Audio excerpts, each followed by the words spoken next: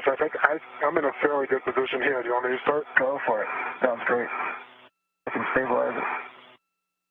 And with the second beam now removed, they're going to temporarily stow it. This time, instead of using the tethers, they're going to hand start those bolts back into the support brackets.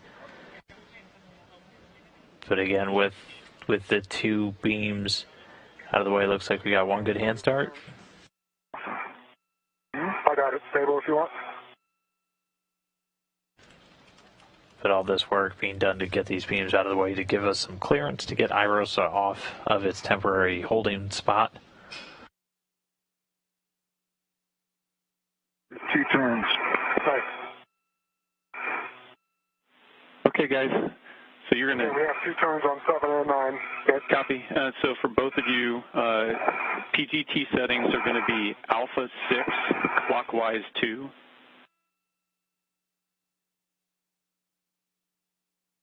Alpha 6, clockwise 2.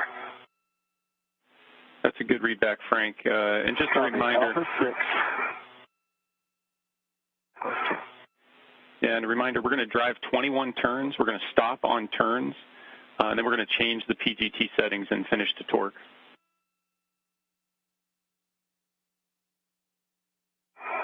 Copy. All right, 21 turns exactly. And we both go for those 21?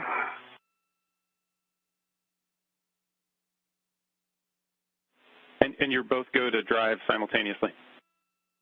Can we both drive? Okay. All right. Copy that. Alpha 6, clockwise 2.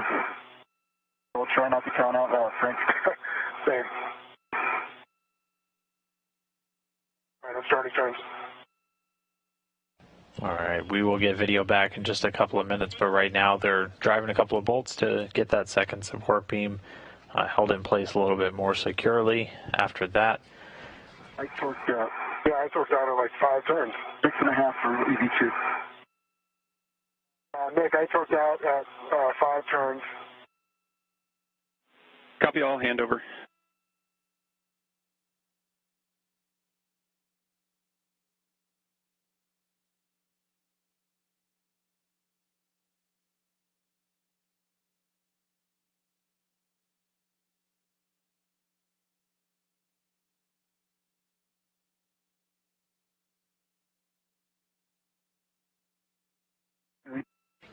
and so just there we heard them getting a little bit fewer turns than we were expecting. We were expecting about 21 turns, so they got just about 5. So the team's now going to what's called a crib sheet, basically your backup procedures. And Frank, Josh, back with you after the handover. We've got voice only. Copy, Nick. We both torqued out. I was at 5 turns. Josh was at 6 turns. 6.5 for EV2. Okay, copy that, guys. So we're in crib sheet page here. So we're going to up the torque setting. So new settings are going to be Bravo 7, clockwise 2. Bravo 7, clockwise 2. Copy. Yep, and that's Bravo 7, counterclockwise 2. Counterclockwise 2. Verify counterclockwise. Guys, it's Bravo 7, clockwise 2. Josh, you're going to do 15.5 turns. Frank, you're going to do 17 turns. We're trying to get a total of 22 turns.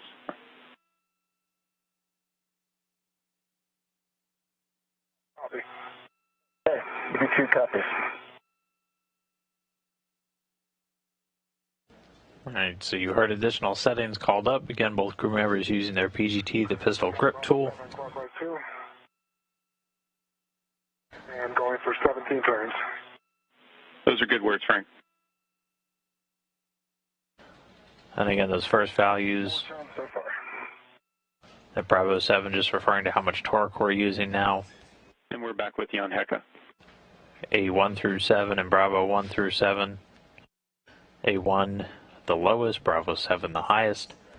And so we've essentially put the drill up to its max torque, more than 25 foot-pounds of torque, up from about the 8 that they were initially using. So this just, if we didn't get the turns we wanted, we upped the torque.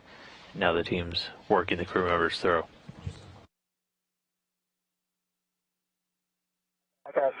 15.7 turns and it torqued out.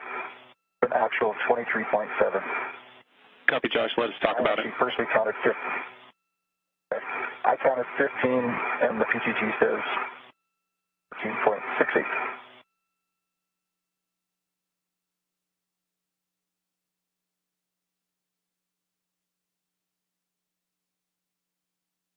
And then for me, I had 17 turns, green light, 25.4 on the torque. You also torqued out? Yeah, that's the final torque, yep. I got the 17 turns, which that was the goal, I think. Yep, copy your call down, Frank, and we're just confirming down here that we're happy with both of those bolts. And do they look like they're flush, fully installed? EV1 affirmative. Copy, all that helps. Yep. There's a tiny little black line under the head of the bolt, and mine is flush with the canister. Copy. Thanks for the words. We're chatting.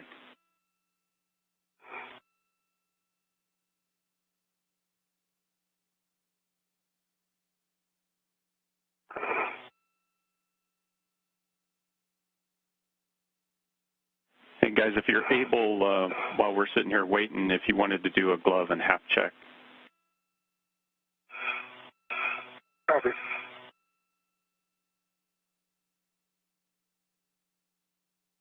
Gloves for EV2, no changes. And a dry hat. Copy, Josh.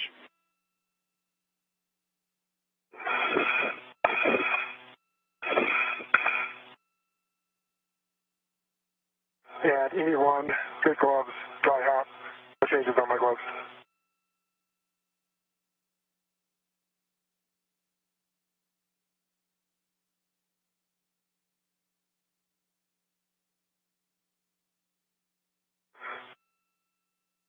And Nick, I moved my TCV from 6 to 4 when you were more the last time.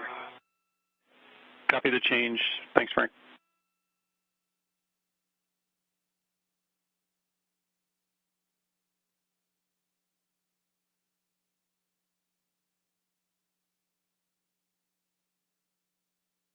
Hey, Nick, while you guys are talking about it, if needed, could I finish that bolt and Josh can get going to the arm ups? Hey, Frank, we've got words for you guys. So what we want to do is finish on a lower torque. So we're going to have you go Bravo 7 counterclockwise 2 and release the bolts 1 turn, and then we're going to reseat them with a lower torque setting. Yes, copy. And Nick, did you copy that about, am I able to do both sides just so we can get going on the arm ups? Are we doing okay on time? We're doing great on time, Frank, so it's okay to just continue to work this together. Okay, copy that. Okay, I copy Bravo 7, counterclockwise 2 for 1 turn. Those are good words. Bravo 7, counterclockwise 2, 1 turn.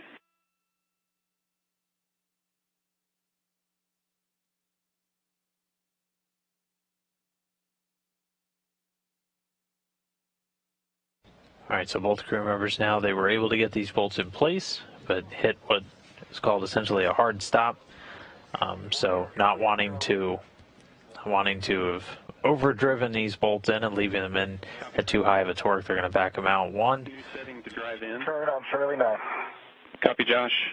So the new settings for the PGT to drive it in are Alpha 6, clockwise 2. Copy. Alpha 6, clockwise 2. Good readback. So instead of leaving these bolts driven in with more than 25 foot-pounds of torque, leaving a lot of potential energy in if we're hard stopped, you're backing them out, dropping it down to a lower torque setting, that Alpha 4, which gives about 6 pounds of torque.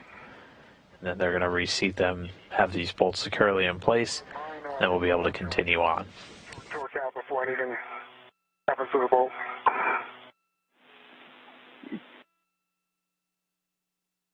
Copy, Frank. Did you get a good green light?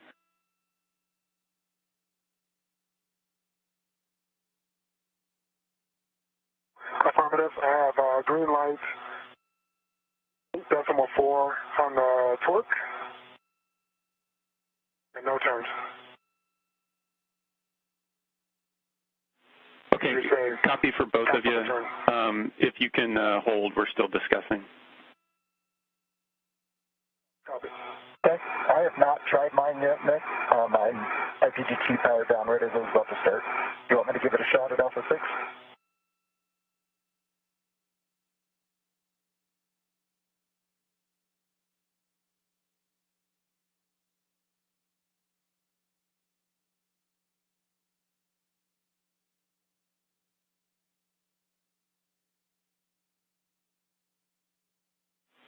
Okay, Josh, Frank, appreciate your patience. What we'd like to do is up the torque setting. So Alpha 7, clockwise 2. We're going to reattempt, and then we'll discuss. Okay, and Nick, for EV2, I think you missed my last call. I never attempted Alpha 6. My PGT powered down right as I started. Do you want me to try Alpha 6 first or go straight to Alpha 7? You can go straight to Alpha 7. Alpha 7 it is.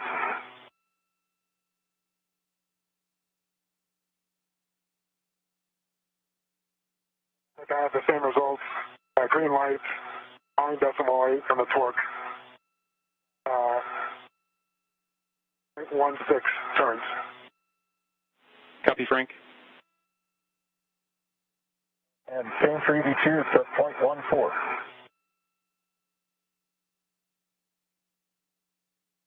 And copy, and can we get the torque reading? Yeah, 9.0 actual for EV2. The green light. Copy, Josh. Thanks.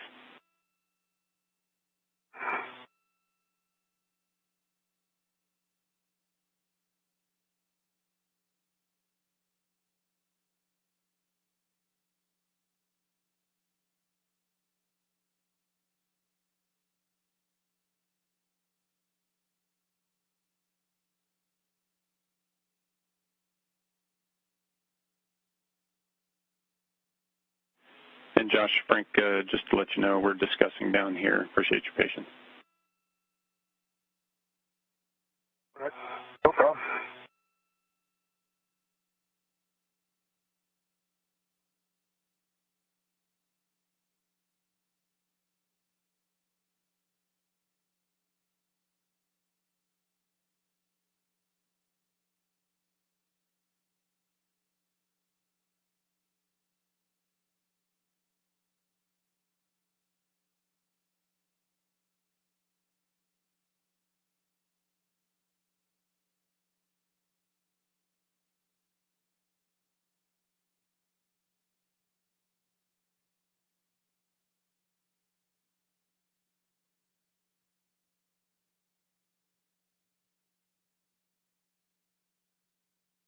Okay, guys, we're happy with this for now. So we've got to, Josh, you're going to move on to the SSRMS setup. Frank, you're going to work on releasing C-bolts. We've got to stagger our translations here. So Josh, if you want to stow your PGT, and then you're going to translate to the ingress location via stanchion alpha down to the base 1. Okay. My PGT is stowed. I'm grabbing my ret off of the beam, and I will make my way back to the SSRMS. It's fine, anyone. See you in a minute. Here. Nick, I'll go to the back for my... I think we have to stagger our translations. Yeah, you're right.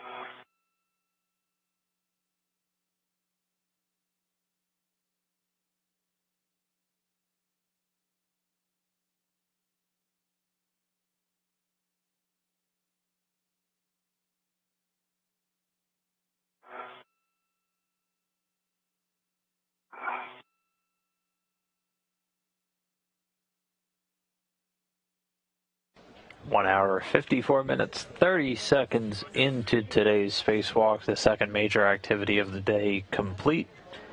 So far we've continued to get all of the work sites ready for the eventual move and install of this rollout solar array. Frank Rubio started by routing the power cables that we're going to be connecting a little bit later on in the spacewalk, while Josh Cassida got the various support equipment ready for removal so we can release IROSA from its current staging point. Nick, I'm actually in a good position to start my... So at this point, that's complete. Can I go to do that? Hey, firm, you're in a good position for it. So socket swap, you're doing a socket swap to the 5/8 12-inch. And the destination for your 2-inch is on a pip bin in your trash bag. Thank you.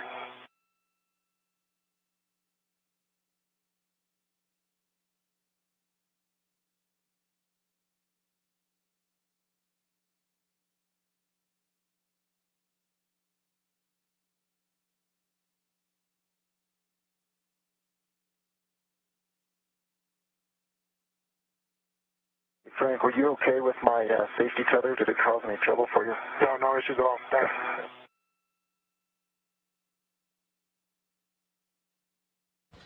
And so after working together to get those beams released and moved to their temp stowed locations, we will be here at the end of the day.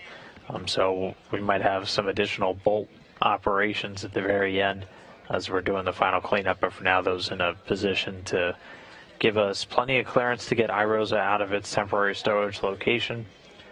And Josh, in terms of mile marker for the ingress position here, looking at 10,200. Sounds great. Thank you for the heads up.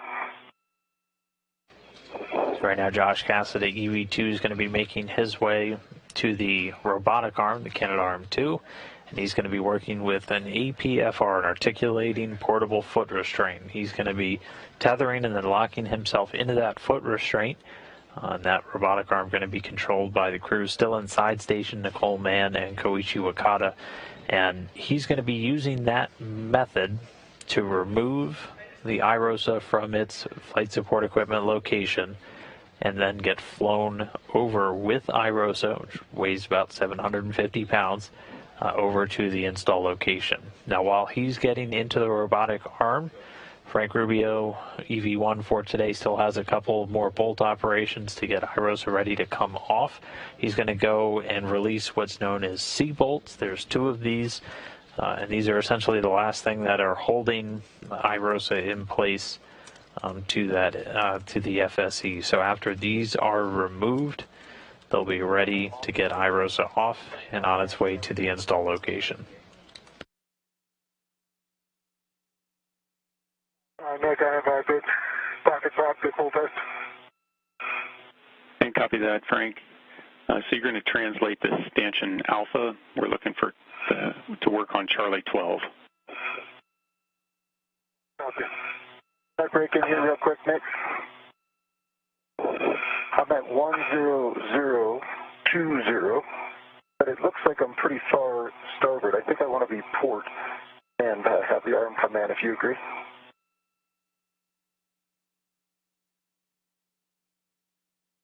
And the roll yeah, pedal's going to be on that side as well. You bet, and checking.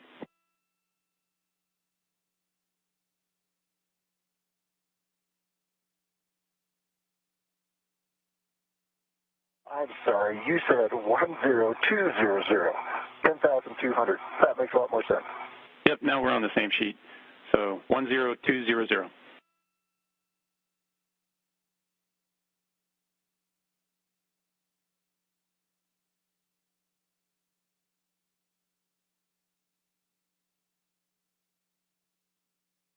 All right, Frank, how are you doing on comm? Can you make me comm?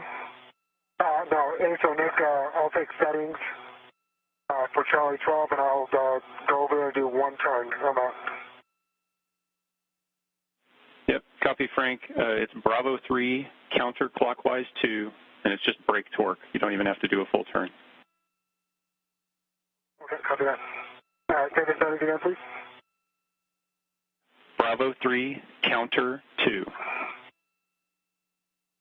3, counter 2. Copy, thanks. Josh, I'm good. Okay, sounds good. Thank you. M2, EV2. Go ahead, Josh. Richie, we are ready to start the GC to publish for the APFR reconfig position. Okay, Josh, we will move you to the position, which will be station aft towards the truss 1 meter. In standby, we're setting up. Copy.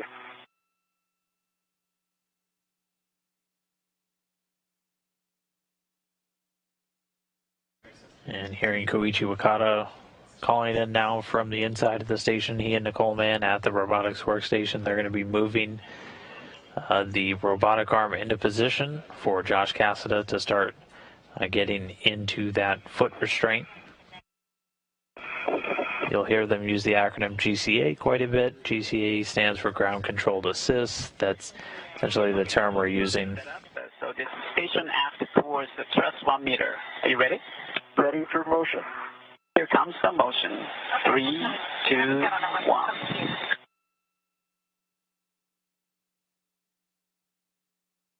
And we can see right in the center there, the robotic arm starting to move. You can see jutting out of the right side, that's the foot restraint that Cassada is going to be locking into.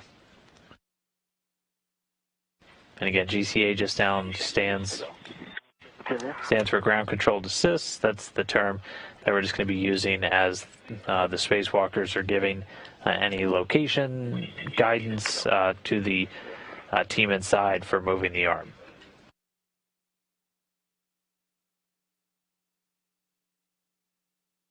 Anything else? Copy. We're going to need a station nadir, probably a meter. Okay, copy. Station nadir 1 meter. You got it.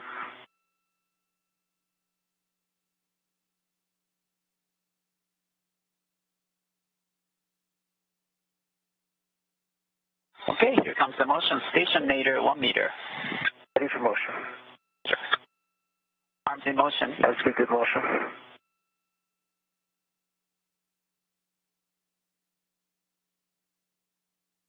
Continue. Copy.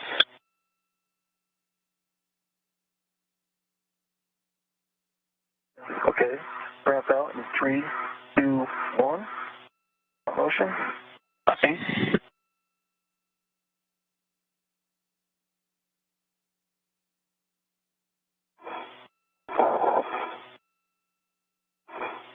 Okay, I'm going to need station aft 30 centimeters, 30 centimeters.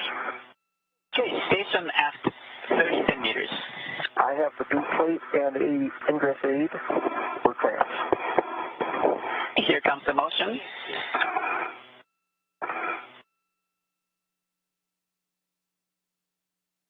Arms in motion. I see good motion.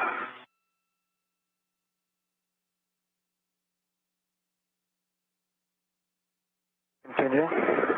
Continue. And ramp out in 3. Looks like we already stopped. Okay, arms stop.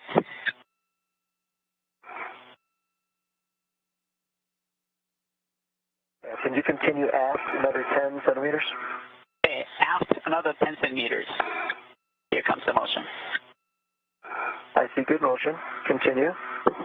And ramp out in 3, 2. Okay. Let's go ahead and we're going to call that good. You can go brakes on. GCA complete. Copy.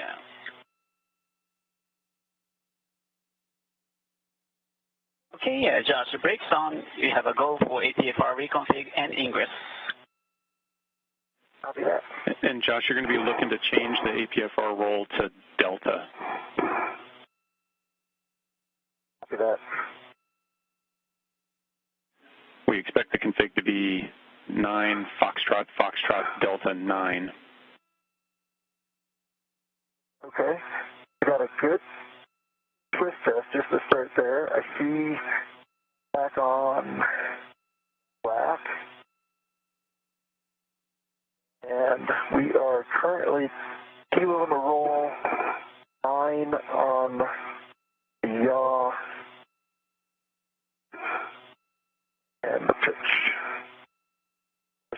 log is each pressed. And showing Foxtrot, Foxtrot. So I'm going to roll it to Delta, and then it was on a tether swap.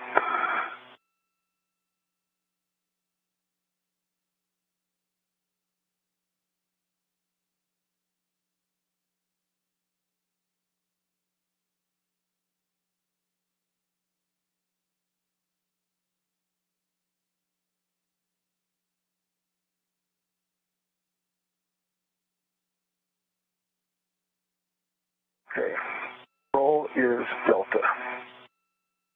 Copy, Josh. Good config. So next step is that tether swap.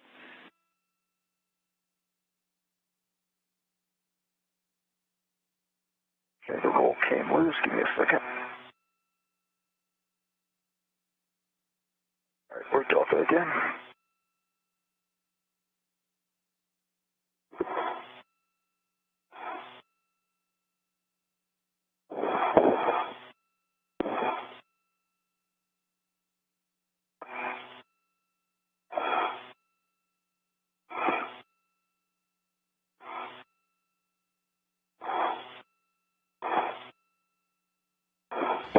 And Frank, want to check in with you and just sync back up.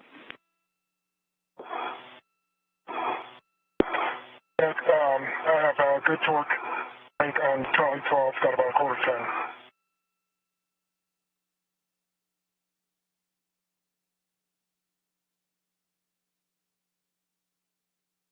10. And copy broke torque on C12.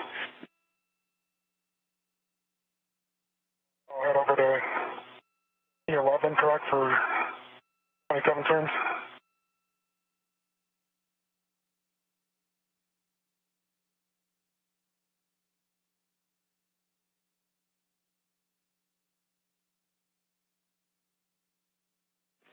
Okay, copy. So you're going to go over to C11, and then we're going to drive that out. So over to stanchion Delta, Frank. Copy.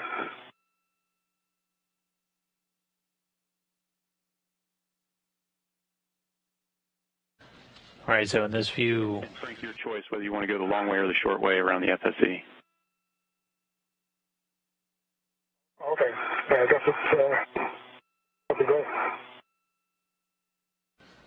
We can see Frank Rubio on the bottom left. He's working to break torque and then release 2 bolts that are still holding Irosa in place. Long way just to keep my safety cutter.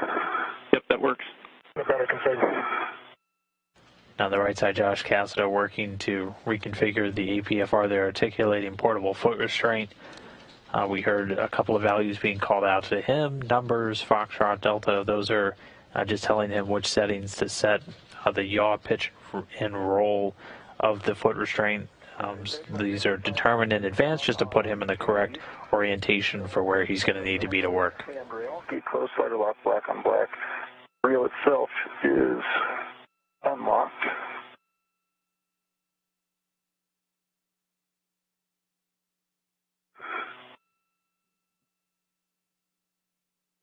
Frank, hey Josh, can you turn around and take a quick look? Oh, I think it just broke loose. It did. That's good, in a good way.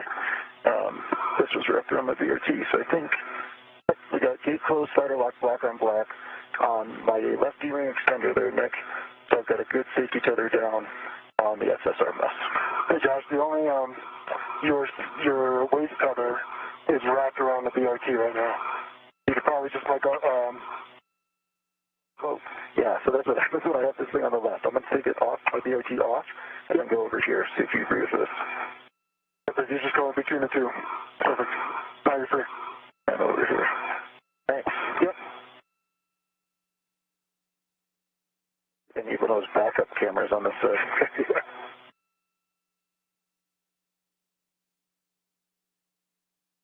And copy, Josh. I see you getting into a good config, and we concur with a good load path.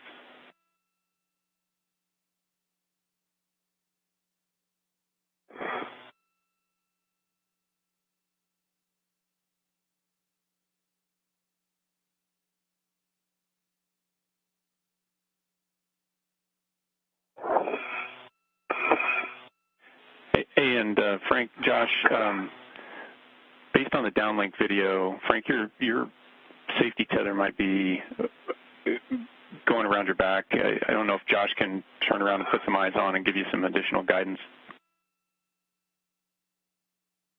I'm looking.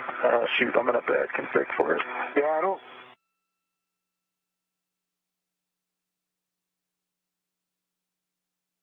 believe it is. Nick, it's, let me check. Hold on for a sec. I can see it coming off your right side. Yep.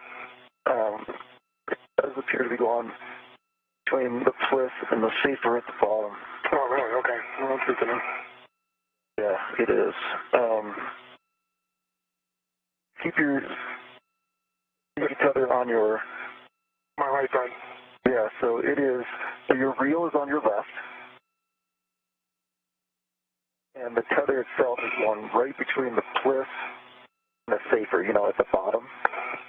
In the small of your back. So, my recommendation would be pointing your feet. Let's see, this is... Yeah, pointing your feet back that way. And then keep rotating to your left.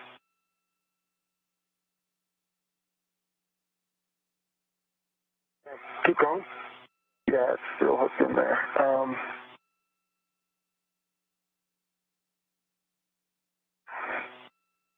Essentially, you need to go 360 degrees right back where you are now. Just tell me if it's getting better. Feels like it's pulling on me. There, yeah. The thing is, it's caught in that crease.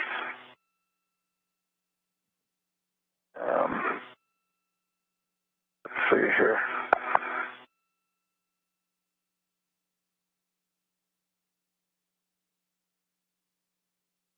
I'm trying to talk you through this.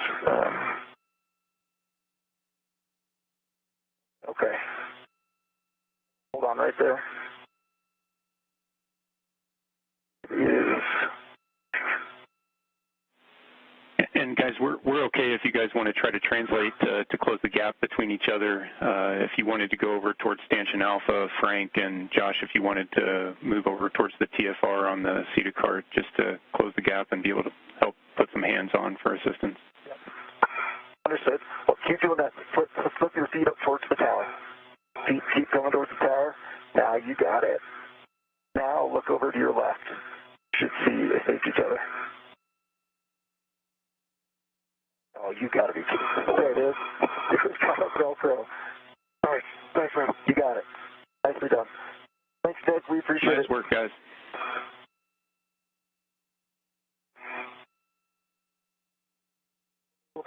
We'll be undoing tether snarls all day.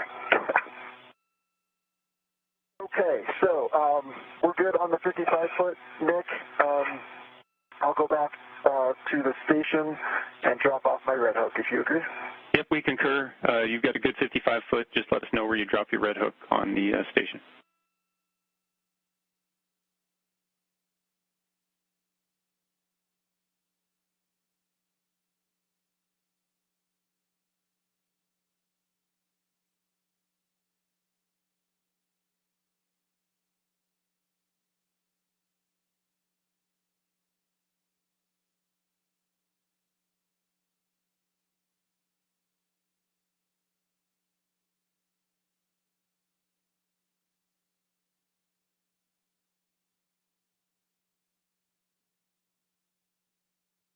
And checking in, both crew members continuing to get ready to move this IROSA, this rollout solar array. Josh Cassidy working to continue outfitting and getting that foot restraint ready. And meanwhile, Frank Rubio working on releasing those two bolts.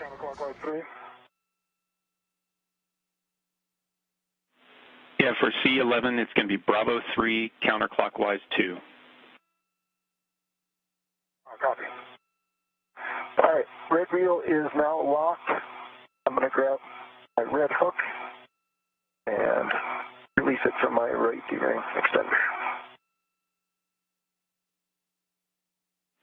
Copy, Josh. And for Rubio, he's working on 2 different bolts, C11, C12. These are the last 2 bolts that are going to be holding IROSA in place. And reel is unlocked. Copy, Josh.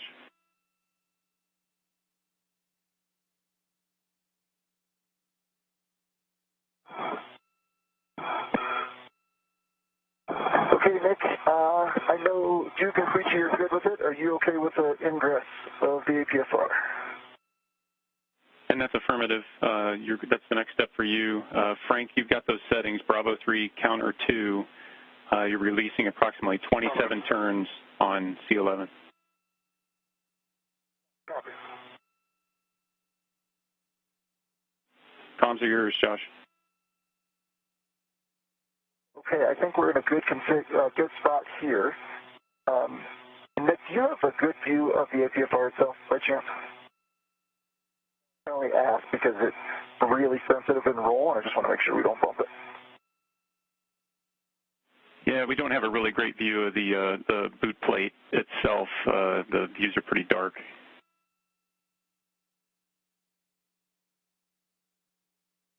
Copy.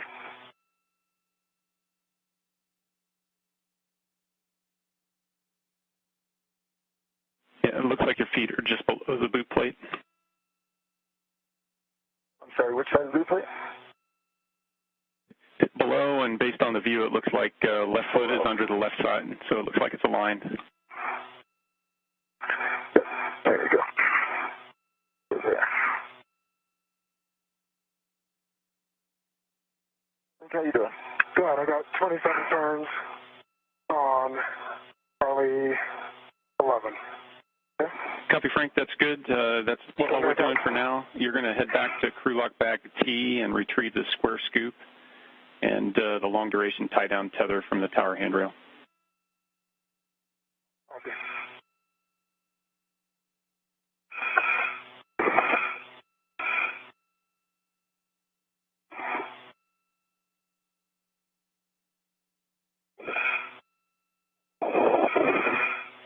Station, he's Frank, on what's space your to ground view like 3 of the for APSR? robotics. Your go for the JCAS without correcting the additional GCA. Okay, copy that. Thank you very much. Yeah, what do you need? Just confirmation that these fields where I think they are. Okay. Pull up. My right doesn't feel quite right. My left feels good. Yeah, your left is good. Your right is on top. Okay, pull up. Nope, still. I think you might just be too deep on your toe. Okay. You're in. Pull up. Okay, I think we got it. Awesome, thanks. Yep. Okay, let me make sure I got all my tethers off the station.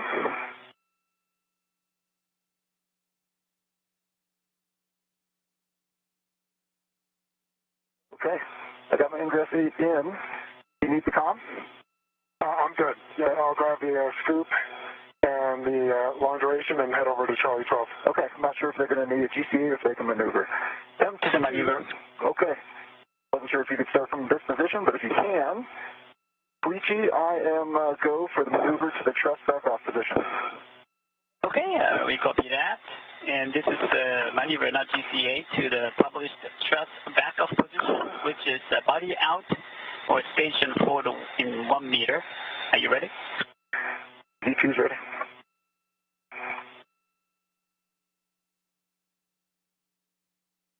We're setting at the manual now. Okay.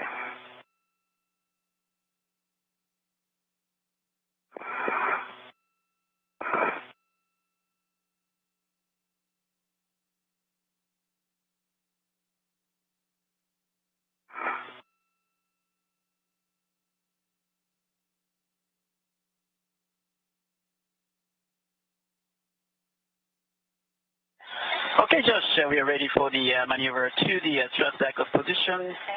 1.3 meters, body out. Here comes the motion. 3, 2, 1, arms in motion. I see good motion. Please. EV2 set TCV to 2.5. Copy, Josh. 2.5.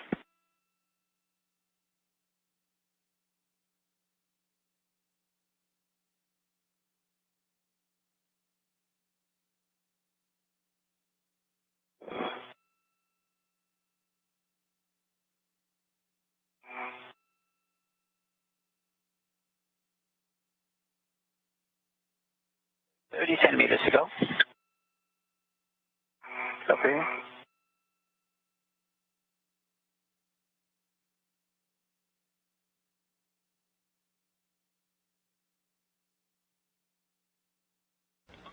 Josh, position hold, and then we will set up a carrier lineup joint OCAS. EV2 is ready for that showcast. Okay, we're setting up. And Josh, I see you're working your socket swap. That was the next step. Sounds good. Thanks.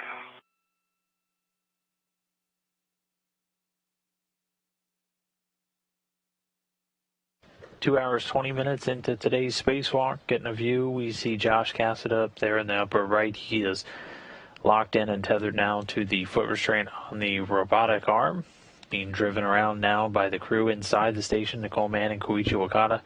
Meanwhile, Frank Rubio in the suit with the red stripes, he's EV1 today, working on getting the final bolts holding the iRosa in place released. He's going to wait until Josh Cassida is in place and ready to receive before he releases that final bolt holding iRosa into the FSE, that temporary stowage location. Now, after they're able to get these bolts undone and iRosa out, they're going to maneuver it over to the worksite. They're going to do that by hand, essentially. Good pull test on the 5/8. Copy, Josh.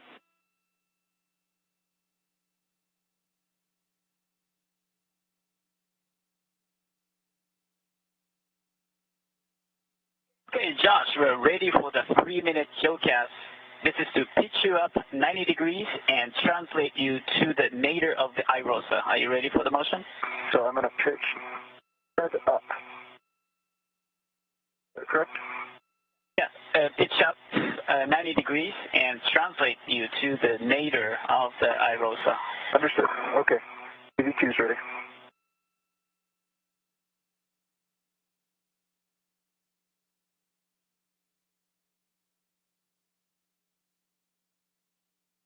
Okay, here comes the motion in 3, 2, 1, arms in motion.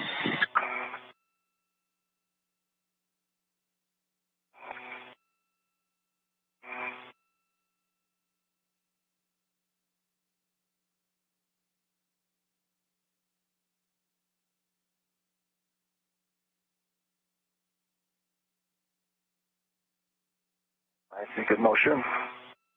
Copy. And Josh. I had a good pull test on both sockets and the install. Copy all, Josh. Good socket swap. If you can cycle your WVS for us, we're trying to get that to lock back up to help Koichi with some camera views.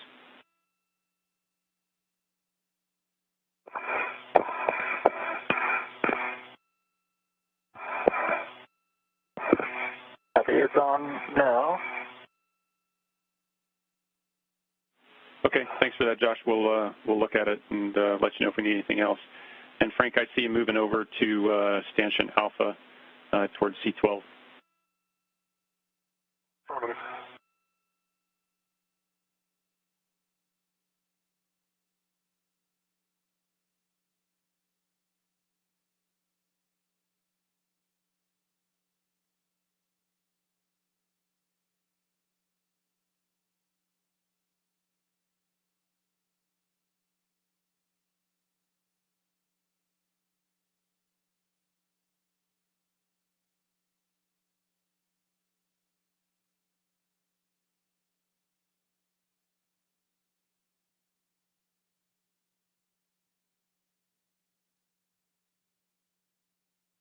So a short handover, we'll get that video back momentarily. Meanwhile, Josh Cassida affixed to the top of the space station's robotic arm. He's getting maneuvered into place.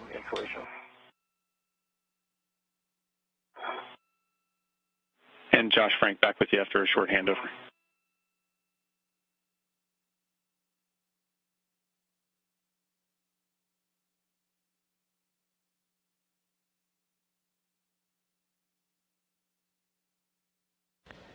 And Josh Frank. Just heads up, I'm right behind you, Frank. We're back with you now after a handover. We've got voice.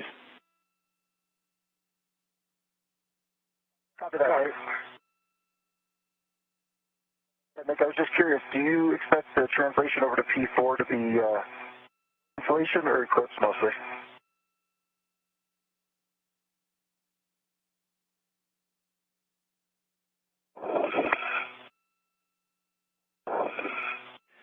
Yeah, and Josh, you should start in sunlight. You're going to finish in eclipse, so it's a little bit of both. Okay, sounds good. Josh, arm is in position hold. We are setting up for manual to the IROSA retrieval position. Okay, you have it go for the manual maneuver to the IROSA retrieval position, and Frank, I'm just off your right shoulder. Yep, I see you, thanks. Okay. We are setting up the arm now. That's good.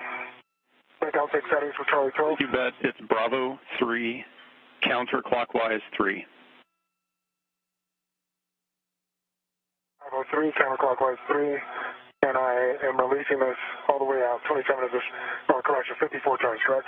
That's affirmative. Full release, 54 turns. The bolt will spring out when released. Okay.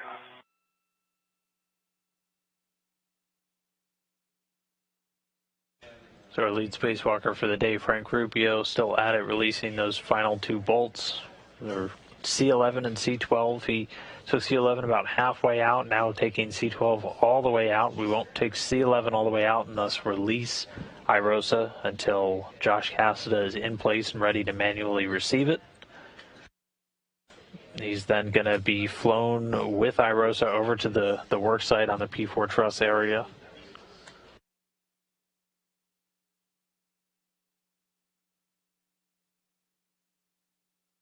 Okay, Josh, manual mode is set, and this is the maneuver per your GCA to the published IROSA retrieval position, which is the body in towards IROSA at 1.5 meters. Are you ready?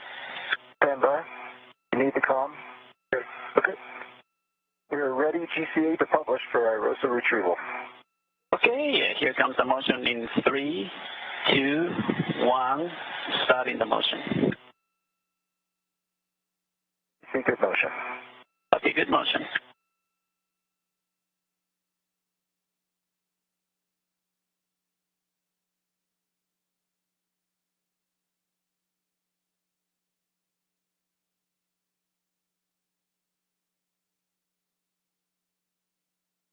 Another meter to go. Copy.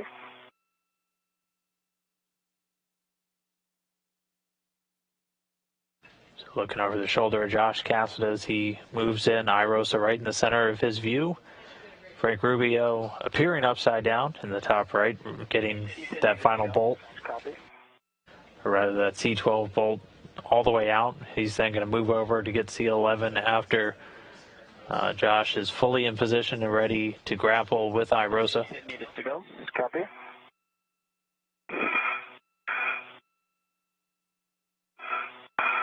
And Nick, I ended up with 55 turns. Stand by. Oh, correction, sorry about that. Continue. Continue. Continue another 10 centimeters. Another 10 centimeters. Ramp out in 3. I think we ramped out. Ramp out. Okay, yes. That's good. GCA. GCA complete. This position will work great. Copy that. You have a go for IROSA retrieval. Copy. Go ahead. Sorry about that, Frank. No, sorry, Nick, I had 55 turns on Charlie 12 and is released. Copy 55, full release Okay. on Charlie 12. And so I see you working to install the scoop with the long duration on that microsquare near C12.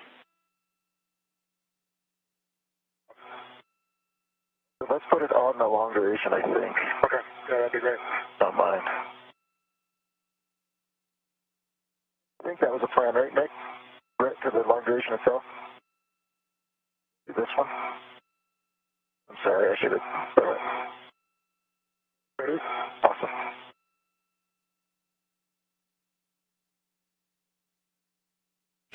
And so this metal device you see Frank Rubio working into the screen there, that's what's called a scoop.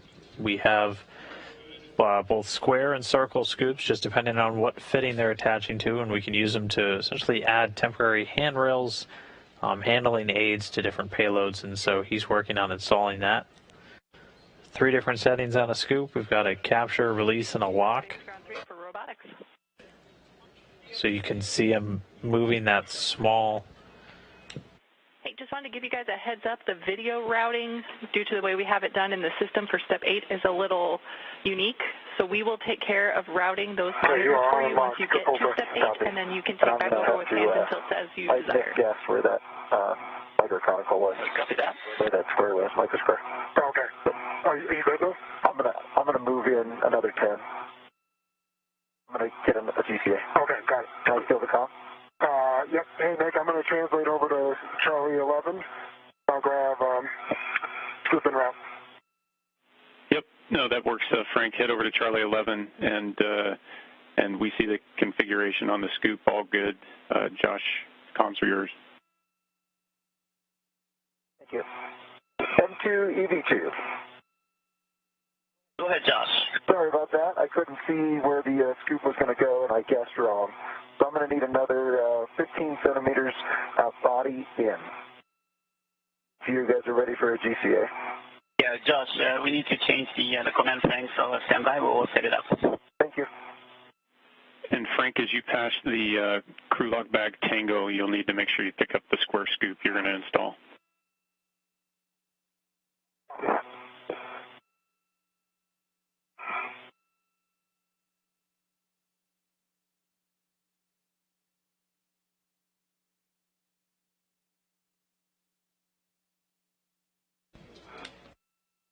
And right now getting closer to the release of IROSA. Right now, Frank Rubio's moving over to the other side of the FSE. He's going to be releasing a final bolt. And once that's free, they'll be able to essentially slide IROSA out of that temporary stowage location and begin flying it over. And 2, are we ready for GCA? Ready, GCA. And again, 15 centimeters body in, and I'll call you off. Okay, 50 centimeters body in 3. Hold on.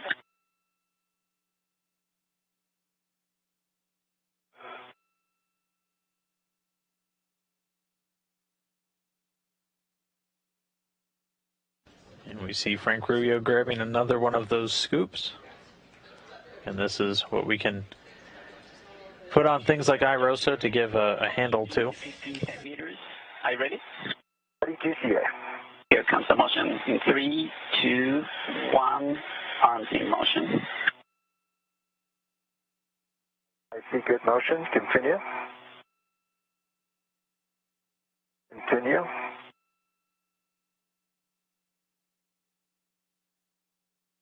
That's 50 centimeters. Continue. And ramp out. Ramping up. GCA complete. Thank you very much. I really appreciate it.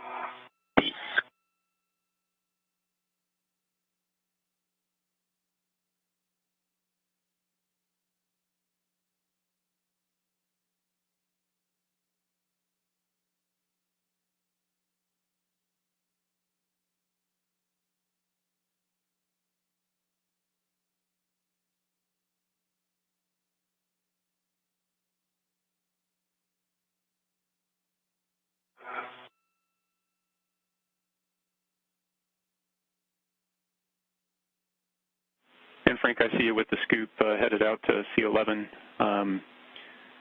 Big picture, we're right on the timeline, so everything's marching along towards our target eclipse. That's great.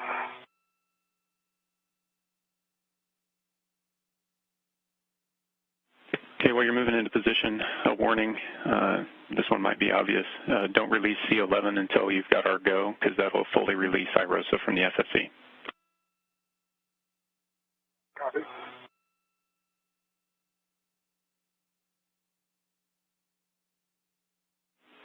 So Frank, I see you in position. Now's a good time. Let's do some glove and hap checks. Josh, this is your chance to do a once-over. So let's start with glove and hap checks. And ED1, gloves, no changes, and dry hat. For EV2, no changes to the gloves and dry hat. Copy for both of you. So then, Josh, for you, want to confirm tools and tethers are in a good configuration, clear, that you got your ingress aid stowed.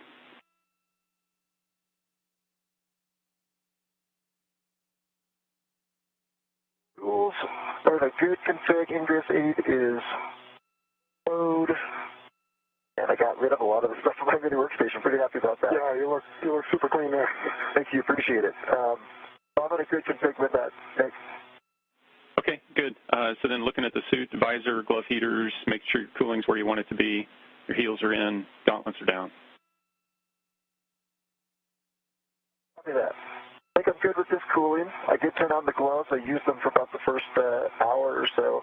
Hands got pretty warm. I think they're going to work out well for what we're about to do. And the visor, I guess I'll keep it down since, and we'll probably just end up any clips.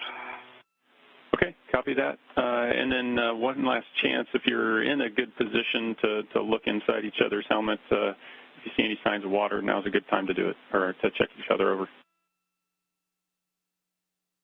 Let's see. I can read this real quick if you want to look in here. Yep, that's dry. I don't see any water. There's mine. I don't see any of yours. This rep for the scoop that's going to go on, can I put this somewhere convenient? Like on the stanchion or something? Yeah, hold on. Or I can just let it float.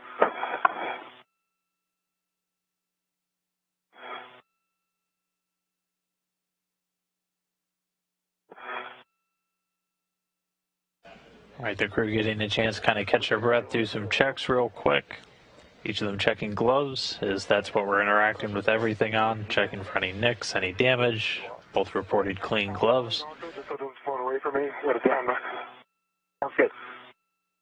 See Josh Casa attaching an equipment tether to that second scoop. It's going to go on the other side, and that's how he's going to hold on to IROSA. Pop off, and then I'll pull it back towards my body to hold it on the structure, but it might come off the pins like last time. Yep, affirmative. Okay, Naked. I think that puts us in a good config. I agree. Let me get one. Okay, now I'm ready. Okay, copy, guys. Do we need to go from them? Hey, guys, you are go for the release. Copy, go. All right, big moment coming up, releasing that last bolt. Bravo 3, counterclockwise 2. Should be 26 turns. And once this bolt is released, IROSA will be free of the FSC and ready to be on the move. Next maneuver, can we just do THC left, 2.4 meters only? Copy. Press. And we concur with that. Koichi, that sounds like a good plan. Heads up, Frank, it's our return to go. Copy.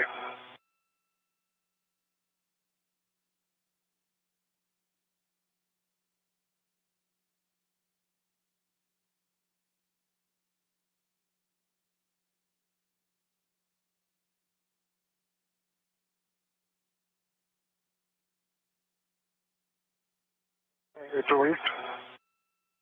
It's pulling me forward. And copy, good release. And we see the bolt is now released.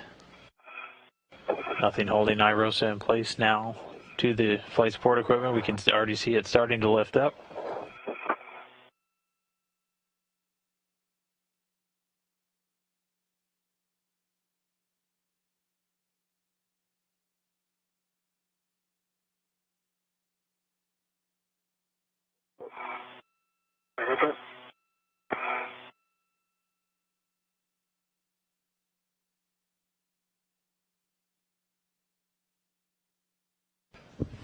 Now that the second attachment point for the scoop, you can see a small lever on the back. Yeah, I know.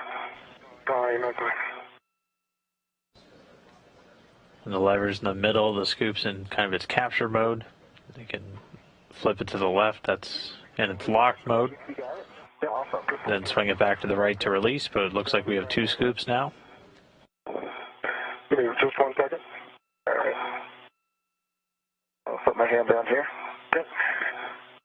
Camera's off. Great. I've got 2 scoops. Copy. Good release. Scoops are on. And Frank, if you want to translate over to Stanchion Charlie to assist the GCA. Copy, inward. Okay. So I have shifted to my right. I think you're bumping me just a little bit as a heads up. Yep, sorry about that. That's okay. We expect you to be centered up on these 4 bolts that I'm staring at. Right? I think we've just shifted a little bit. Station, let's see. Yeah, Josh, we based on what we can see here, you should be pretty close to centered right now. There's not much room to go laterally. We do see it kind of pitching down from you away from the base plate. Okay. Hank, if you could pull it when you get there. Yep.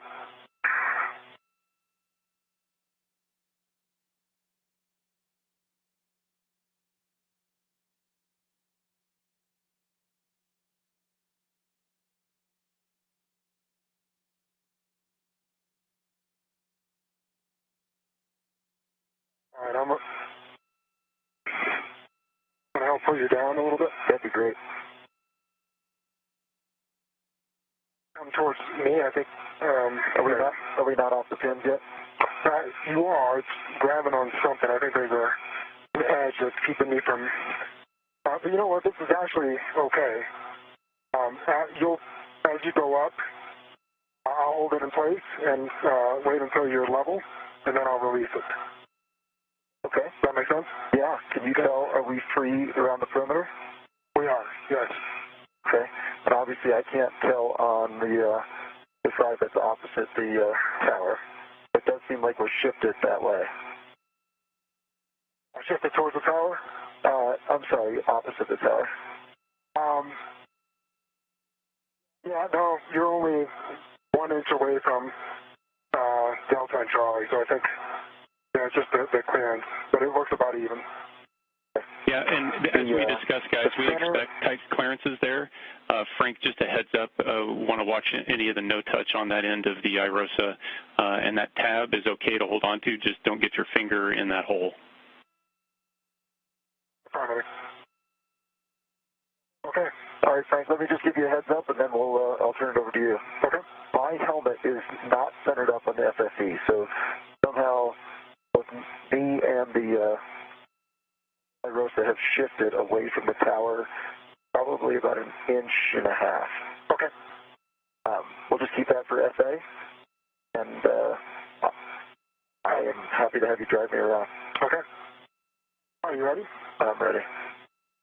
All right, M1, ED1. Okay, go ahead, Frank. Koichi, you have a go for a publish to IROSA removal. Okay, we copy that. And this is Josh's body down for 2.4 meters to the published IROSA removal position. Copy. And Frank, what's your helmet Here clearance? comes the motion in. Yep. I see it. Clear. Okay, here comes the motion in 3, 2, 1. Arms in motion. Copy. You see motion, good motion. Okay, good motion.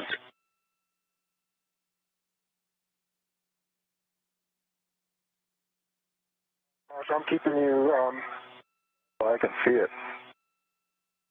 clear on this side, and we have about 1 inch, so I think you're clear on the other side. I agree. Looks like we're clear all around. Continue. We continue.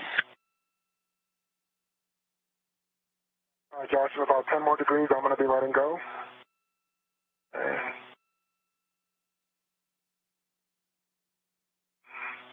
clear all around. Continue. We continue. All right, Josh, I'm going to let go in 3, 2, 1. Letting go just lightly. I'm going to keep my fingers very lightly but not touching. Feet away from the tower by about 1 inch. You're clear of all the stanchions. Continue, Koichi. Continuing. You're good there. Hold that current course. Copy.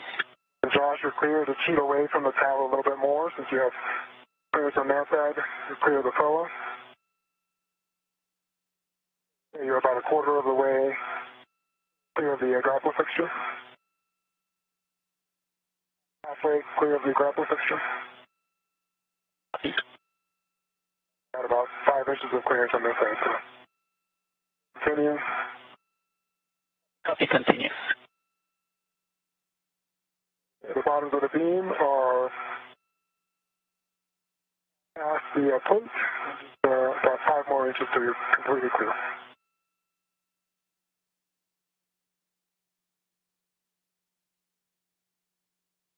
Josh, you're completely clear of the tower and the grapple fixture.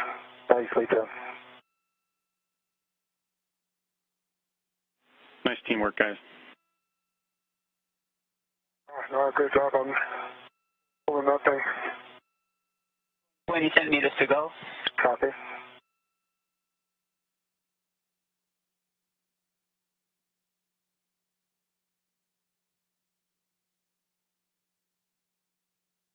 Can I go ahead and start my socket swap? That's a firm, Frank. We're going to socket swap. Okay, Josh, position hold, and we're going to set up a JOCAS for outboard JOCAS.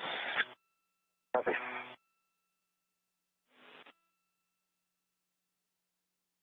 And Frank, you're going to drop off your 12-inch onto the socket caddy and then put the 2-inch that's in your trash bag on your PGT. Just for your SA, this is the last time we're getting in the crew lock bag tango. So if you give us a good heck of you, we can help with inventory, not asking for an inventory at this time. Okay. Copy.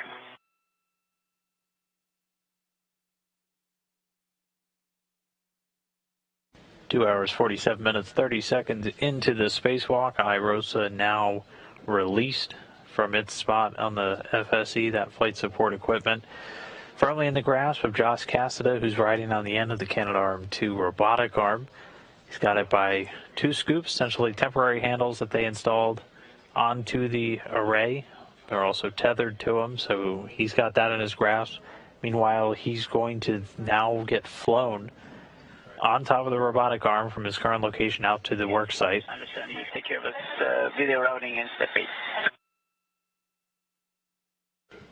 And he's getting the flight maneuver courtesy of Nicole Mann and Koichi Okada at the robotics workstation inside the station. Meanwhile, Frank Rubio is going to make his way by hand over to the same work site, at which point we're going to start moving into some of the installation procedures. First thing after we get it over there is going to be to get IROSA initially onto its mounting bracket. Once we get some soft capture points in, we'll be able to unfold it. So you can see it kind of doubled up in its configuration right now. It's going to be unfolded. And so it's just one continuous array long ways. After that, they can get the final attachment points in place, get all of the hard capture bolts engaged, then start to do the cable routing. So again, at the very beginning of this spacewalk, Frank Rubio's first task was to go over and start routing and tying down a couple of cables. Those are power connections. That's going to integrate this new array in with the legacy one to the 4A power channel to let them all get engaged. Good socket swap and good pull test. Affirmative. Now that cable routing activity is one that has some special considerations with it. We have to be in eclipse for those power connections to be made. That's just the primary way we can make sure that no electrical energy is being generated by those solar rays. So they will wait until we're on the dark side of planet Earth before they do that cable connection. If you can pull a body down a little bit, it'll get fully in the heck of you, and we should be able to see inside.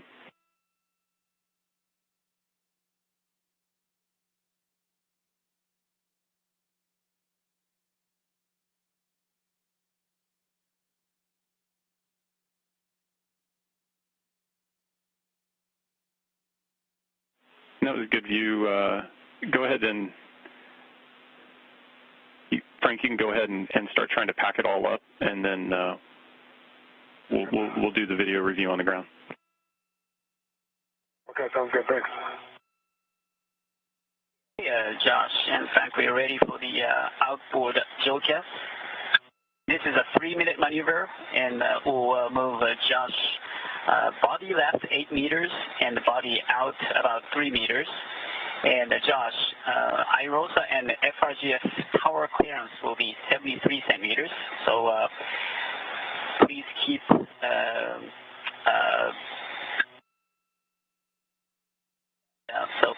keep the clearance from the tower.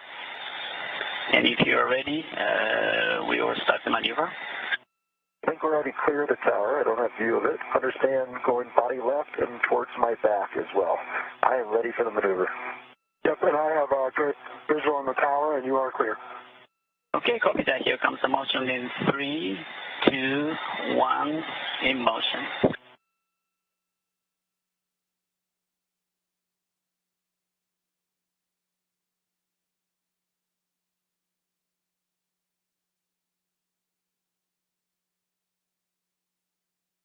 Good motion.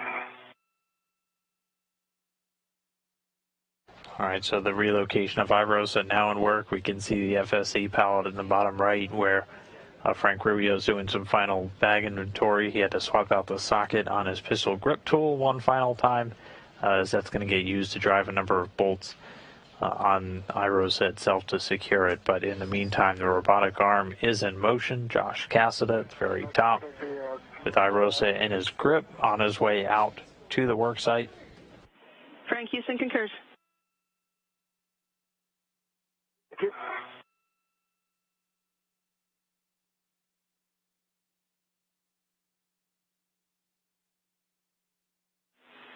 And Frank, your next task is to retrieve Josh's red safety tether from the Nader CETA rail location.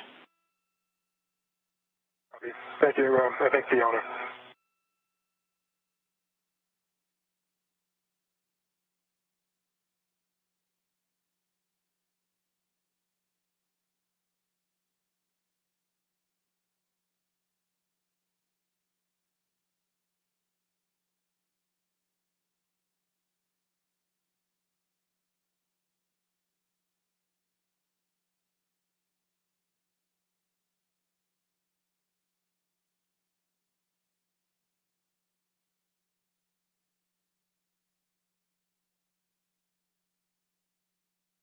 How's it going, Josh?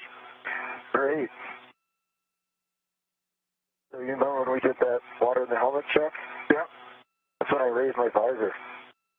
Oh, no. Sorry. Yep.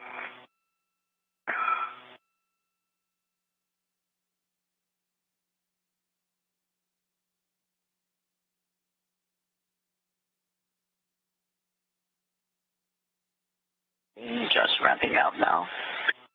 Copy. Okay, hold on. That was pretty abrupt. Okay, we got it.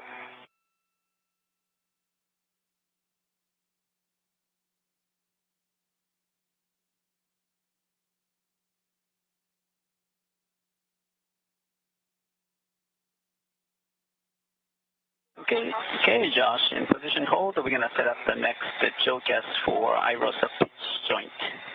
Okay, copy that. Just a heads up, Fuji, that one stopped a little quickly on me. If you see it ramping out on the next one, if you could give me a heads up, that'd be awesome. Okay, will do.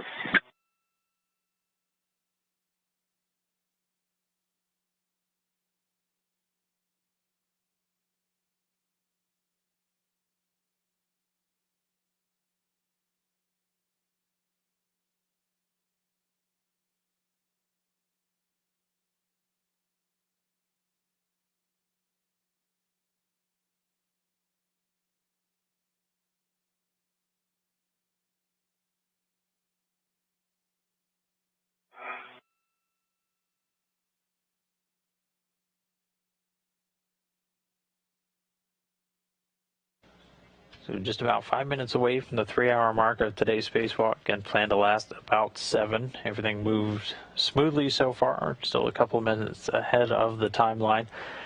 The pair worked together to prepare the work site by routing cables. Frank Rubio knocking that out on his first task out of the gate, while Josh Cassada worked to get IROSA ready to get detached from its temporary stowage point and get into the robotic arm where he is currently standing with IROSA in his grip. You heard him asking for a heads up as we were going to slow down some of the motion. Again, these IROSAs weigh right around 750 pounds. And while they are in microgravity, it's not too hard for them to start moving those. But something with that much mass can be hard to stop moving. So definitely something for the crew to keep in mind as they're doing these very slow and deliberate movements. This a view, though, from Frank Rubio's helmet cam as he's making his way out to the work site. We are ready for the IROSA pitch showcast, and this will give you move heads up around IROSA for 90 degrees pitch down. And if you're ready, we will start the maneuver. Understand we're pitching down 90 degrees, and I'm going to be ready for your countdown. Sounds great. Okay, here comes the motion in 3, 2, 1, arms in motion.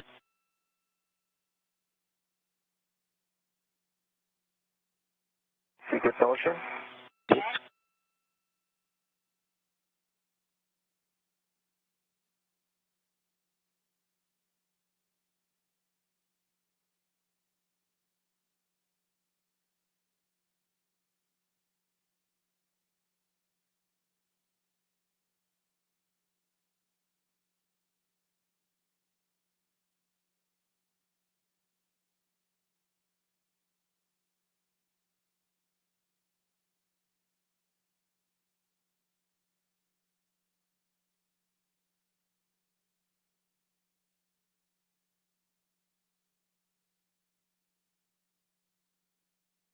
There's that planet.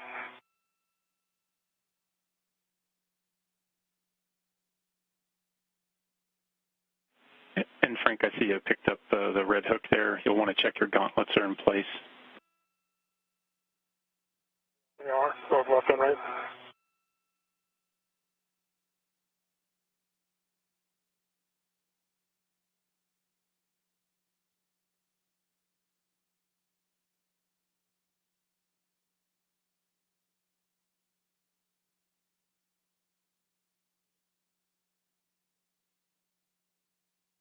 Okay, Josh, we are ramping out. Copy.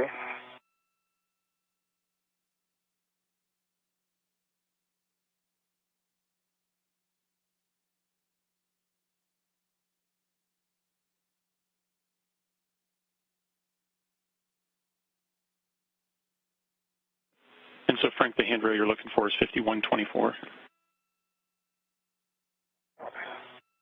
On the opposite side, correct? That's affirm. Okay, Josh, arms in position hold, and we're going to set up for a lineup.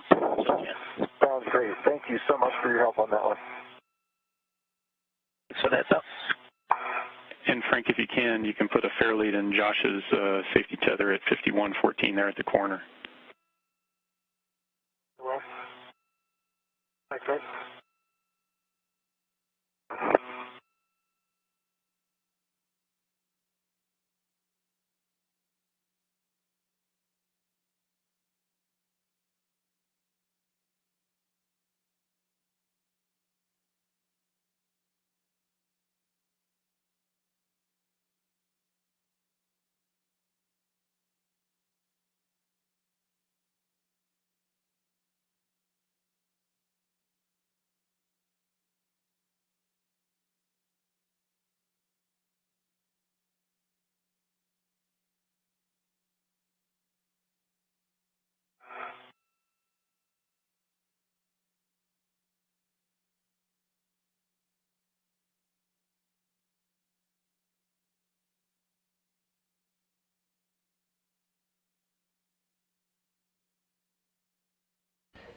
And just crossed that 3-hour mark into today's spacewalk. So right now we're looking over the shoulder of Frank Rubio, EV1, our lead spacewalker for today. He's making his way over to the P4 work site. He was there already once as he laid down some of the cables that are going to be used to integrate the new solar array into the power channel along with the legacy array. So he's making his way by hand. In the meantime, Josh Cassada still in the foot restraint on top of the robotic arm. He's got iROSA in his grip. There's a look through his helmet cam. He is a little bit of a ways away from station structure, so the video can kind of come in and out as he's getting flown over. But he's got iROSA in his hands. Which will place you under the IEA, and this is a 2-minute JOCAS, and we'll move you body out about 5.5 meters and body left about 1 meter. And again, this is a translational JOCAS, so the motion will be faster than the pitch motion. Ready for the motion? Okay, copy. Towards my back, about a little over 5, and towards my left, 1.5 meters. I do not have the IEA in sight. I am ready for the maneuver. Okay, here comes the motion in 3, 2, 1, starting the motion.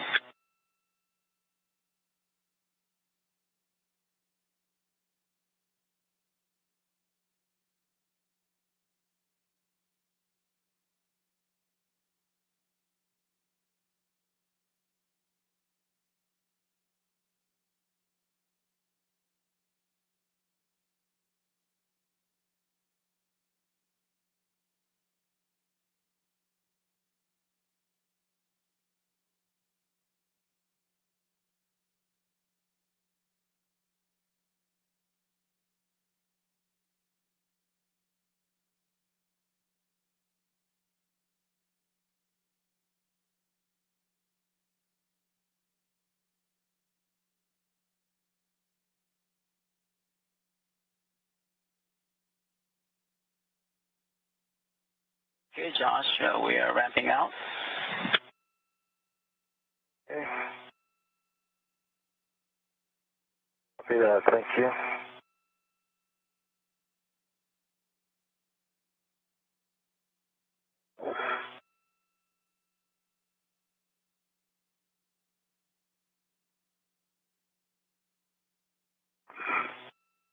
Hey, Josh. Hi, Frank.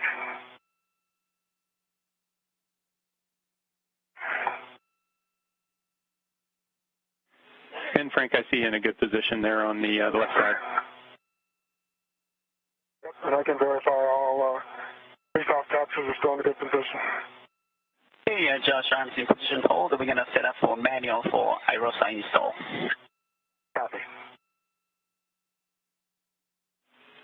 And Frank, the same cautions and warnings apply that I've previously read, plus a couple here. So the warning is don't put finger in the iROSA pin slots on the inside and outside of the root beam. And then when on the aft side of the mod kit, avoid contacting the legacy blanket boxes and trunnions. Okay, copy all. Thank you. Yep, and then you've got the cautions about mod kit. Don't simultaneously impart loads, translate slow, and a max load of 30 pounds. Copy.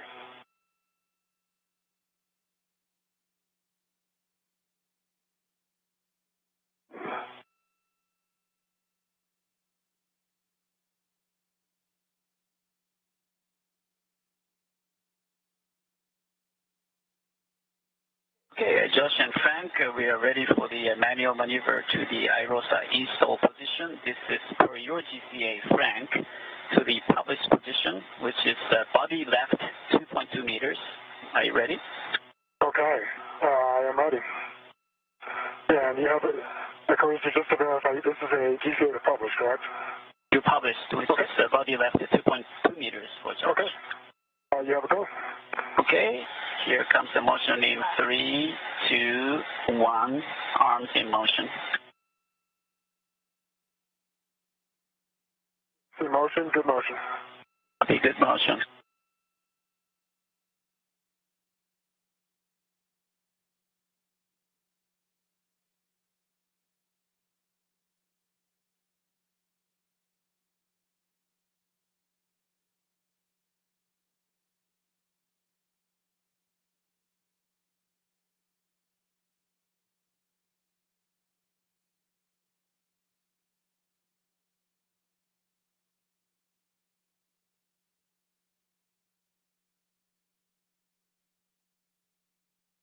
Another 1.5 meters to go. Still clear, continue. Copy.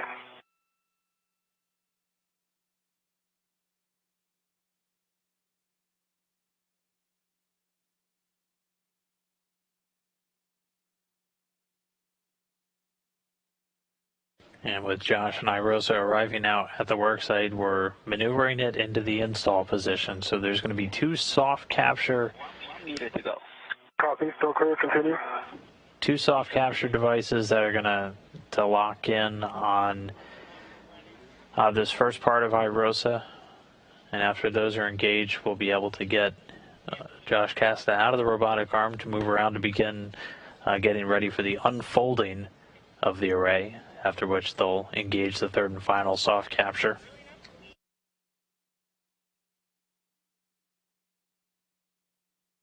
$50 to go. Copy, continue. Continue.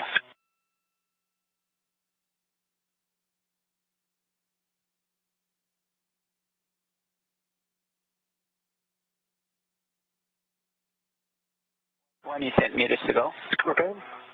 Expect to ramp out in about 10. Copy. Okay, ramp out in. Continue. Continue. 3, 2, 1. About? Okay, ramped out. So this is close to the published position. Yep, and this is a great location here. 10 seconds to hand over. In closer. Can you get your hand on it? Have my hand on it. Oh.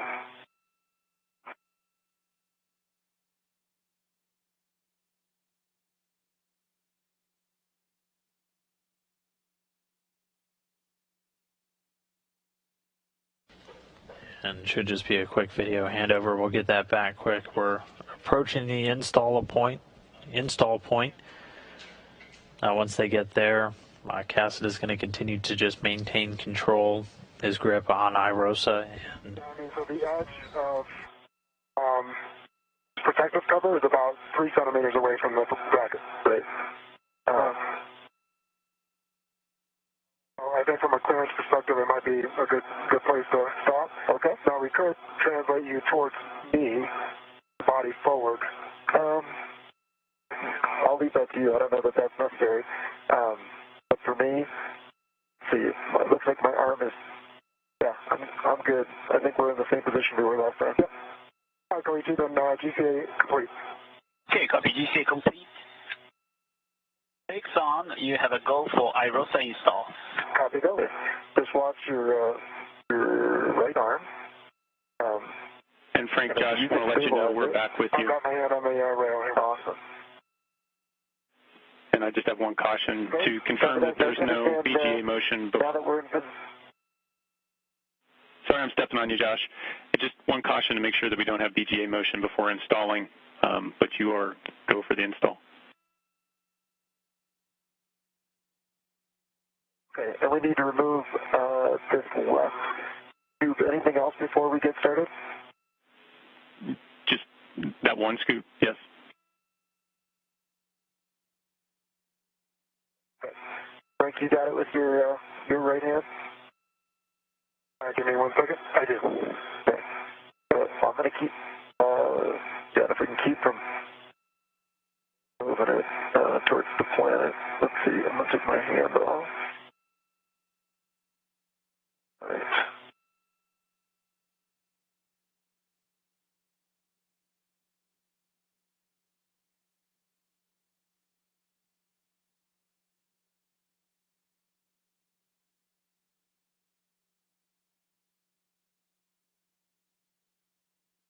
so our spacewalker is working in tandem again. Right now, Josh Castro working to remove that scoop. That was just that temporary handling aid that he had on Irosa. I'm trying. Okay.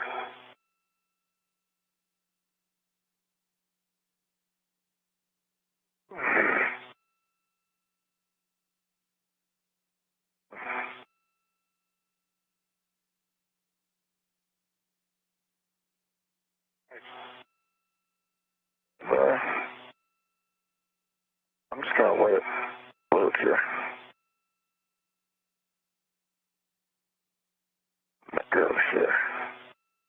Okay. Okay. Okay, let's translate it towards me when you're ready. I'm ready, and you just guide. I think you need to pull it towards feet. Oh, not that way. I think it's not parallel with the mod kit right now. No, it's not yet. Well, let's translate it towards me first, and then we'll another 10 centimeters. You mean towards the left side of the mod kit, not into the mod kit yet? Correct. Okay. Sorry. Yeah. And it's at a pretty good angle right now, so you're going to have to pull your hand towards you. There you go. Okay. All right, so now we're going to roll my end towards the IEA, about 10 degrees. Okay, you're going to have to pull a little bit towards you. Okay. Or pull towards the IEA.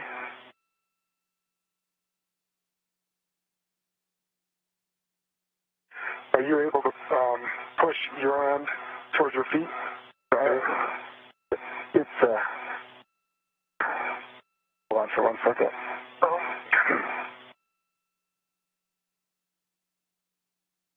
Okay. For some reason, your end is not going. Okay. Let's just get going towards the mod kit, and then we'll adjust it once we're in. There you go. Just a couple more degrees.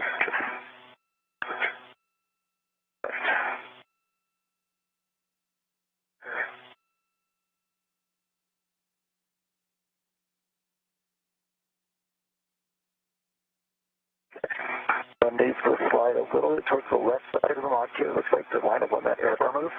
Okay. Yeah, too far maybe. What do you think? Looks about right from my end. Perfect. Okay. Okay, and now we can just go towards the tabs. It's pitched down. It's trying to pitch up a little bit. Oh, watch the roll. Watch the roll. Yep. Hold on, give me a second.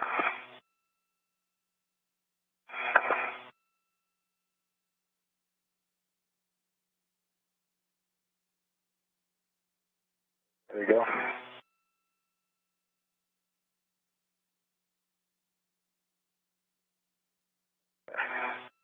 Hold there. Stabilize it. Okay. I'm going to start bringing this.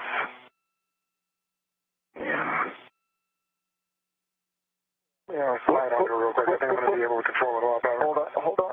Okay, I got it. That's good. You can let go over there. Okay. Go ahead, let go. Okay. Do you mind if I slide under? It'll help you a lot more. Nope, that's okay.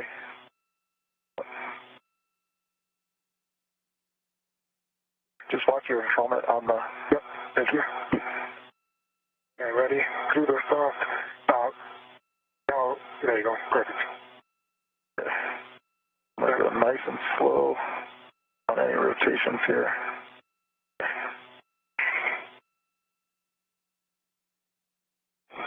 The top left, you can see some of the bolts sticking out. Those are going to be the hard capture. Those two handles you see are going to be our soft capture mechanism. So crew just working on aligning iRosa, getting it in place.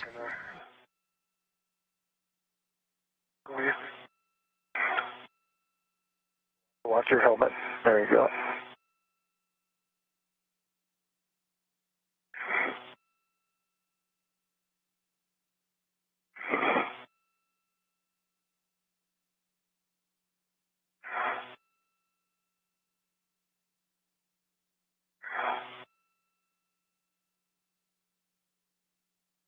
That one went down. Yeah.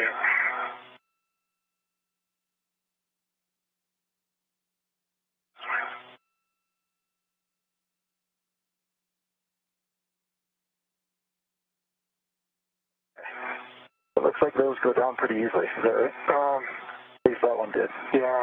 Okay. Your helmet is pushing on the iRosa, just so you know. Okay. Copy. It looks like we're lined up here. Laterally. Yep. Okay. If you're ready to go back towards PGA, a minute. Okay, let's do that. Ready? 3. Okay. 1, 2. Oops. Oh.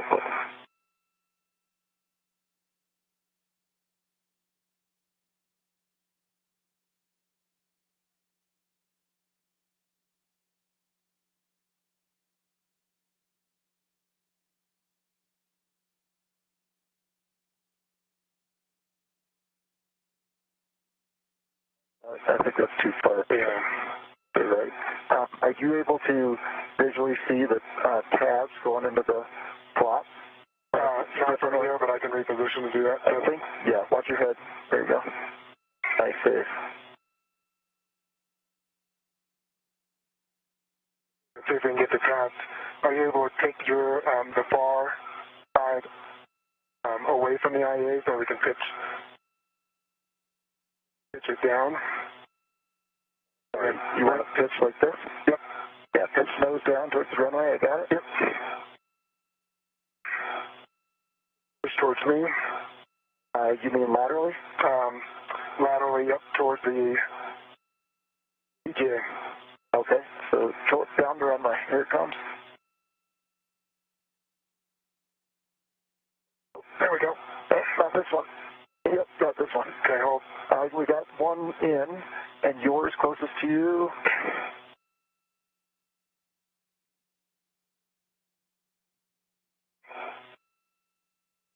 Come on, try to hold it without moving it 1 inch. Watch your helmet again, sorry.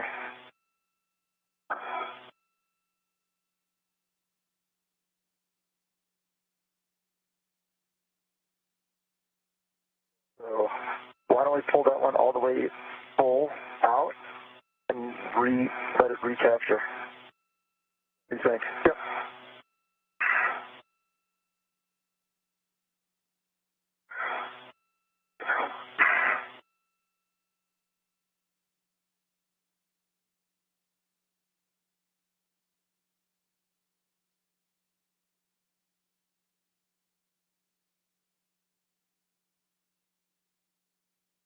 That one's good.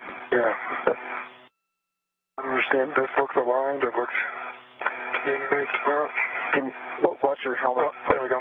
Nice. It's in. Is it in? Yep. Well, Nick, I think we got two.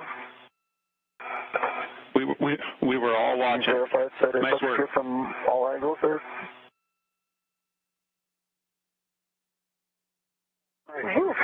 Really nicely done, Frank. That was mostly just forced into thing. But we got in. Yeah, Nick, I'm not really sure what the issue was on that one, to be honest. We were lined up. It looked parallel. Yeah, but it just felt like it wasn't able to release in a full engaged position, and then somehow it just clicked. So I don't have better data for you there. Yeah, no worries. I appreciate the words, Frank, right. And we've got the background copying it all down. You are good to release or attach the long duration tie down to the scoop, and then you'll release that scoop from the root beam.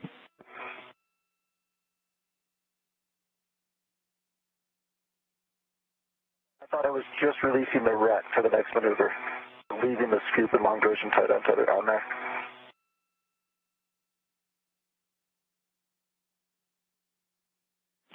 And Josh, that sounds like a good plan.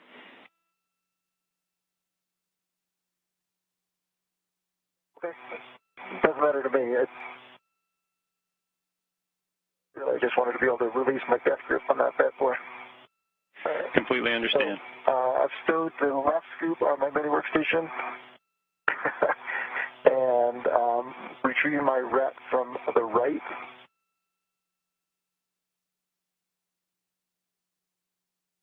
That leaves the right scoop and the long duration tie down tether. Okay. If you agree, Nick, I'm going to go ahead and have Duke get started on the next maneuver. And Josh, that sounds like a plan.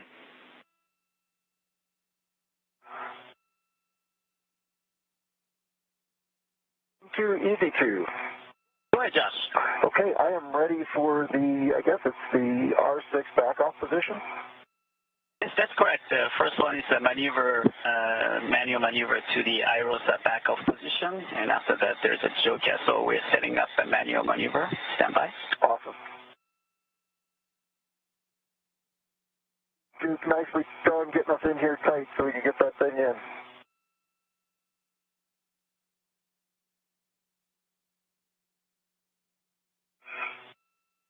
Okay, Josh, we are ready for the maneuver to the IROSA back-off position, And this is to your body right 2 meters. Are you ready? Body right 2 meters, EV2 is ready for the maneuver. Here comes the motion in 3, 2, 1, in motion.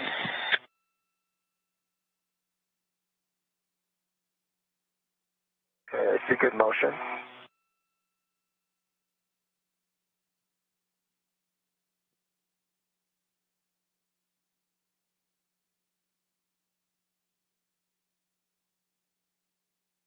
So after some finessing, Frank Rubio, Josh Cassidy able to get the iROSA into its install position. We were able to engage 2 of those soft capture handles that we watched Frank get ultimately installed after they tweaked the alignment a little bit. Next up, we're going to be moving the arm back, so Koichi Wakata and Nicole Mann inside the station backing Josh Cassidy away, and he's going to then start to get out pretty soon of that APFR. Before that, he's going to have to release a hinge restraint. So that's what's in place to essentially keep iROSA folded. Once that gets released, there's a 1-bolt R6 that's going to get released, and then they're going to be able to move into unfolding of the array. So again, first we're going to unfold it, and then we're going to deploy it. So it's 2 different steps. So right now it's folded up kind of like a sandwich. We're going to unfold that and then move to secure the 3rd soft capture, and then bolt this thing into place in the mounting bracket before we get to cable install and ultimately unfurling the new iROSA array. So everything continuing to go really smoothly for both of our spacewalkers. Hitting a couple of sticky points, but moving and being able to work through each of them without any issues. We're still a little bit ahead on the timeline as we're 3 hours, 22 and a half minutes into today's spacewalk.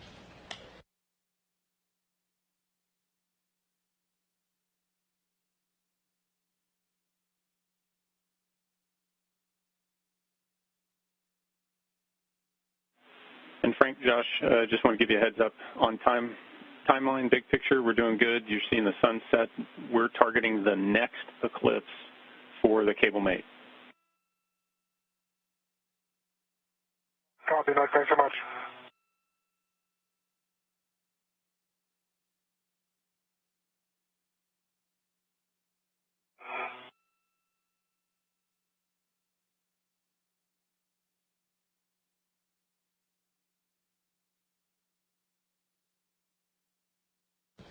And so right now we're heading into an eclipse. You can see things starting to get dark on the crew members there.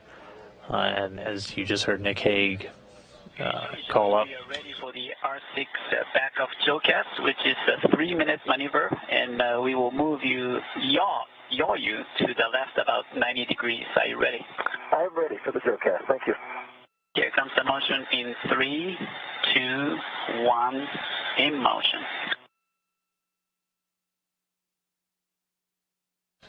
And that call right there, so Koichi Wakata and Nicole Mann executing another maneuver with the space station's robotic arm. You heard JOCAS. It stands for Joint Operated Command Auto Sequence. Just an automated sequence for maneuver of the arm, helps the crew member just be more aware of where the different loads, the maneuvers are going to go. They're maneuvering Josh Cassidy right now into position to release what's known as R6. And that's what's going to be able to let them ultimately unfold the iROSA array.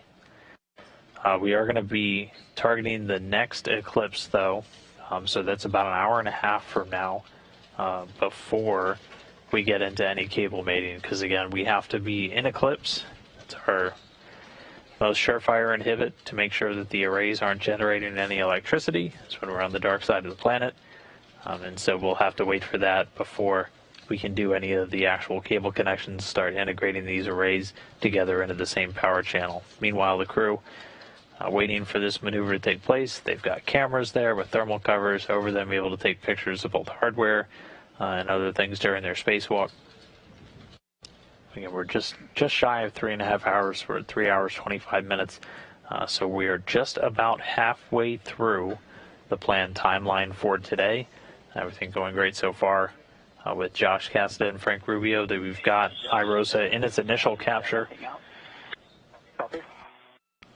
2 of the 3 soft capture mechanisms are engaged. The third won't get engaged until after we're able to unfold. And then after that, we'll be able to start bolting everything into place. Okay, Josh, position hold. We're going to set up for R6 approach manual maneuver. Okay, you are a go for the GCA to publish for R6 approach. Copy. We are setting that up. And Josh, your PGT settings are going to be Bravo 2, counterclockwise 2. Awesome, thank you so much. Bravo 2, counterclockwise 2.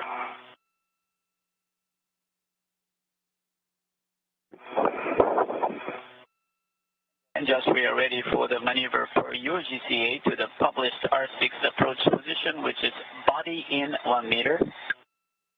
Okay, start GCA to published. And Josh, because at night we don't have good the view on the cameras, if you could monitor the clearance of the ingress aid to the structure. I've got ingress aid and boot plate to structure. Okay, here comes the motion, and in 3, 2, 1, in motion. See good motion? See good motion. Continue. See continue.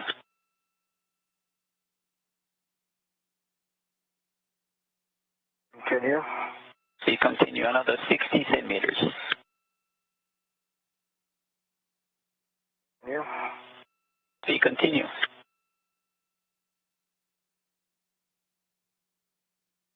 Another 30. Continue. Copy. And ramp out in 3, 2, 1. Ramping out. Okay. It's going to work fine. GCA complete. GCA complete. You have a go for unbolting. And Josh, before you start doing turns there, we need to clean up the scoops. Okay.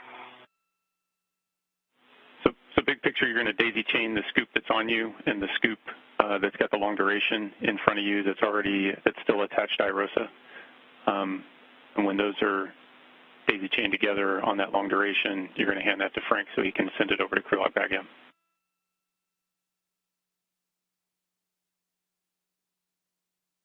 Please stand by.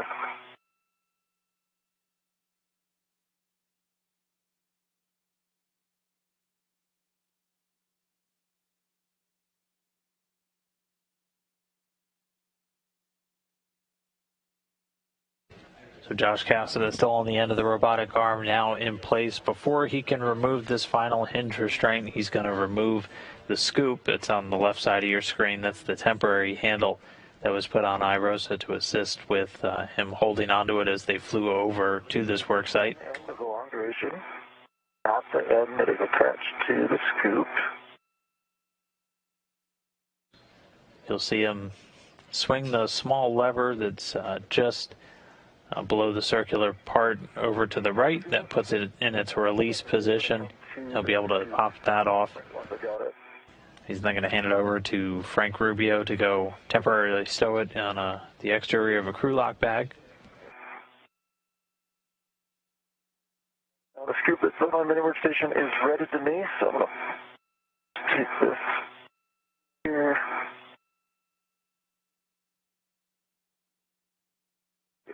Can I give you this right to put on the long duration there?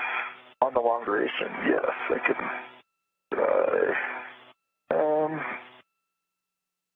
see, end of it.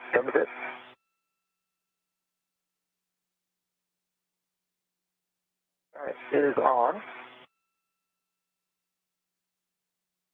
It locked out. Yeah. I'll wait to release my rep then. Okay, so you're ready to the long duration. Long duration goes to one scoop.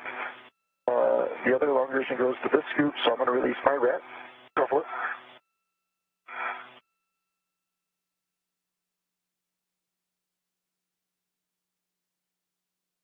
Okay, here's one scoop for you. And then I will release that is attached to IROSA. Okay. There we go.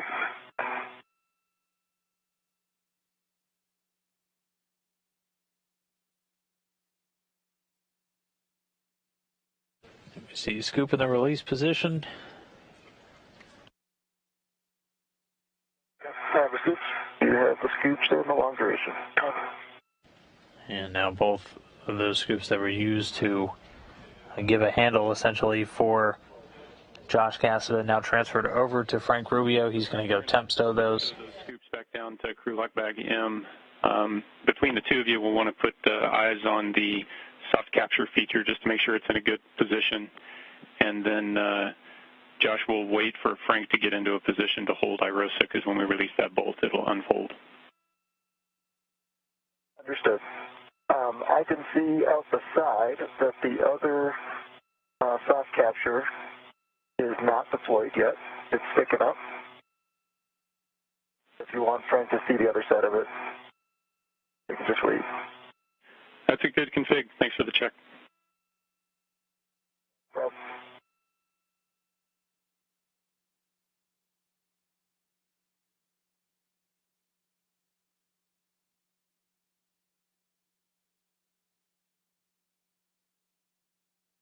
Okay. I am in position.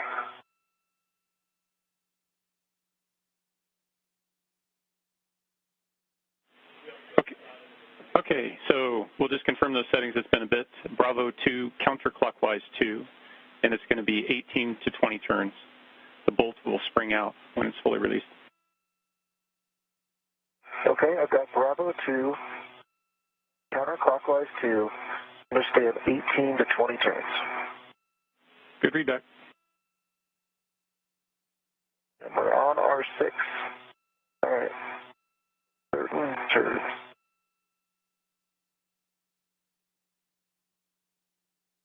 All right, so Josh Cassida right now releasing the final hinge restraint. Once this is released, we'll be able to start unfolding the IROSA array. So before that happens, Cassida is going to have to stow his PGT, and then he's going to back off away from IROSA on the robotic arm. He's going to get out of that foot restraint and start making his way back over. And then once he gets into position, over on the other side of the mounting bracket, Frank Rubio is going to slowly start to pivot, and that's going to allow IROSA to start to unfold. It is sprung out. I see the white line. Copy, good release.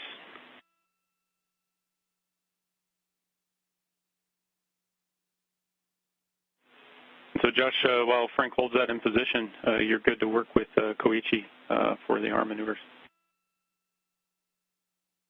See that? Okay, M2, EV2 is ready for the R6 back off maneuver. Okay, copy that, Josh. This is a body out for about 90 centimeters. Here comes the motion in 3, 2, 1, in motion.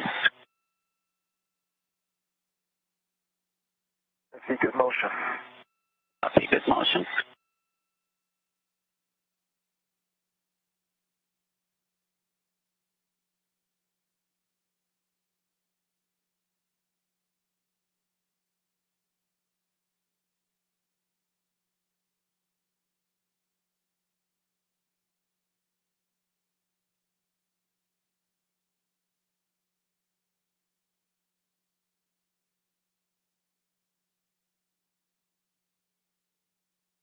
You're ramping out. Copy.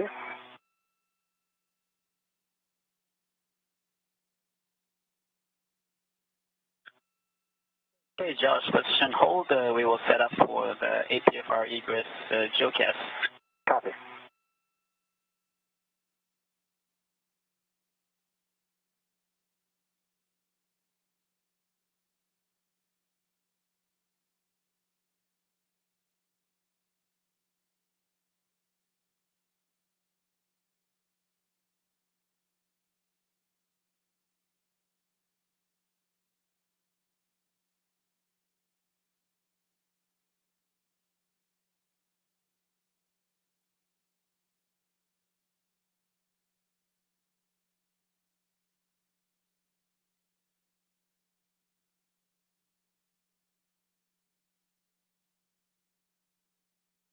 Okay, Josh, we are ready for APFR egress setup JOCAS, which is a 3-minute JOCAS, and we will move yaw you to the right about 90 degrees. Are you ready? Ready for the JOCAS. Thank you.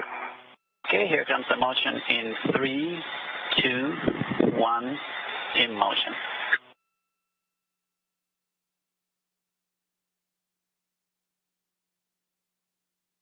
I see good motion. Copy, good motion.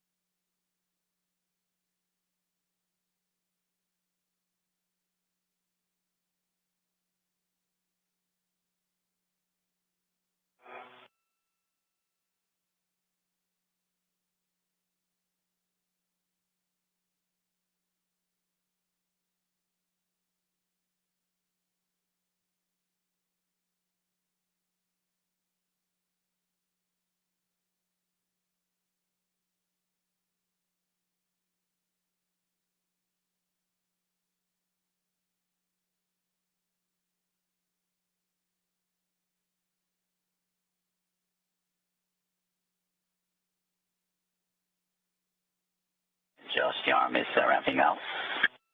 Ready?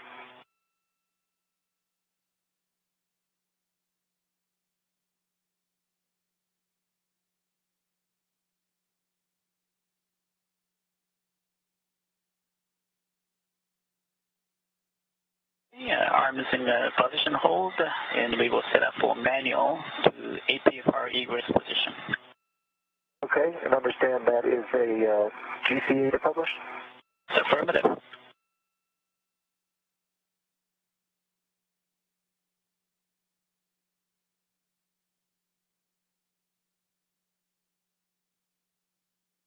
for you when you're set up, I'm ready for the GCA to publish to the APFR egress.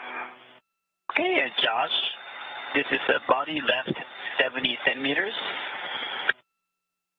Here comes the motion in 3, 2, 1, in motion. And see good motion? Copy, good motion.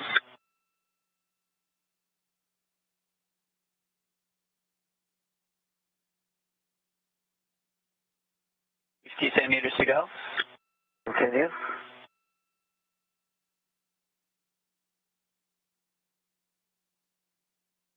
Centimeters to go.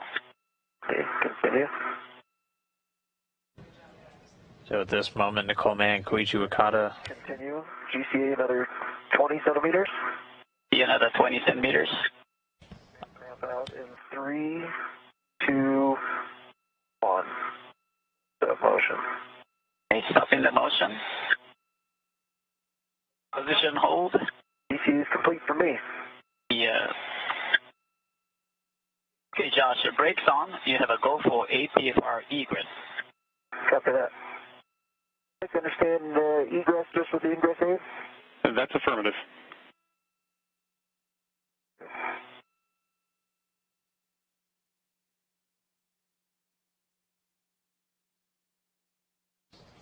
All right, so again, the robotic arm with Josh Cassett at the end backed away from the iROSA and moved over to the station structure itself, and now he'll be able to egress or get out of that foot restraint. Yes, we do. I'd like you to get it stowed in low profile.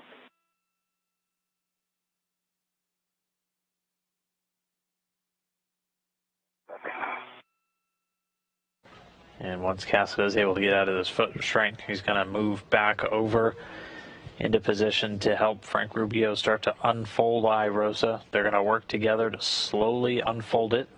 Casta will be ready to engage the final alignment and the final soft capture handle. We saw the first two get into place when they brought iROSA over to the mounting bracket, so we'll have one more to go. After it's unfolded, there's two hinge bolts, and those are going to get driven into place using a combination of the PGT, our drill, and also a special tool called the AMS knob. It's essentially a screwdriver that you can operate by holding it in the palm of your hand. And this way we're going to make sure we're not imparting too much torque on the final install of these bolts, and these hinge bolts are what's going to securely hold the array in place once it's unfolded. Copy that, Josh. And so you're going to move over to the mod kit, and when you're in a good position, you'll give Koichi the go to reposition the arm.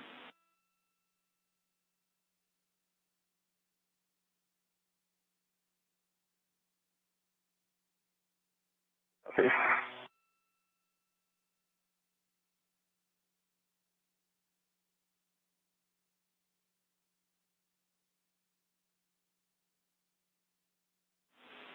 And Josh, big picture, as the arm stretches away, you'll keep an eye on your safety tether and eventually put a fair lead on the right lower strut handrail. Okay. I go there now, if that's okay, and then we'll work on the arm ops.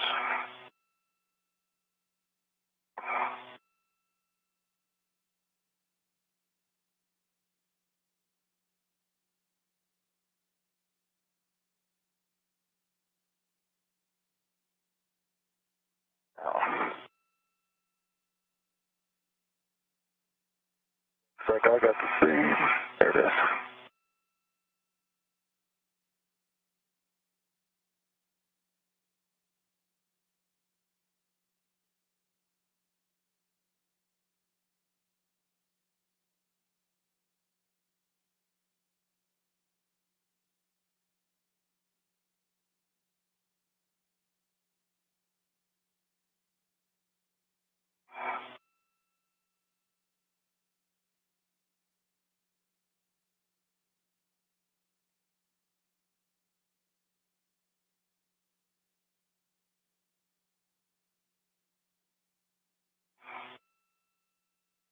Okay. The 55 foot isn't pulling too hard, so I'm not sure if this fair lead's going to stay. Hey, Josh. We are fair led on the lower. Go ahead. Hey, Josh, just wanted to, I was probably unclear in order of ops. We'll put the fair lead in afterwards just to make sure we stay clear when we unfold the iROSA. Big picture is leave the fair lead out, let the arm stretch away so that we don't restrict the pull out of the cable. Okay, so undo the fair lead I just did. It shouldn't make much of a difference, right? Nope, you're just going to need to put eyes on it. Okay. I've got eyes on it. M2 EV2, you are a go to maneuver the arm away from the mod kit. And Josh, we'd like that fair lead out.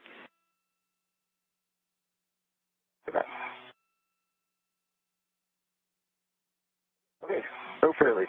Thank you. I'm going to go back up to the mod kit then. Yeah, no problem.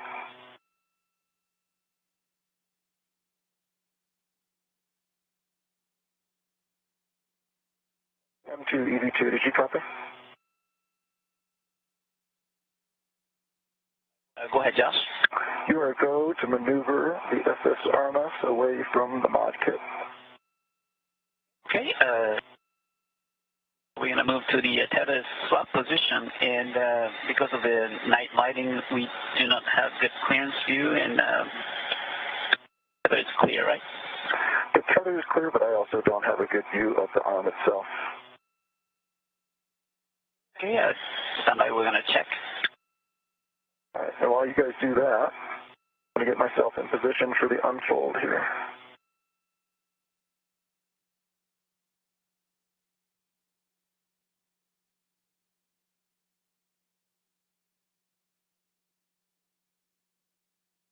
do you have a good view of each other here? Yep. And clear there. You might want to sweep it down to your left side of your body. It'll go across your body, but it'll go under your there you go, under your armpit there. Oh, there you go. Now it's perfectly clear. Awesome. Okay. Rick, I think we're in a good spot to unfold if you agree.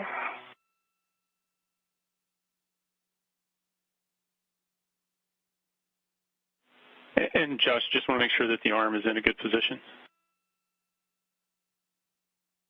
It is back over my left. It is not clear yet.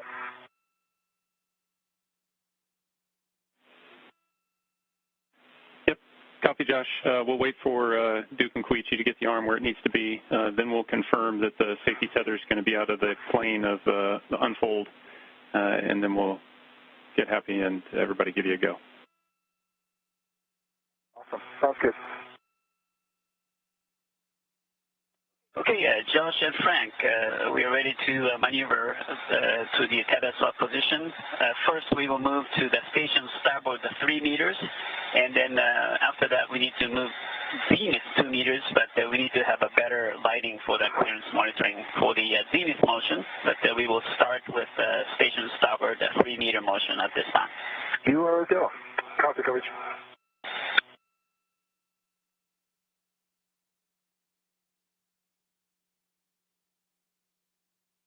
We are still setting up the manual mode.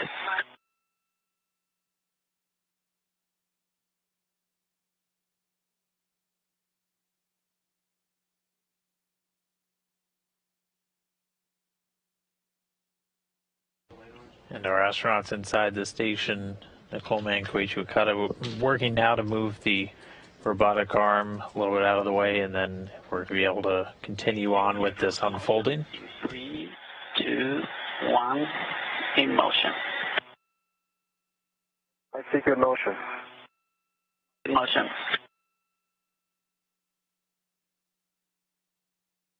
Together looks good to me. Okay.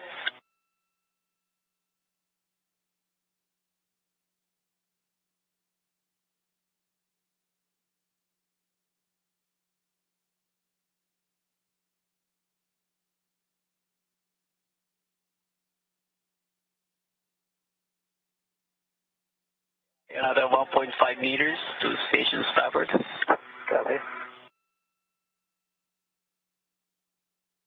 Think you've got eyes on my safety tether? Yeah. So if they can't go station zenith, it actually is going to be in the way of the unfold. Yeah, it'd be close. Yep.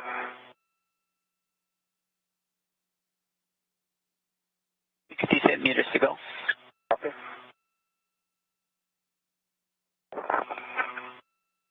A long night pass for being near high beta angle.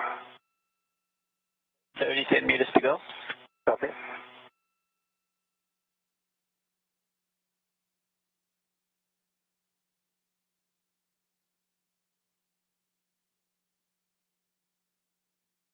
Okay, starboard maneuver is complete, and we will need to move to zenith for 2 meters. At this time, we don't have good clearance view. Okay. Are you able to move at all zenith without more light? Yeah, we can move about 1 meter, but we need to move 2 meters total. What do you think, Frank, with that? Yeah, and I can, Koichi, I can clear the lead all the way down, all the way zenith.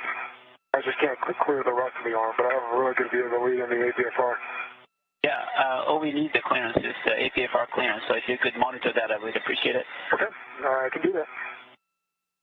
Okay, here comes the motion in station zenith. 3, 2, 1, starting the motion. Good motion, good motion. Copy, good motion.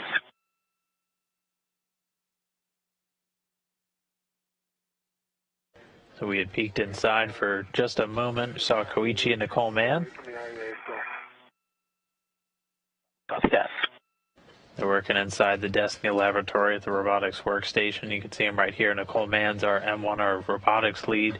She's been the one controlling the arm so far today. while Koichi takes the comm duties, speaking directly to Josh Cassett and Frank Rubio outside.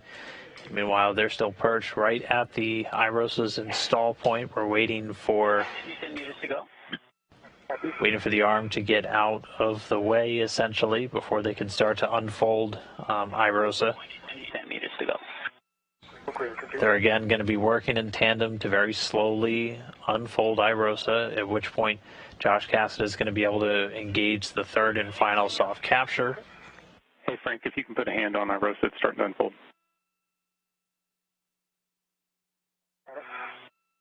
Okay, position hold, and thanks for the clearance monitoring. No problem. Sorry, Nick, I had to put my arm down to see the arm.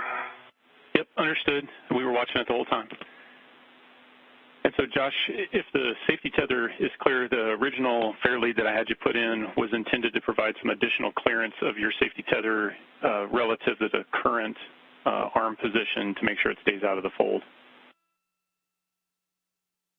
I see. Do we need it? No. Okay. Doesn't look like it. I'm happy to put it in, but if yeah, it'll give a little extra safety margin. Okay. Only need to go like half the distance, but unfortunately I don't think there's anything there to... No. That's okay. I'll go do it. Sounds like a plan, guys. And just to let you know, we're still up on the timeline. Okay, thanks, Nick.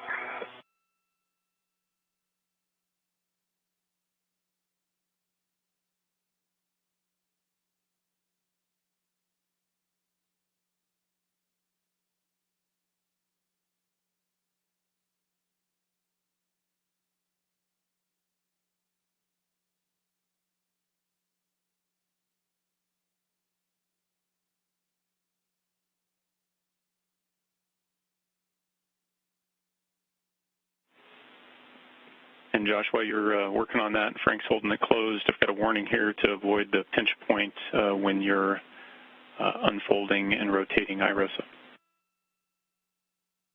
Okay. Okay. Thanks.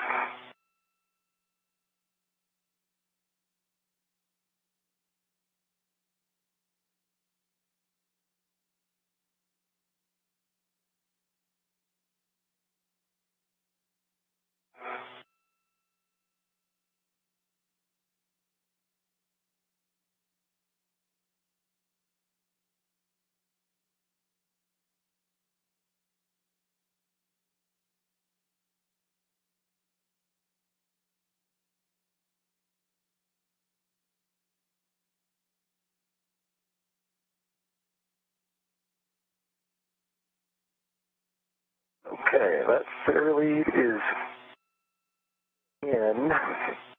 Don't know how long it's going to stay, actually. Nope, it's not.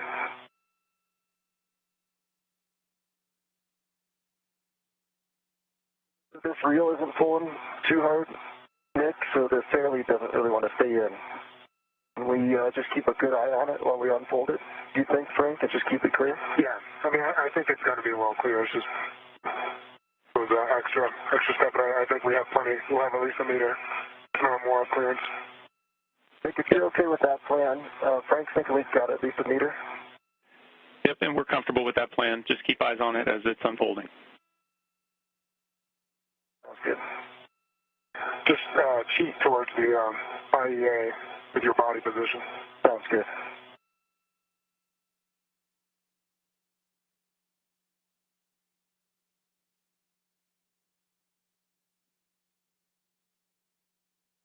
Perfect. Okay, 1 second. I'll get myself locked in right here.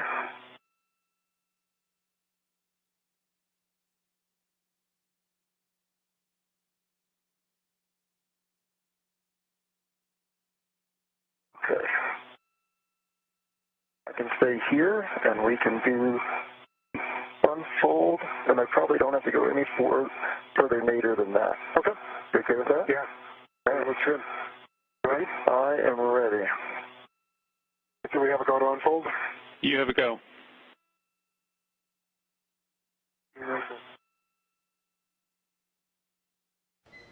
And there we see IROSA starting to unfold. So this whole time Frank Rubio's been keeping a hand on it, as once that last bolt, that R6 bolt, was released, it was able to unfold. So the slow unfolding process now underway.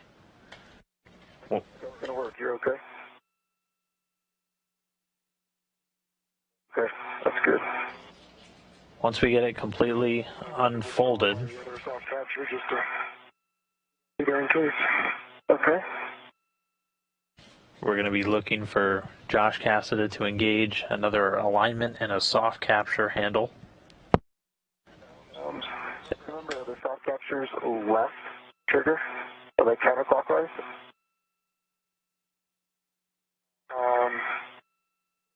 Yep, correct. I got it. Not quite all the way in yet. There we go. Okay, engaged. All right, now let's make sure. Okay, and Nick, you can probably see that in the heck egg. I think that's a good engage there for the third. And copy all, we see a good install. Nicely done. So before you guys go too far, we'll do glove, hap check, and gauntlet check on everybody. Okay. EV1, no changes to my gloves, good gloves. Gauntlets are both down, and the hap is dry. No changes to EV2's gloves. And gauntlets are in place. I can maneuver them if I need to. And my hap is also dry. Okay, good checks, thanks. So the next thing, we're going to drive the R7, R8 bolts. So Josh, you're going to move into position to work those hinge bolts. And Frank, you're going to work on, you've got those long duration with the scoops back at crew log bag M. You're going to get those stowed, but you're also going to retrieve the AET with the AMS knob.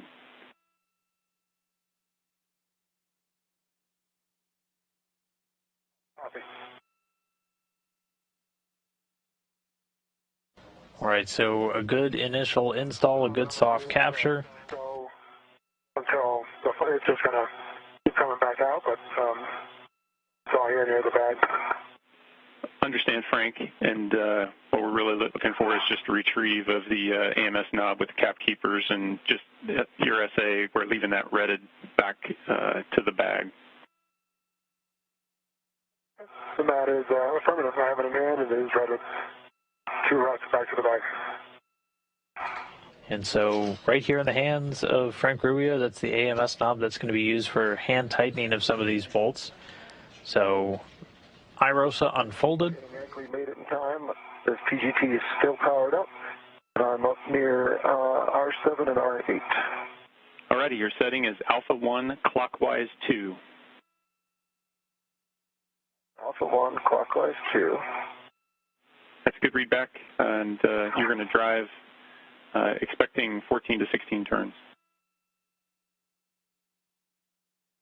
14 to 16 turns. I'm going to confirm those settings with you again here in a second. These gloves are fat, and just killed the power to this thing. I've done that. So we're looking through Frank Rubio's helmet camera. That's Josh Cassida there with the pistol grip tool. He's putting the settings in. So Alpha 1, if you remember, we've got A1 through 7, B1 through 7. Clockwise 2. Alpha 1 is the least torque. Before you get those turns, if you wouldn't mind. Yeah, 14 to 16 turns, you're going to torque. Okay. So looking at putting the minimum torque possible on these bolts using the pistol grip tool. It's actually a little bit more torque than these bolts are designed for. So after he drives them in, he's going to drive them back about 1 turn and then use that AMS knob to hand tighten these bolts. And these are just what's going to ensure that IROSA stays in this unfolded position. So he's got 2 to go, R7 and R8. He'll get these first. He'll tighten them both. Then we'll see him switch over to a counterclockwise to loosen them up 1 turn. And then Frank Rubio will hand him the AMS knob to do some quick hand tightening it back about a turn. at which point we will be done with those bolts and they'll be able to step into securing the 8 mounting bracket bolts that are going to do essentially our hard capture of iROSA on this mounting bracket. So saying 17.58, good green light, and torque at 2.4. That was R7. Copy. Good bolt on R7.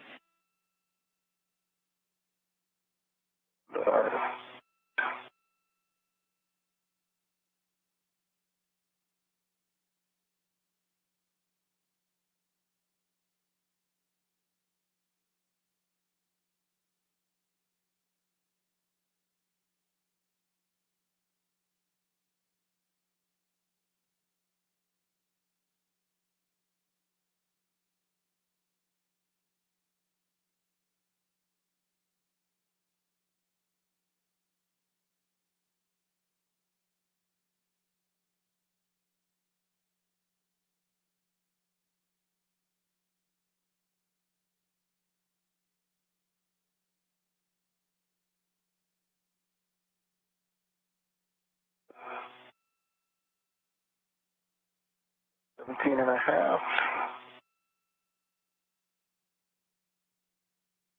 This is 17.31, good green light, good torque of 2.4, that's R8. Copy, Josh. Okay, so the next step is we're going to go alpha 1, counter 2, and we're going to release each of those bolts. 1 turn. Alpha 1, clockwise 2 for 1 turn. Both.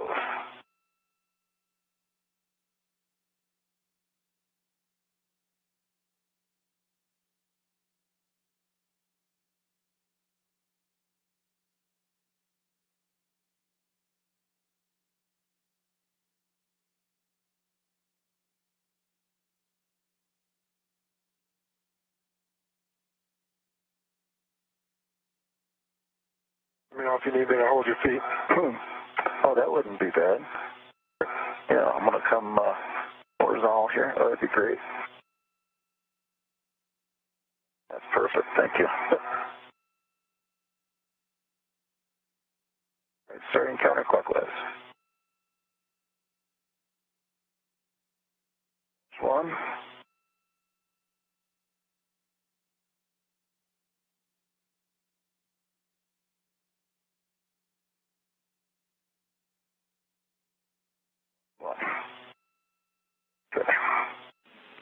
Okay, copy, Josh. Good release on R7 and R8. So once you stow the PGT, Frank's going to hand you that AMS knob. Copy.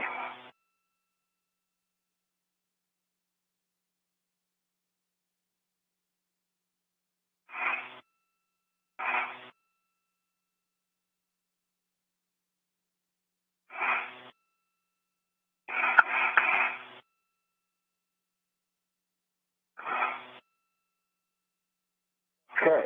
Can we do the same thing, Frank? Yep. All right. I did. All right, there we go. Okay. Let's do the hard one first. We'll do R7. Copy, Josh. And it's just hand tight, less than 30 inch-pounds. Should be less than a turn. Copy.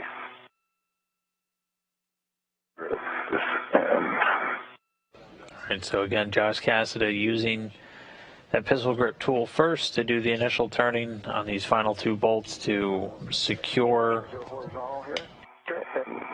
iROSA in the unfolded position. He then backed them off 1 turn each, and now just using this to hand tighten, as we didn't want too much torque on these bolts. They were actually designed for a little bit less than the minimum torque possible using that pistol grip tool, so this hand tool, our workaround. We used the pistol grip tool at first because otherwise doing the full tightening with the hand tool would be pretty torturous on a crew member, so lesson learned from earlier spacewalks. Copy. Good install on R7. And it looks like R7 complete. Next up is going to be R8. And then once this is done, Cassidy is going to hand off the AMS knob over to Frank. Frank, who's going to store them in that crew bag. And then they're going to move into securing IROSA to this mounting bracket with 8 additional bolts. And so it'll be over to Frank Rubio and his PGT to get those installed. Thank you. Copy, Josh. Good. R8. And from a translation aid perspective, you can use the base of those bolts, the bolt cam, but try to not put load into the bolts themselves. Okay. You talk about the M1 through M38 bolts? Affirmative. Okay. Well, they'll be gone soon enough because Frank's going to take care of them, I think. Are you ready for wrench hooks on the caps? Affirmative. Okay.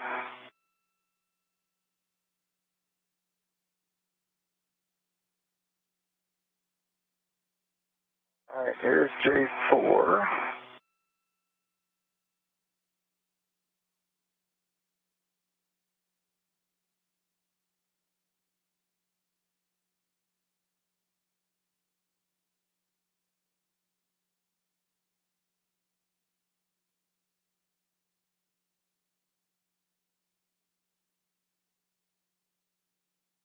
Three. I can get 1 and 2 if you want. Okay. Want me to head over to my PG tether? Yeah, I can get it. Good with that plan, Rick?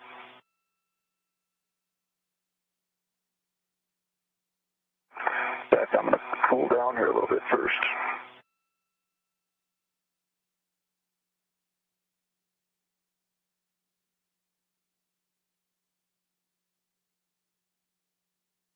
And so right now they're removing some of the caps from the connection points for these cables. Reminder that we won't be able to do the entire electrical mating until we're in an eclipse, as we're going to be plugging into the legacy array, which is obviously unfurled and generating electricity. Copy, Josh. 5 on the TCV, and so you're going to work with Koichi for the arm to get into the tether swap position. Okay. I'm going to move over there, Frank. Thank you for bringing that over my way. Yeah, absolutely. And then can I get started on 31 through 38? Affirmative. Just while you're under there, I've got a caution for you to avoid inadvertent contact with the cables and NZGL connectors that are attached to the IROSA. But yeah, we're going to start with any order is good, so whatever's convenient. And when you're ready, I'll give you the PGT settings. Okay. All right. I'll wait line real quick.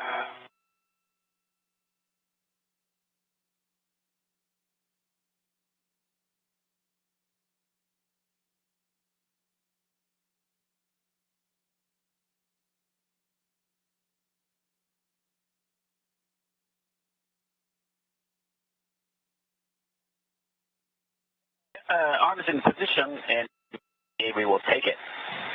Copy that. Thank you.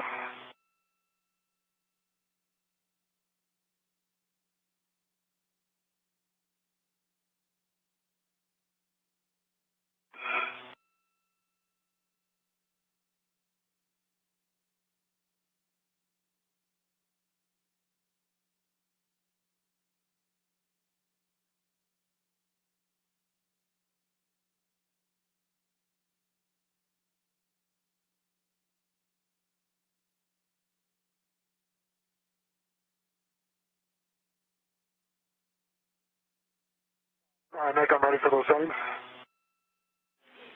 Okay, Frank. The settings are Bravo 5, clockwise 2.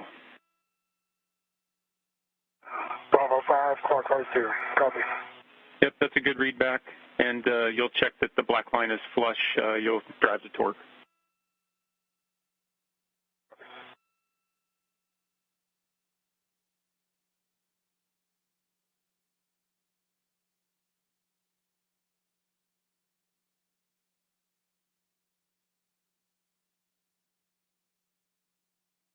So a little over 4 hours, 10 minutes into today's spacewalk. Another quick momentary handover. We'll get that video back.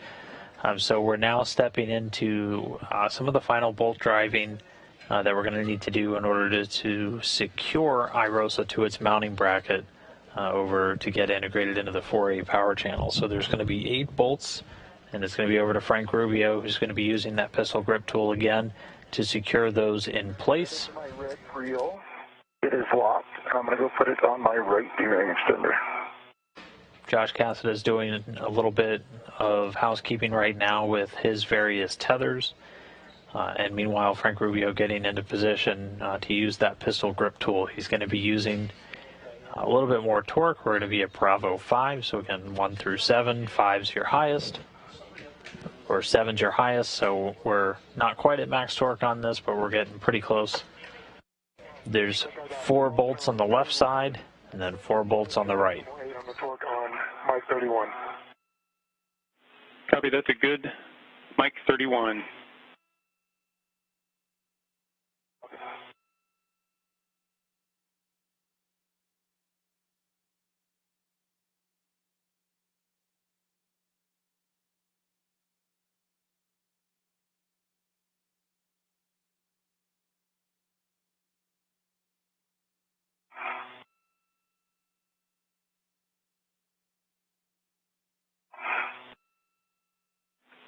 Hey, Frank, just want to confirm on M31 there was a black line flush. Yeah, sorry about that. Next black line was flush. Copy, thanks.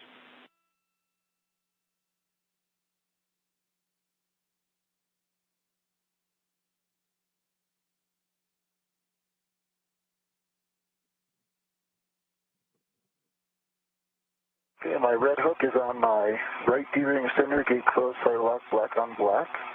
I retrieve my rep and unlock the reel.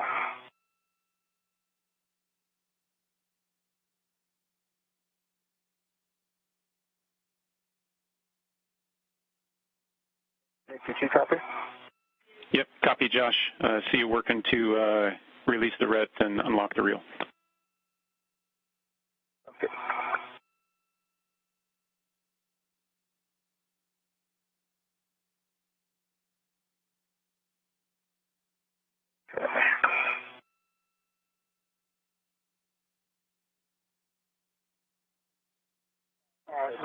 Next bolt was Mike 34, and I had 12 turns, green light, 22.1 on the torque, black line is flush. Copy, good M34.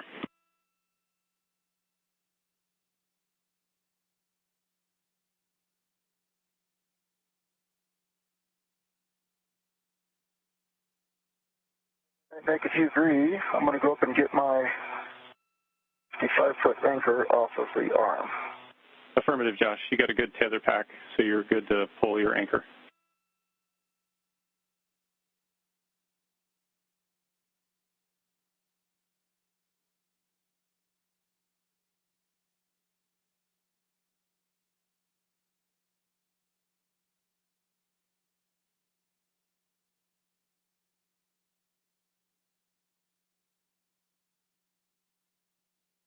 Back on Mike 32, actually had 14 turns, green light, 22.1 torque.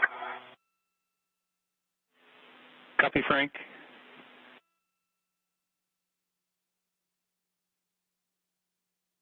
Black line flush. And copy, Frank, and we can see it in your hack as well. Okay.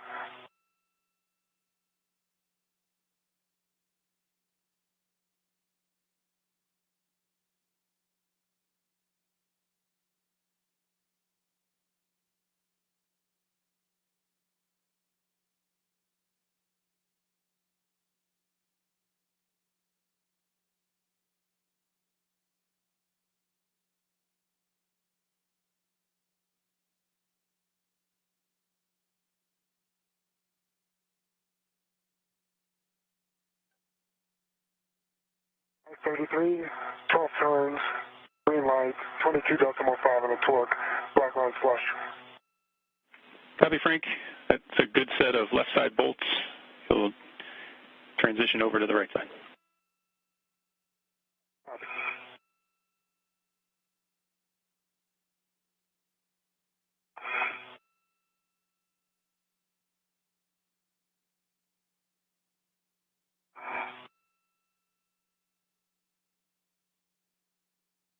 Okay, I've got my 55-foot back.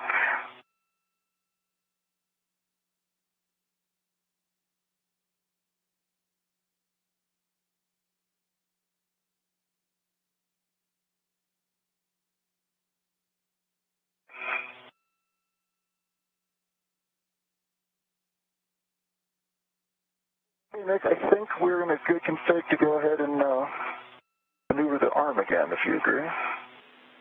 Concur, Josh. Queechy, I'm just going to get out of the way, go back to the mod kit, and then I'll give you a go of whatever is your next maneuver. Okay, Josh, copy that. If the tether is removed, we can maneuver to the IEA backup position. I'll stand by. I'll give you a go here in just a second.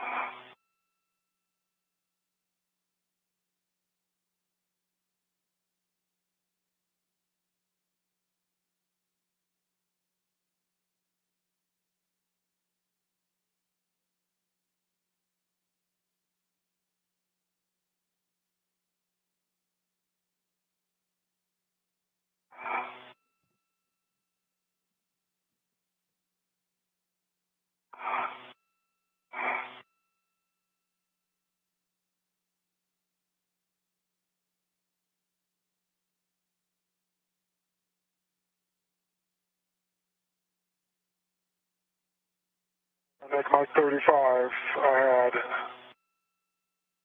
13 turns, green light, 21.9 torque, black line flush. Copy. Good. M35.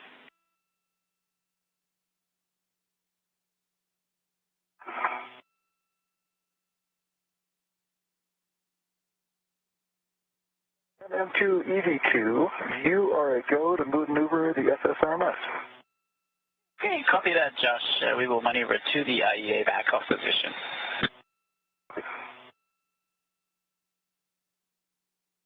All right, Frank, well, I'm starting to gather stuff on my mini workstation again.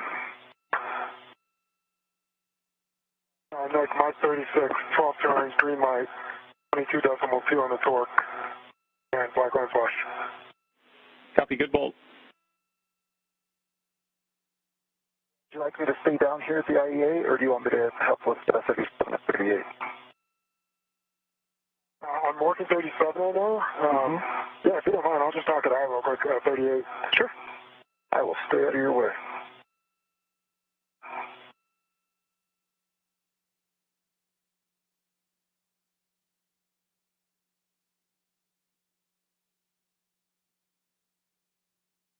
That's my 37.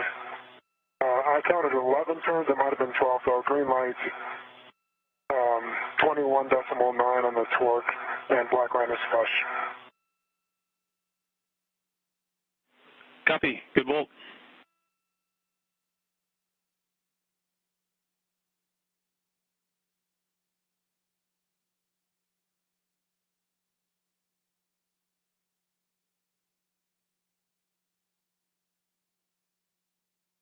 Tell you what.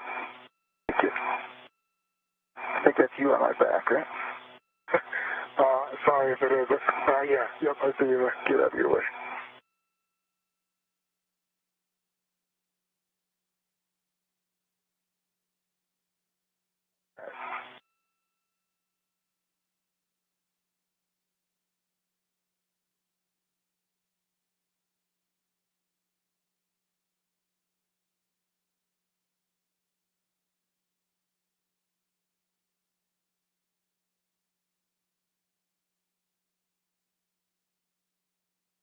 Nick, how long till that next eclipse?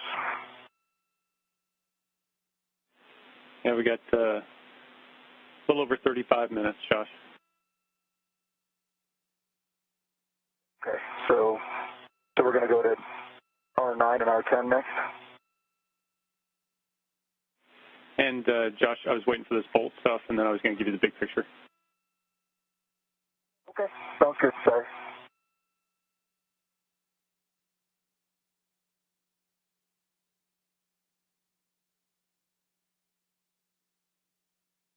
Like, 38 was 12 turns, green light, 22.1 on the torque. The black line is it's flush if I look at it with the canister flat. Yep, copy. That's a good bolt. And so, Frank, you can stow the PGT. Big picture, we're a little over 35 minutes before the start of the working eclipse.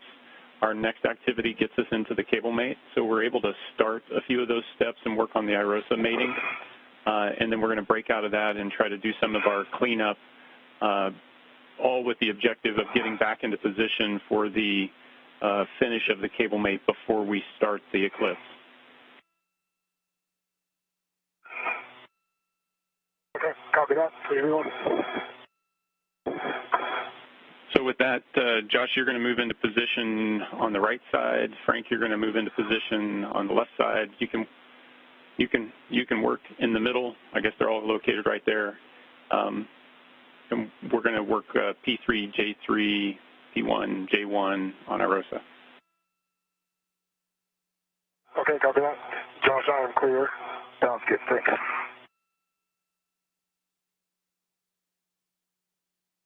Can I get started on P1, J1? Affirmative. You're going to mate P1 to IROSA J1, looking for good checks and over center. Copy that.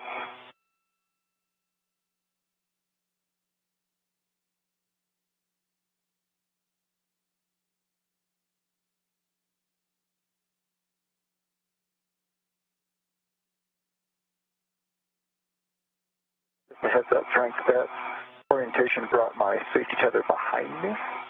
So I hopefully didn't create a problem, but just the way I came up. Okay.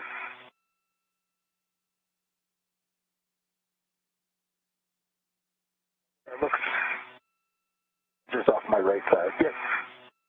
Okay.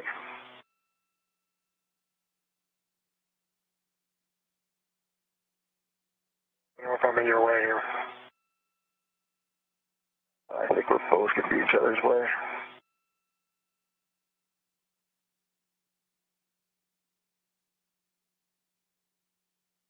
All right, for J3, no FOD, no bent pins, iridium I-band, or full aft, over center, and go on the mate. So copy, good check. Need a little bit more slack. Like I have the same for P1 to J1. Good pins, good EMI band, no FOD, and it is mated and over center. Copy, good mate on P1, J1. Here, Frank. So Frank, you go for P2 to J2.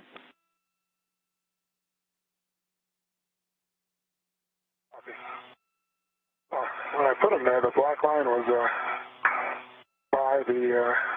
Is it? Oh, I see. It's up there. Yeah. It should be by the wire tie. It should be down here? Yeah. Okay. Might be able to just pull because the other side's just on the wire tie. It doesn't want to come. Not sure why. Tell you what, can I head over there? I'm going to try to fight it through if you could pull a little bit more slack my way.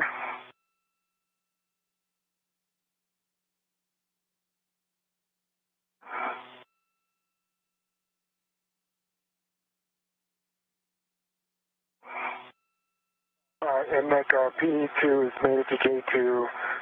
Good pins, good EMI band, no FOD, and it is now over center. Copy, good P2, J2 mate. Hey, Frank? Yep. It's just catching on these knots that are tied to keep them together. Can you vet to it, make sure it's secure? I'm going to undo this one. Okay. That's just it's too good of a job. It's too tight. And then I'll move it. Is there an indicator where this one's supposed to be? No, that one's got plenty of room, so that one's not a big deal. Okay. I don't know if it's going to go past the Y or not. But, okay. I'm ready to this side. You're ready. Okay, here it comes.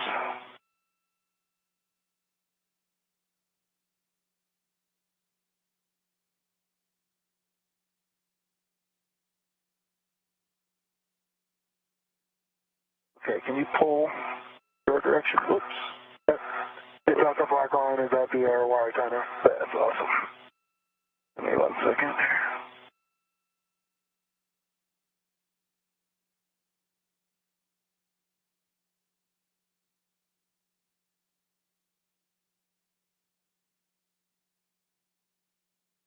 Okay. And in fact, do you want to just mate that one? I got this end. All right, you got 3 twists here. Good config. And like P4 to J4 and P3 to J3, correct? That's affirmative.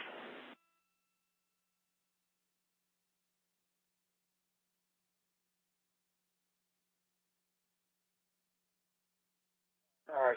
P4 is mated to J4. I had good pins, good EMI band, no fog, and it is over center.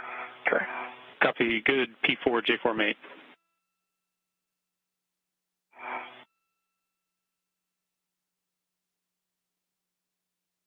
And P3 is mated to J3, good pins, good EMI band, no fog, and we are over center. Copy. Good. P3, J3 mate. So that's the end of the cable mating that we can do before we're in eclipse. So Frank, we're going to have you head over to the crew lock bag M, and we're going to spend a little time cleaning that up. Okay, copy that. And so a quick check-in, 4 hours, 27 minutes into today's spacewalk. Goal if you want. Seriously.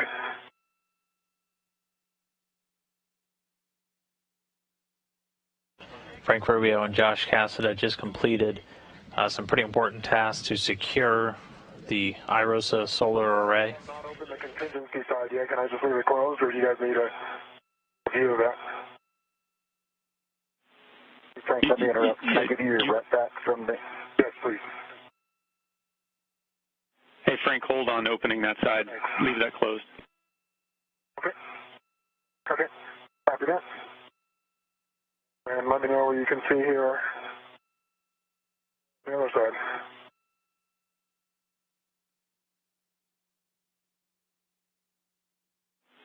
And Frank, yeah, what we want you to do is work on trying to stow everything in the other half of crew lock bag M. And then we're going to move that over to the cable bag and put it inside, realizing that we still have to retrieve a scoop off the bottom of the mod kit, but we'll take care of that later. Josh has a lot of extra rets this. Okay. Do you guys have what you need on HECA? Can I put stuff away?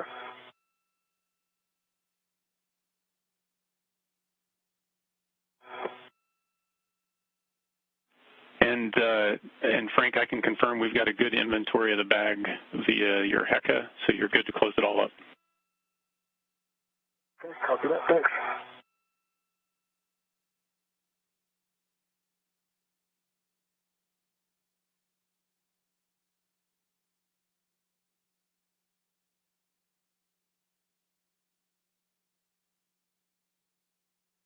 And again, at this moment in our spacewalk today, we're just shy of 4.5 hours.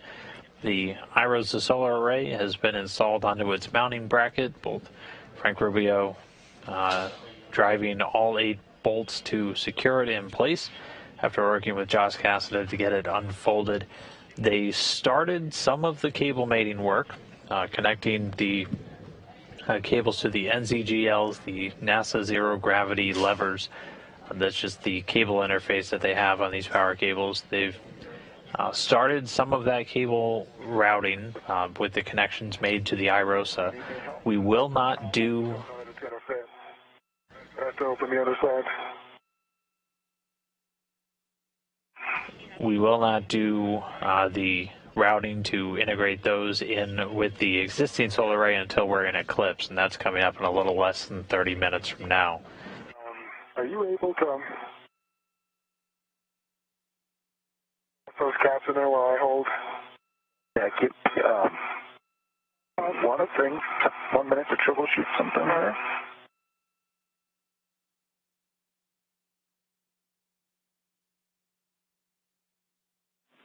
Hey, Frank, we understand it's a tight fit in there. Big picture, we're going to put this inside of the cable bag. So if you have to put something on the outside of crew lock bag M, we're okay with that because you're getting ready to put everything inside the cable bag. Okay, copy. Thanks.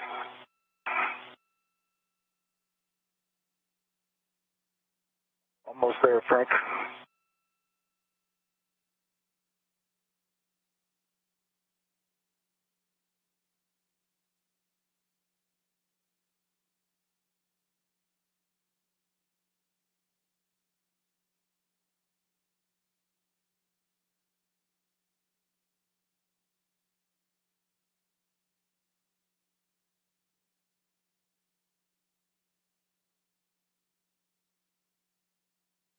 So again, as we wait for Eclipse, which is coming in about 20 minutes from now. Can I hold your feet? You can push me back down. That'd be great. Okay, sounds good. That one cap is out, but I don't think that's a big deal. Yeah, that was just so I could tell Nick that I had to leave one thing out. And copy, Frank. We see it. So now you're going to move the crew lock bag M down inside of the cable bag. Right. Okay. I'm happy to help unless you think there's too many cooks in the kitchen. What do you think? No, this one I might take you up on because let's do it. It's a bear. Let's do it.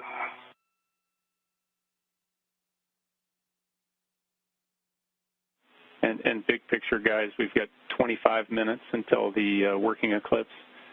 This is the last thing we're going to have you do, and then we're going to have you get into position, catch your breath, and then get ready to do all the cable mating in the dark. Sounds great. Thanks, Nick.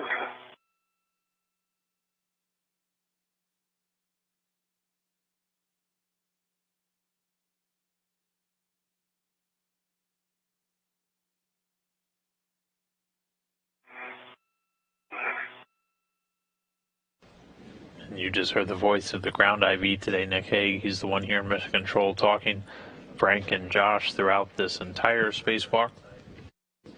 So they're doing one small task out of order, so they're doing some of their cleanup. And that should keep us clear on feathers.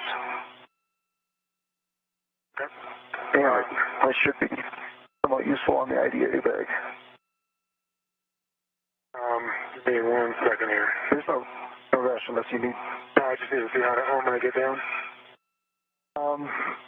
Yep, right there. Perfect. Yeah. Is there a handrail on the backside of this A-frame?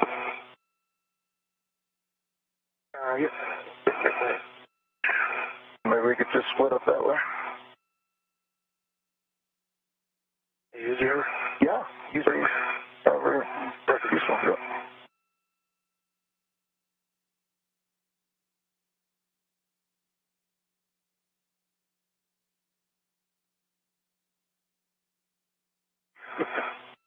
Remember that first DVA where you had that moment of like, where's the bag? Mm-hmm. Just had that.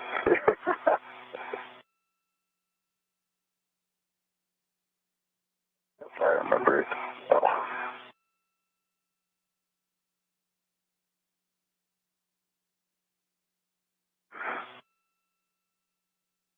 All right. Okay. Let's send the ID back to me. I'll put it down here in my IEA. Awesome. That sound good? Yep. Let's see. Okay. Wow, that is going to be crowded.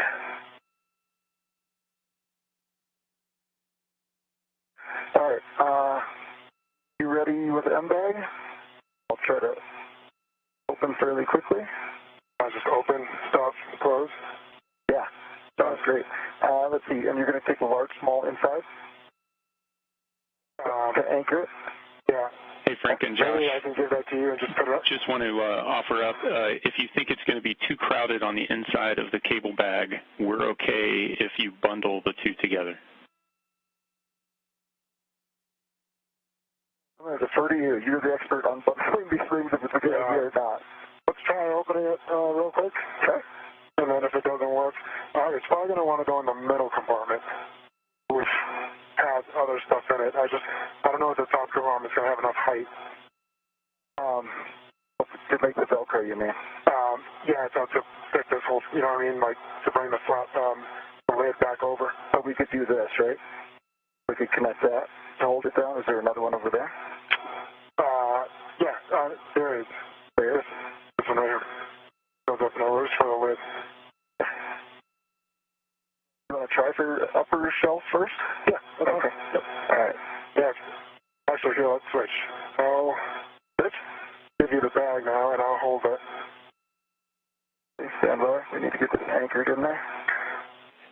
And guys, while you're putting the bag inside there, we will want to end up with a ret that comes from the inside to the outside to grab the scoop later. Right there. Okay. Use that. Got it. I'll take that one off. Velcro down. And if you want, you can just use that one that's right there at the bag lid as the ret for the scoop. Thanks, man. I got the large, small anchored in there on a D-ring. Okay. And that D-ring appears to be part of the bag. It is. And let me take off my rat.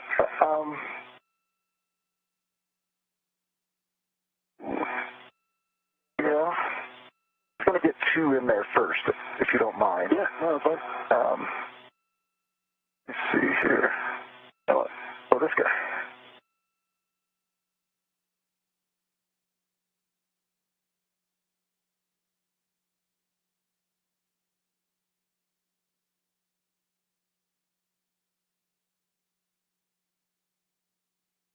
So close I can taste it.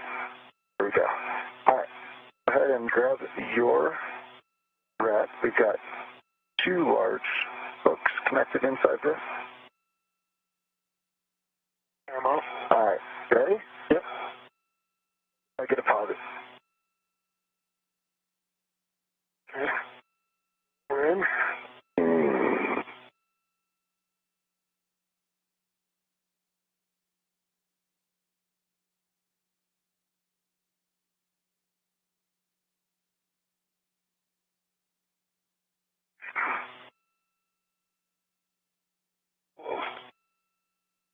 You close? Does that strap make it? Yeah, can you hold it closed? Oh, yeah. Yep. Yes, I can. Yep, go for it.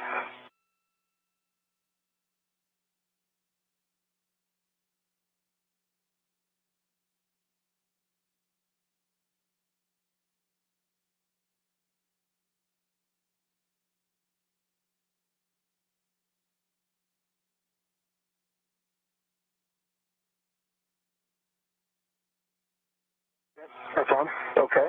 I can hold it closed if you want to get the other one. Well, let's see. The other one is used as an anchor right now, right? Yeah. But I can release it real quick because we'll have another one. How about this one? This one is, it comes from the corner, but it's not being used right now. I can hold it shut there. Yeah, so is there an anchor somewhere near? How about we go to the same one you just went to? With this corner. Do you think it'll go across here? Remember, this is the one we learned about loosening.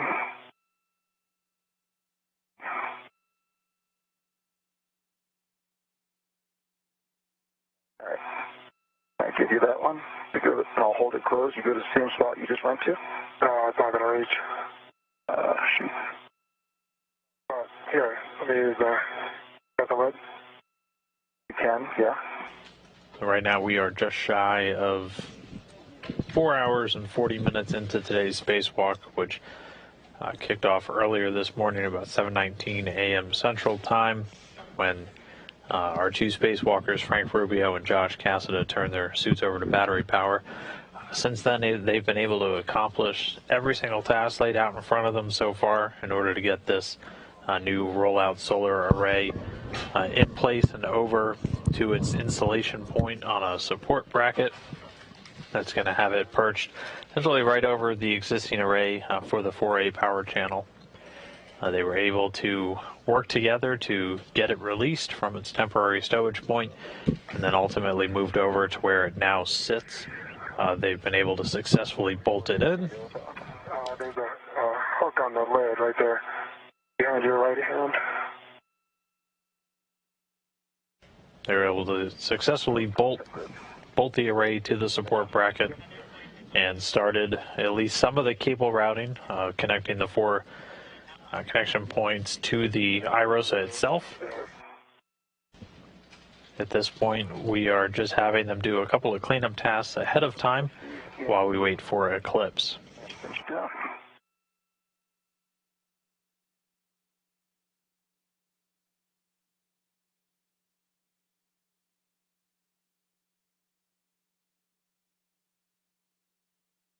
Unfortunately, I don't know that that's going to hold. It's kind of shooting out the side here.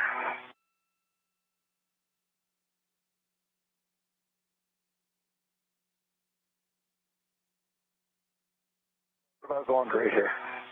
You just play the same anchor? Okay.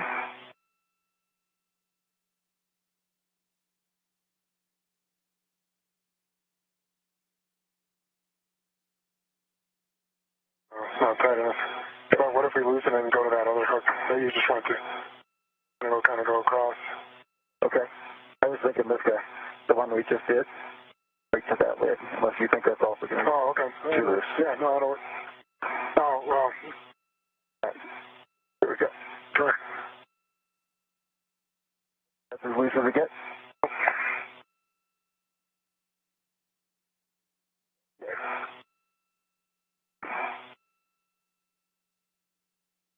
That's how our wives get back at us for not wrapping presents this year.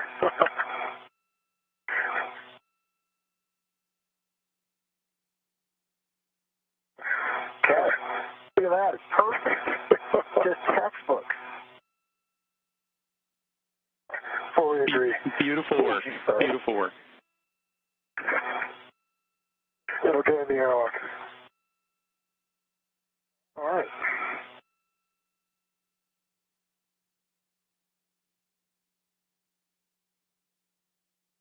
That one doesn't want to stay.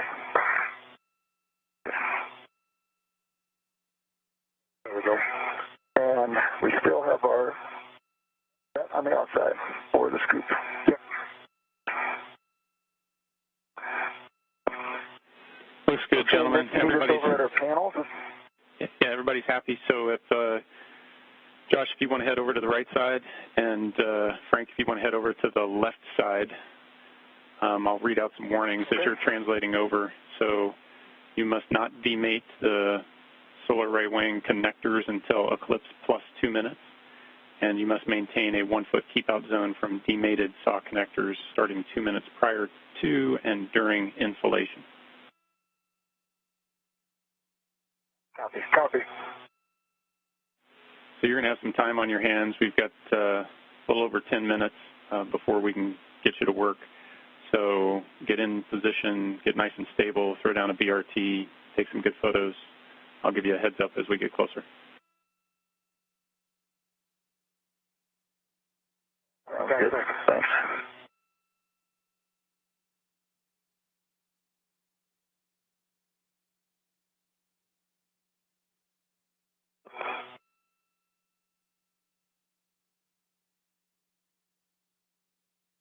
And as we approach the 4-hour, 45-minute mark, the crew, Josh Cassada, Frank Rubio, done with that short get-ahead task, wrangling some of the cables and connectors that they've been using so far.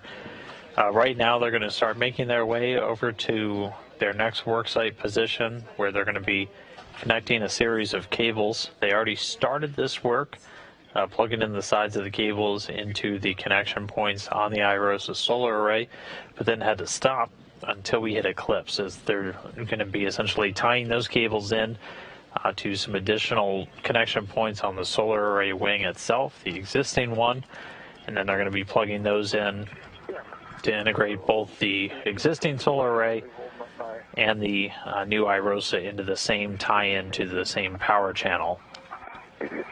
So we're going to wait until eclipse to make sure that that array is not actively generating any electricity before they get that go. Looks okay. All the way back to... Just when I turn here, it almost seems like it's not coming through from my right side.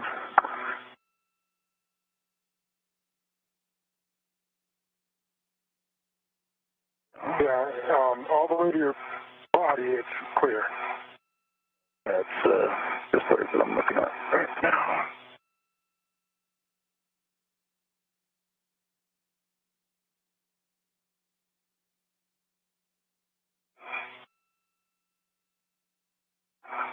Okay, it's all good.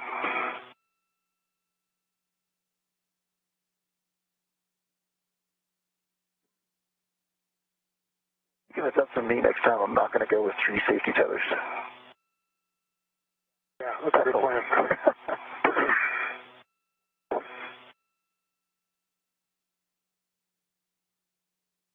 Fortunately, I think that's Miranda's way of giving you a Christmas gift.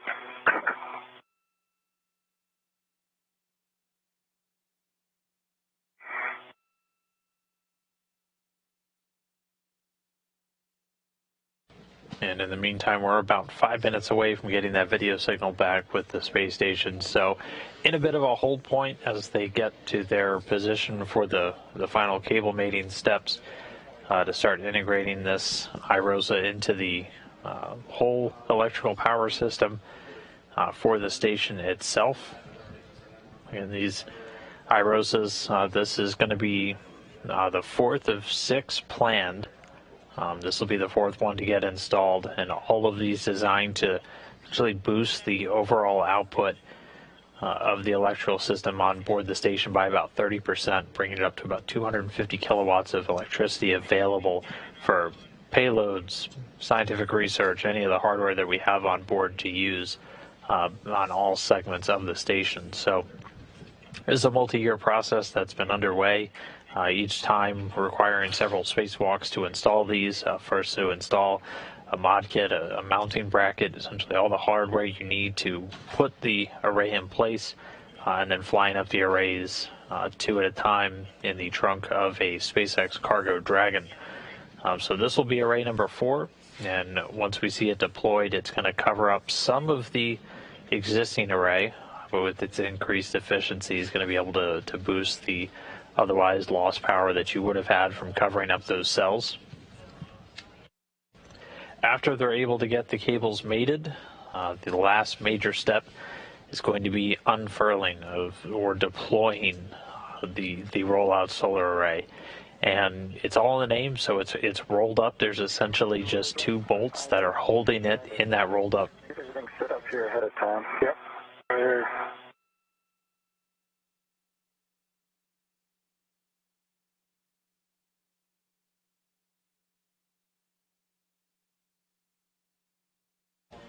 But again, there's just about 2 bolts that are holding it in this rolled up configuration right now. And so after those are released, the array actually does all the work itself. It's got built-in tension that will cause it to slowly unfurl.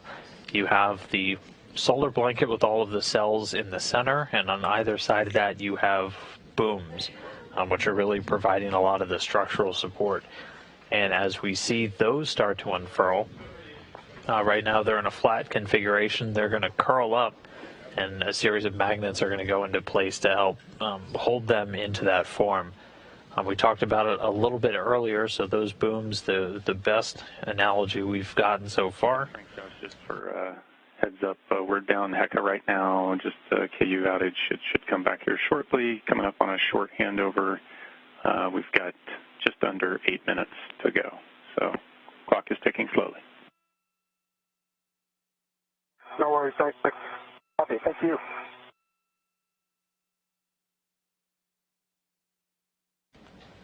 But again, as we see those, soak it up.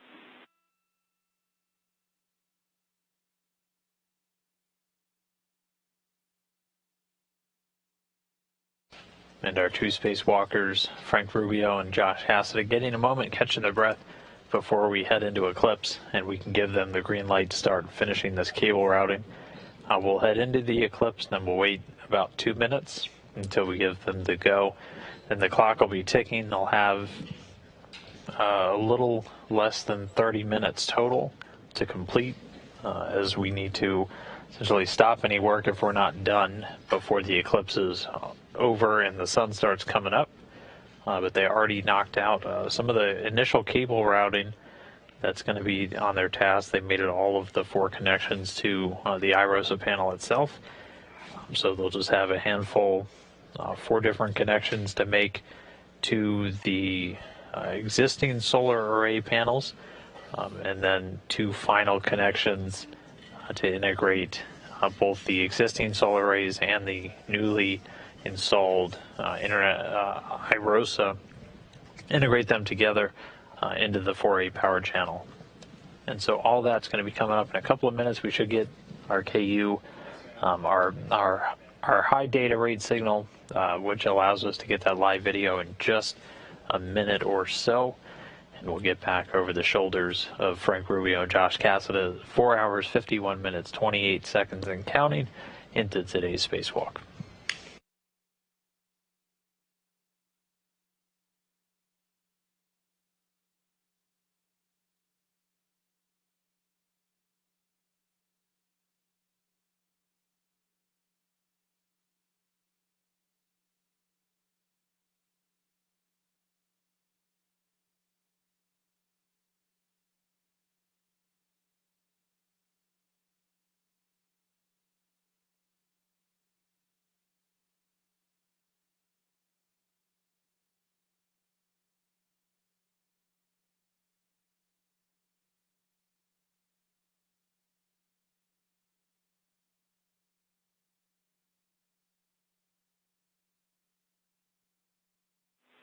And guys, we're back with you now, and we've got good HECA.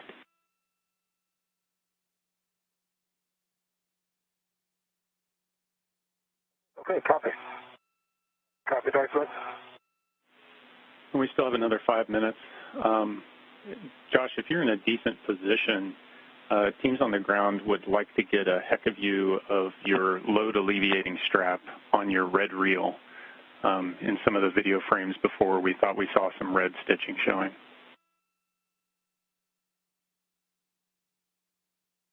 Yeah, there's a tiny bit showing, maybe about 2 millimeters, 3 millimeters. I'm in a super good position right now for our work. Would it be a problem if we just did it afterwards? We will wait, and we'll take the words in the meantime, so thanks.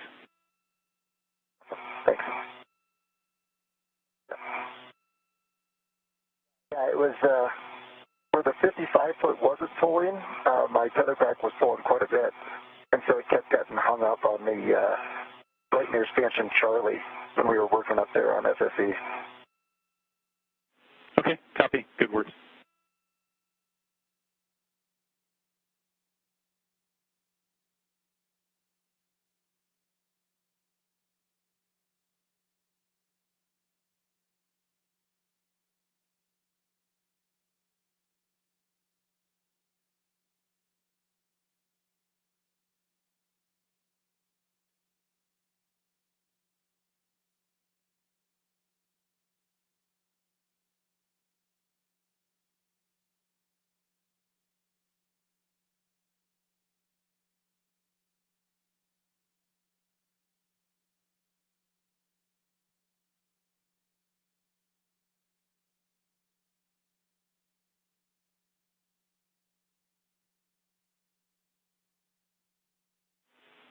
And Josh, Frank, looking at about 3 minutes, although we're going to wait on Spartan's go until we get words for us. It's going to get dark. We're going to wait a few more minutes, and then we'll give you the go to start with the cable offs.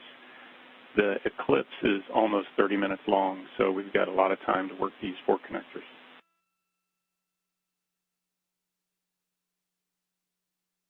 Awesome. Good to know. Thanks, Mike. Sounds great. Thank you for that stuff.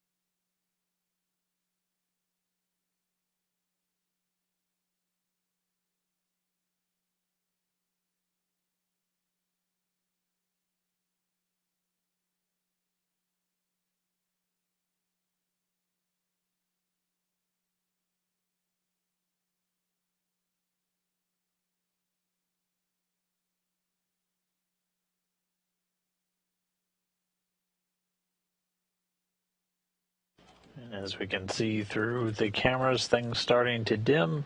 So again, we're going to wait until we're at least about 2 minutes into the eclipse.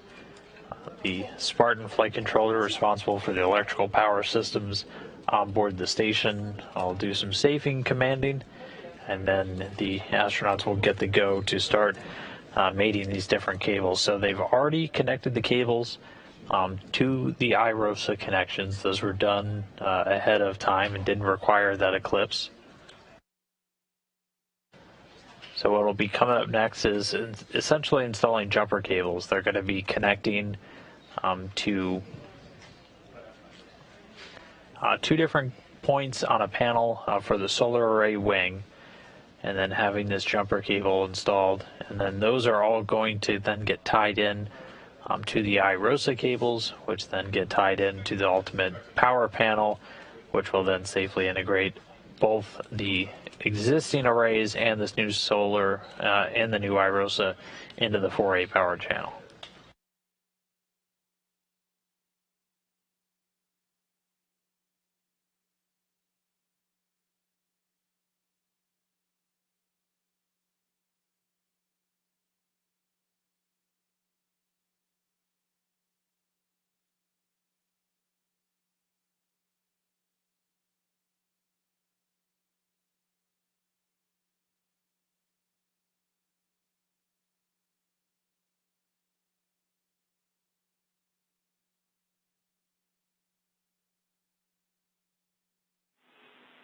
Okay, Josh, Frank, appreciate your patience.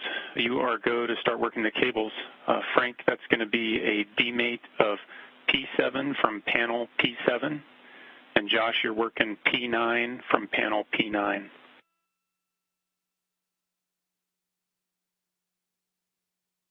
P7 from channel P7, that is disconnected. Copy. Demate on P7 from panel P7.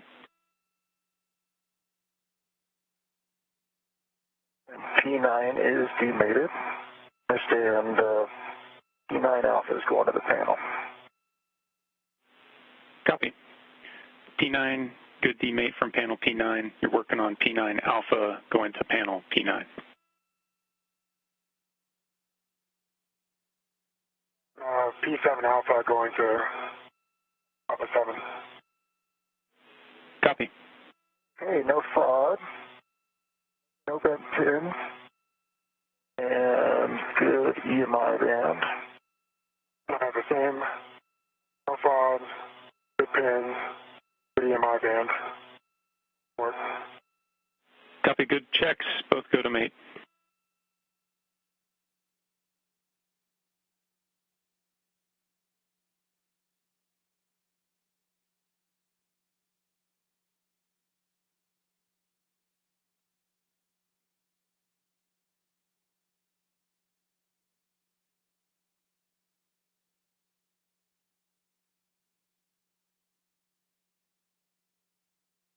Okay.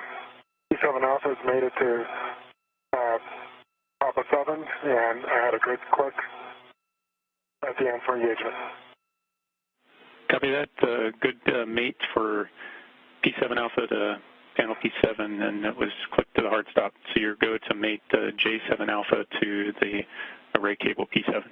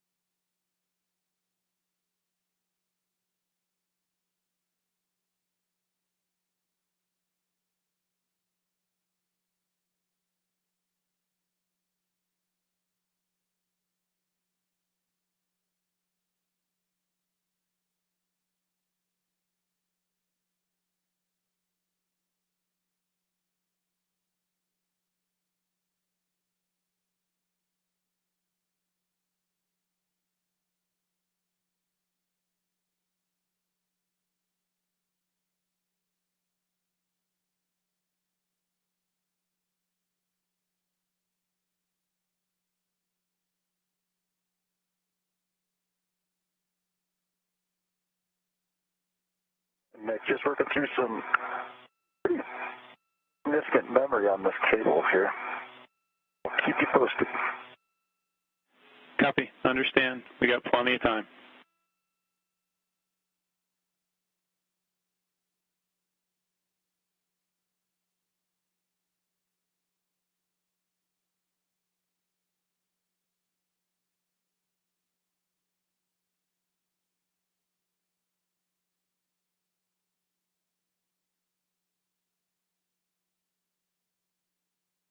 Okay, I got P9 Alpha mated. I do have a good detent. It does not line up with the black line.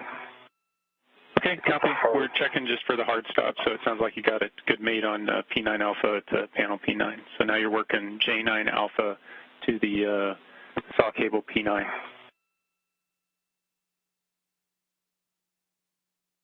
Copy.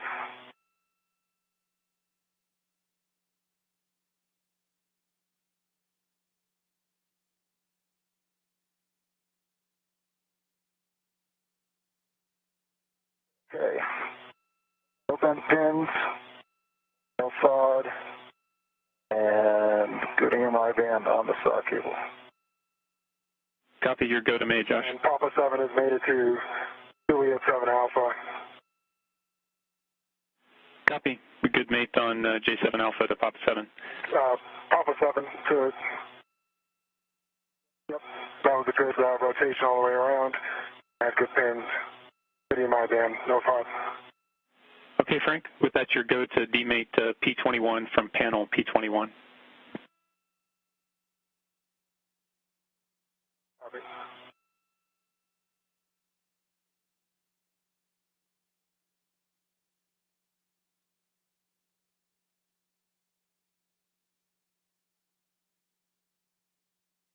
I have Papa 21 Alpha with good pins, good EMI band, and no FOD going to Papa 21, panel 21. Copy. You are go to mate.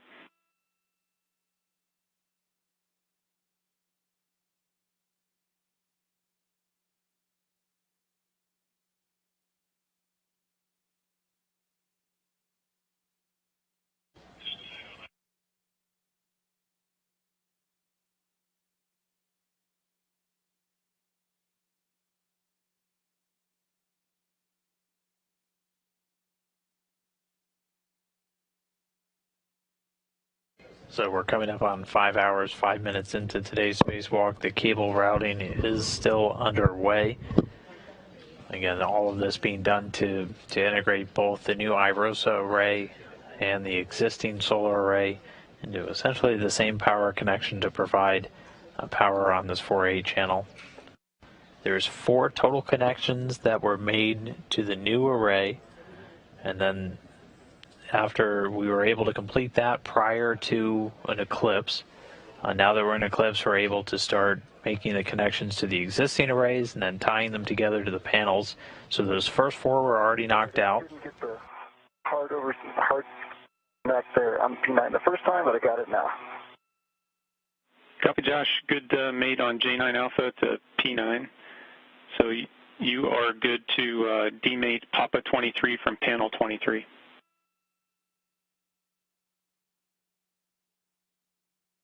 Okay.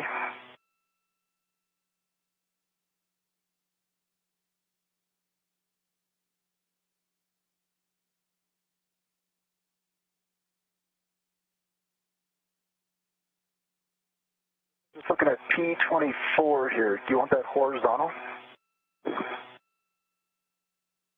Let's just talk about that one. Yeah, yes, the answer is yes, but we'd like you to focus on mating the cables first, and we'll clean up afterwards. Okay. All right, P23 Alpha, putting in my band. On the panel. And handover. No bent pins. And then a short comm handover right now.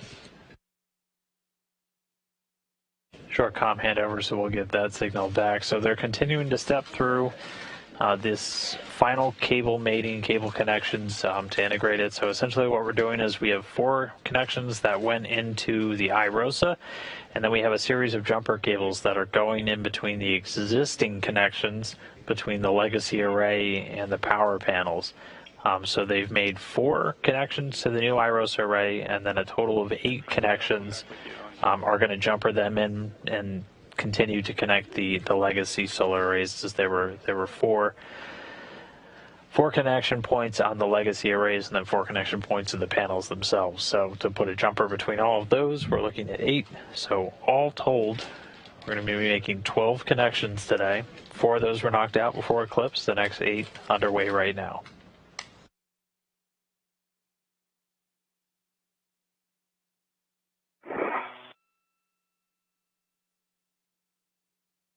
Okay, Papa 21 made it to Papa 21 Alpha, and I had a good click. Yep, copy that, Frank. And Frank, you're right there. The Papa 22 on the panel, that tab is not horizontal. If you can lock it in place, that's perfect. Okay, yep, just did. Okay, so now you're moving on. Papa 7 did not end. Sorry, Papa 7 Alpha did not end up horizontal to Papa 7. Yep, good click, and I see the blue button. Do you want me to fix that? No, you got it to a hard stop, so it's a good mate. Okay, copy. Okay, so Frank, you're working Juliet 23 Alpha to Papa 23. 21, my bad. Reading the wrong column. Juliet 21 Alpha to I know what you meant. P21. Thank you. All right, Papa 23 Alpha is mated. Did get a hard connect there. It just wasn't quite as convincing as P9, but it definitely, you can see, I can undo it. Yeah, if it's a hard stop, that's what we're looking for. Okay. They clicked in. All right.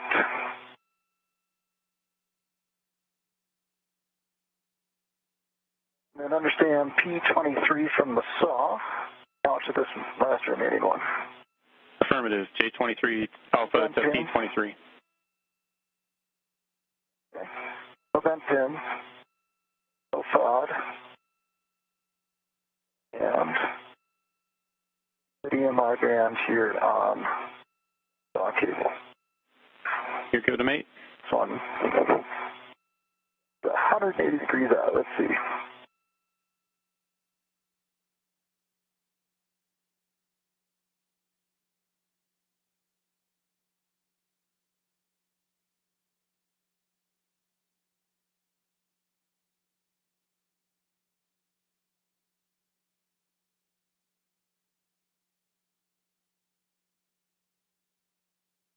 Okay, there's P23 saw connected and good hard stop. And just looking at these black lines, you can see the black lines all lined up on P23. You actually have like more of a turn there on P9 if you see it. Yep, we see that in the HECA, Josh, and the black lines are a rough guide. It's the hard stop that is what counts. With that, we show all 4 connections are good for you. If you wanted to double check that the 2 that we did not touch on the panel, that those saw tabs on the connectors are horizontal. Yeah, happy to do that. P24 to come horizontal actually comes counterclockwise. Is that really what you want me to do?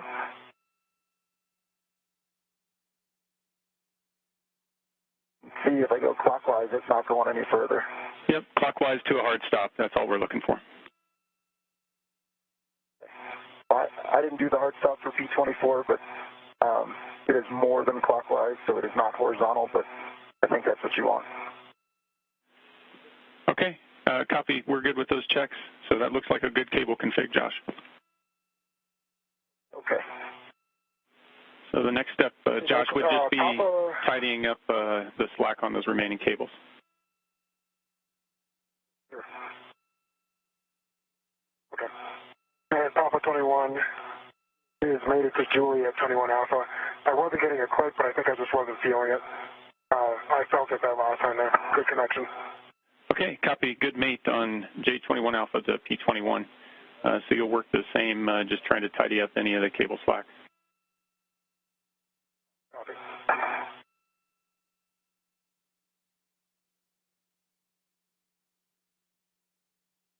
And with Frank Rubio calling out that last one, that Juliet 21 Alpha, that was the 8th and final connection we were looking to make during the eclipse period. So as of right now, it looks like all power connections to integrate the new IROSA have been done successfully. So with that, the crew's going to get the go to just start cleaning up some of the extra slack on these cables, just making sure they're not free floating too much. They've got a series of wire ties and other means to secure them in place. And after that, they'll likely do another what we call glove hap and gauntlet check. Survey the cable and the panel. Yeah, that looks beautiful. Okay. So Josh, since you finished that up, let's do a glove, hap, and gauntlet check. Okay. No change to gloves for EV2. And gauntlets are covered. So the gauntlets are covering the wrist ring. And my hap is dry. Okay, copy, Josh. Those are good checks. And that finishes up the cable mate activity. Next will be deployment. So you're going to move into position to be able to drive that R9 and R10 bolts. Okay, sounds good. All right, next cables are kind of tidied up here. Did you guys get the views you needed for the mates? Everybody down here is very happy, Frank. So I'll take a glove, hap, and gauntlet check from you. Copy.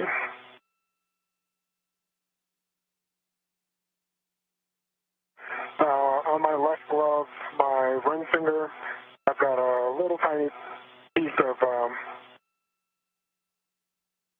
the rubber that's missing, but it's a tiny chip, and everything beneath it is intact. No further tearing. And otherwise, gloves are a little bit dirtier, but no changes. And my hap and gauntlets are covering what they need to cover. Copy all, Frank. And with that, if you want to maneuver into position to observe the tower magnets on your side of the boom so that we can see that when we do the deploy. Copy that. Target handrail is on P5. It's 5201. Copy. Josh. I'm good.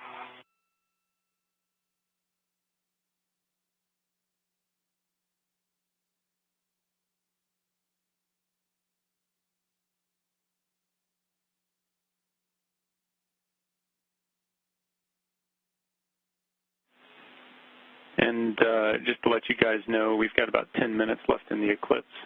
So as usual, you're making it look easy and getting done ahead of time. So we'll get you into position, and then we'll wait for the sun to come up. Okay, copy. Do they have to deploy in sunlight? Or is that just for a better view? We will deploy in sunlight.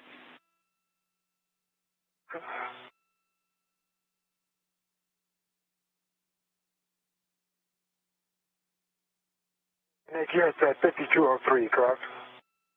5201 is what I called out, but you're looking to get into your call for a good position to look back and see that base of the boom as it deploys, and you see those initial magnets connect together. Okay. Yeah, I think 5203 is a little bit better option.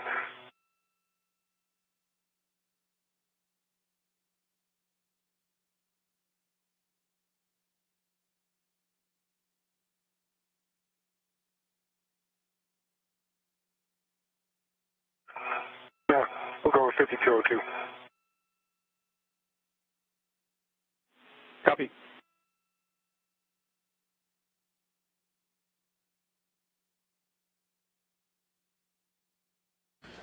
And with all of those cable connections made successfully, two spacewalkers, Frank Rubio, Josh Cassida, now going to get into position to release the final launch restraints and deploy the IROSA solar array. Thanks for screwing these bolts in so I can navigate on them. Yeah, it does make life easier, doesn't it? Yep. So once they do get in position, Josh Cassida is going to break out the pistol grip tool again, and we'll have two restraint bolts, R9 and R10, to release. And after those are fully released, the IROSA will start to unfurl itself, just using the stored energy in the solar array itself. So no mechanism other than releasing those bolts.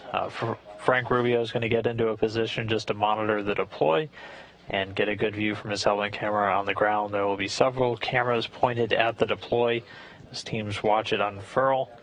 We're going to be paying special attention to the two booms, really the structural support on either side of the solar array themselves. I know it's a ways down the road, but this one's another Bravo 7, is that right? Affirmative. Bravo 7, counter clockwise 2. Cool. Bravo 7 is set, counterclockwise 2 is set. And yeah, and we've got about 7 minutes of probably about 9 minutes of eclipse left, and then Spartan's going to have to run some checks before we give you the go once the sun's come up. So there's a little bit of waiting. Okay, copy that. Copy that. Thanks.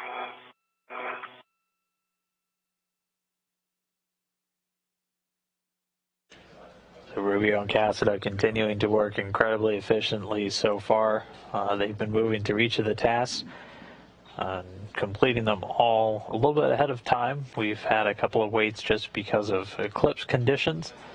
Now we're going to be doing the opposite. We're going to wait until the sun comes up to deploy the boom. Gives enough good views to confirm that it's deploying. While you guys are waiting, I'll read a warning to you. So prior to releasing the deployment launch restraint bolts, position to stay clear of the deploying IROSA blankets.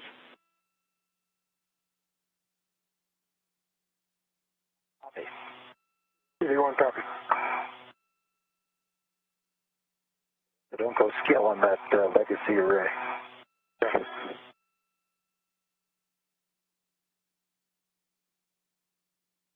No, it's definitely off center by about 0.8125 degrees.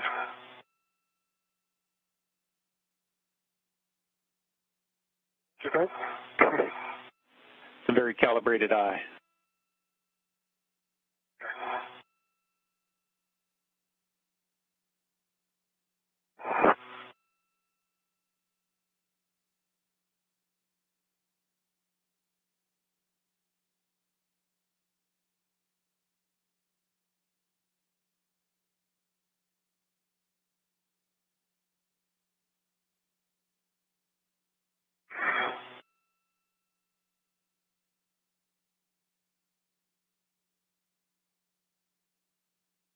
So at this point, we've got about another 5-minute wait at least until we're starting to get out of the eclipse.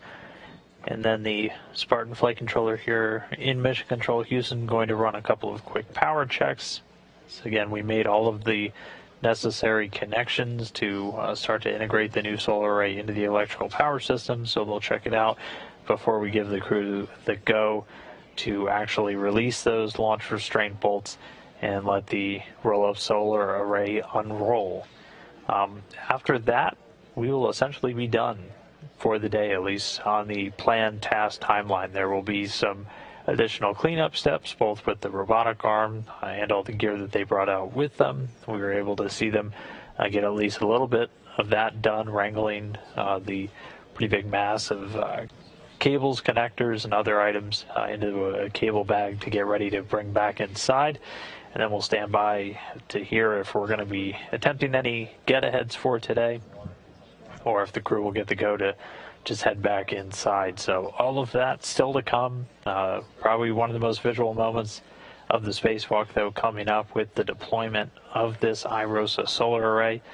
And this is the 4th of 6 planned additional arrays to augment the station power system. We're increasing the amount of electricity that we're generating by about 30% once all of these are deployed. And as they are new arrays, they're coming in with brand new efficiency.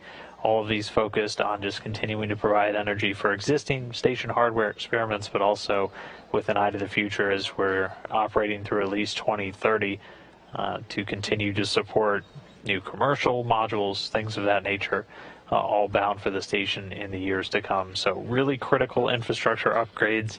This will be the 4th of 6, as I mentioned. We'll look for the 5th and 6th to fly as soon as next year to complete the full power upgrade. But for now, standing by for a few more minutes until we get to the actual deployment phase.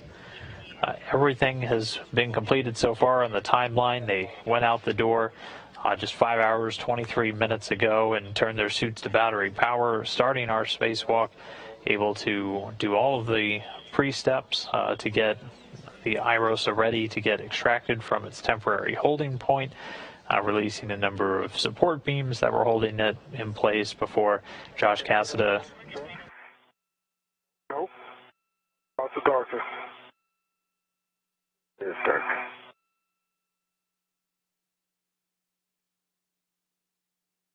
I should say, yes, everything's good out here. EMUs are just the most amazing little spacecraft. Yep.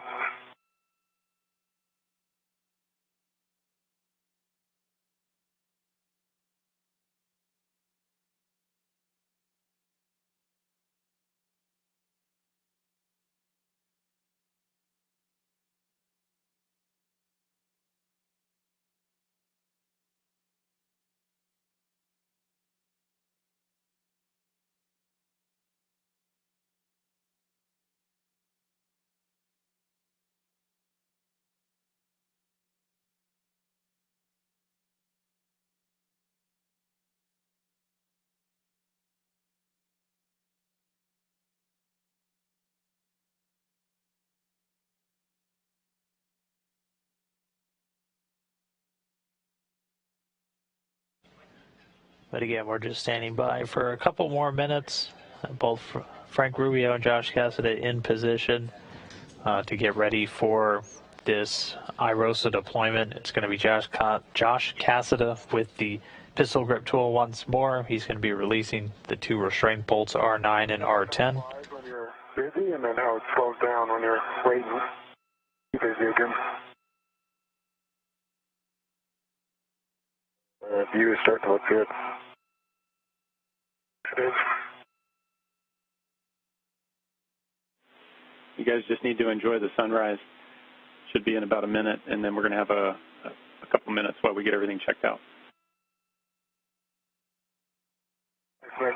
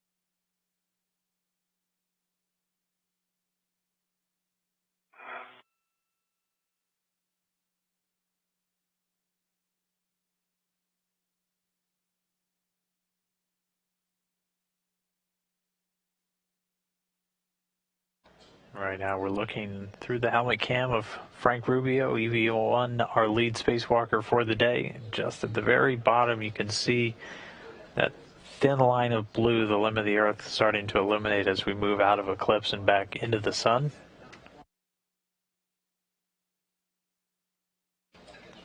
And and then after a couple minutes we'll be in full sunlight again as we run a couple of quick tests by the Spartan flight controller here. Mesh control will be ready to start stepping through the deployment phase, getting IROSA unfurled, and one step closer to being a new full addition to the electrical power system on board the station.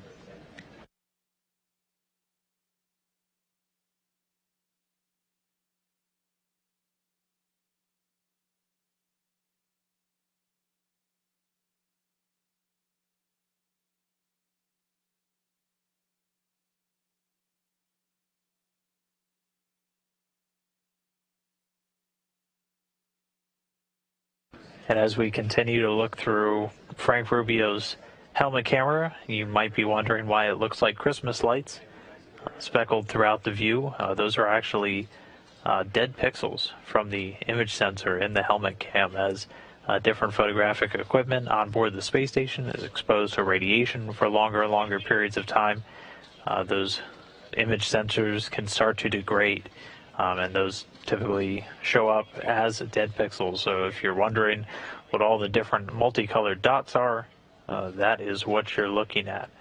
They become very apparent anytime we're looking at something very dark at nighttime, but will start to get washed out here as the sun comes up.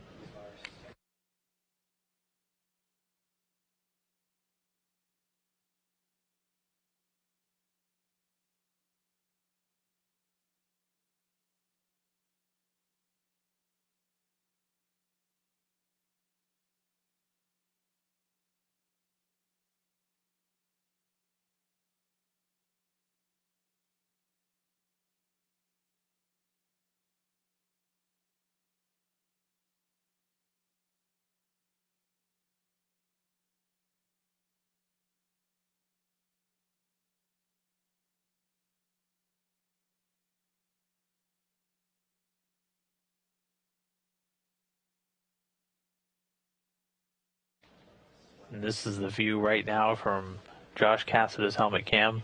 He's going to be jumping in next to release those two launch restraint bolts, R9 and R10. He's going to be using his pistol grip tool. He got those settings you heard called down, Bravo 7 counterclockwise 2. Again, on our pistol grip tool, we have that first value is just how much torque you're imparting. We've got Alpha 1 through 7, Bravo 1 through 7. Alpha 1 is low foot torque as you can do. Bravo 7 the max. So he's going to be maxing out the torque on this one and then moving it counterclockwise, which is going to release a bolt. Okay, thanks, man. I'll just stay here then. I was, yeah. I can't make shadow puppets during the day, so. Like just need a space cat. Apparently, I just don't spend any time with Okay, guys, the teams down here have given their thumbs up, so we're go to deploy. So, Josh, you're going to work on R9 and R10. Settings are Bravo 7 counterclockwise 2.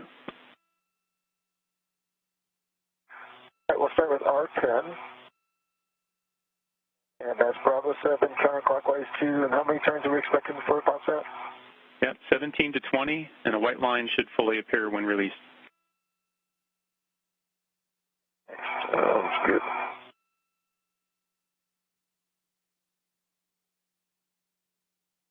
The sun wasn't in my eyes for the last 10 minutes. Here we go.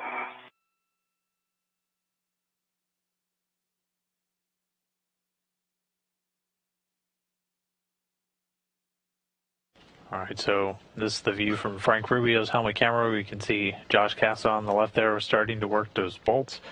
Just in front of him, the IROSA array. The center part is where the solar cells are contained. And then that white section you see on the right side, so that's the boom. So it's flat right now. The best way to think of how the boom deploys and adds that kind of that structural support, the rigidity. It functions similar to if you took a drinking straw here on Earth and cut it in half lengthwise and then rolled it up. 17 times it popped all the way out. But it actually popped earlier. I could feel it. All right, one bolt released. Copy, Josh. Good release on R10.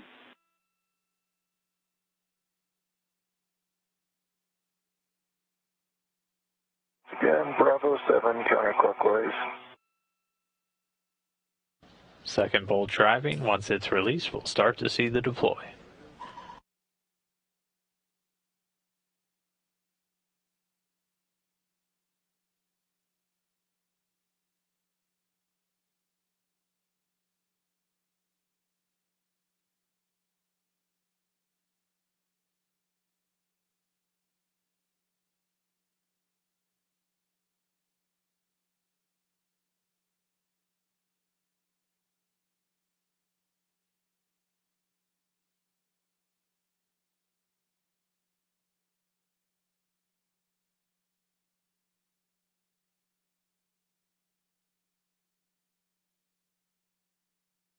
That's it.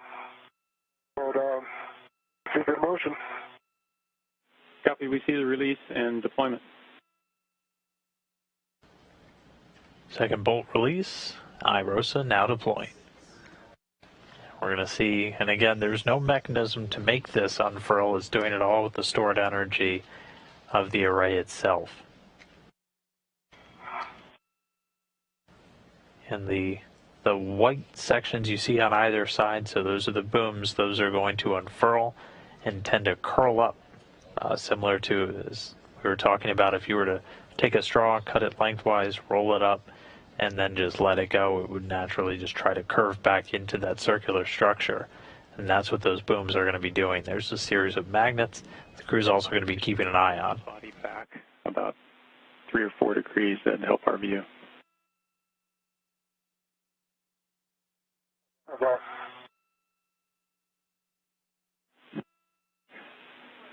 That's much better. Thank you. A little bit further would be even perfect.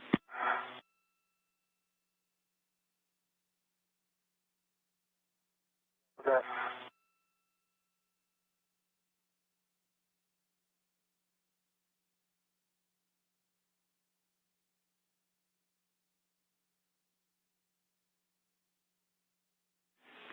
And Frank, we can just barely make out those magnets. I think all 5 of them have clicked closed at this point.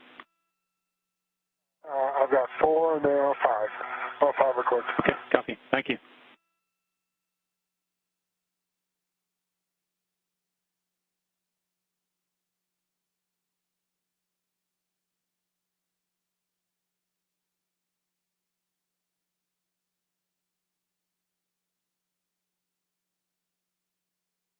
Good job, Josh. Nicely done. Finally run that microwave we've been wanting to run.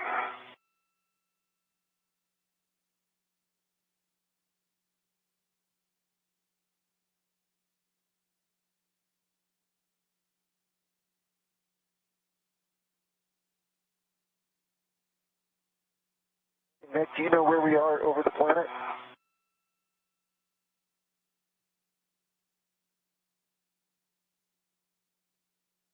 Yeah, you're just south of Alaska, getting ready to go do a pass down the west coast. Awesome. Florida. You might even be over Houston by the time the deployment finishes. That's pretty cool.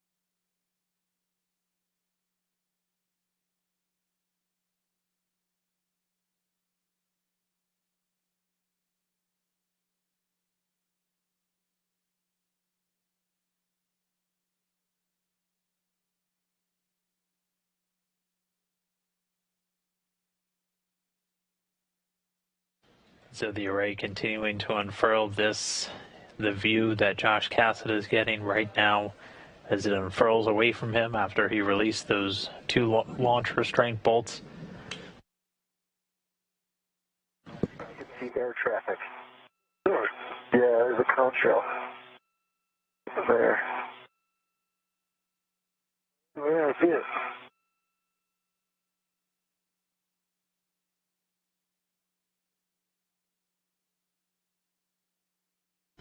And that view from Frank Rubio's, if you look at the booms on the side, you can see they kind of curl up after they continue to deploy. This is a look at the very far end. You can see all of the solar cells in the middle there, and those booms as they continue to stretch out, they essentially snap together into that circular structure, and then they have magnets that are helping to help them maintain that structure once they snap in.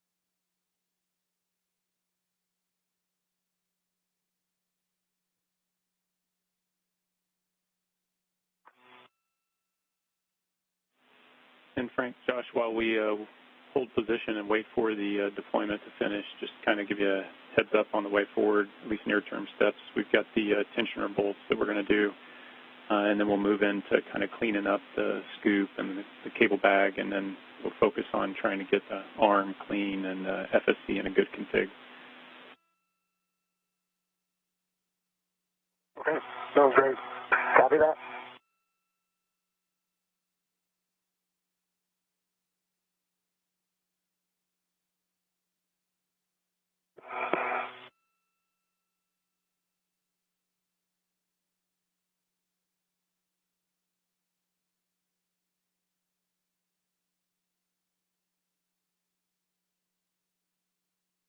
We're continuing to watch as these unfurl. Again, as you can see, they're covering up some of the solar cells on the existing arrays, which are still tied in to the power channel. But these new ones coming in with a higher efficiency, obviously brand new, so haven't lost any of that efficiency that you lose over time and being exposed to that harsh environment of space. We're going to be able to increase our actual power output. So we're aiming to have 6 of these total eventually deployed on the International Space Station, this rollout solar array technology. We did an initial test of this type of array several years ago on the space station, just to see how the mechanisms worked, how the power generation worked, and then ultimately culminating in some permanent additions to the station. This same type of rollout solar array technology used on the NASA DART mission, which was our asteroid redirect. It's that storm. Yeah, it's crazy how big it is. Affecting the entire country. And we are passing. Coming up on the Pacific Northwest. Okay. Just about to pass over the Pacific Northwest, and as any of our viewers in America are aware, there's some pretty significant winter weather hitting a lot of the country, so our crew members getting a view from about 260 statute miles above. While this rollout solar array almost done deploying, we'll note the same type of solar array, this rollout technology, going to be used on NASA's Gateway station around the moon as well. That's going to be our launching point for the Artemis program and future lunar landings, eventually establishing that sustainable lunar presence on the moon.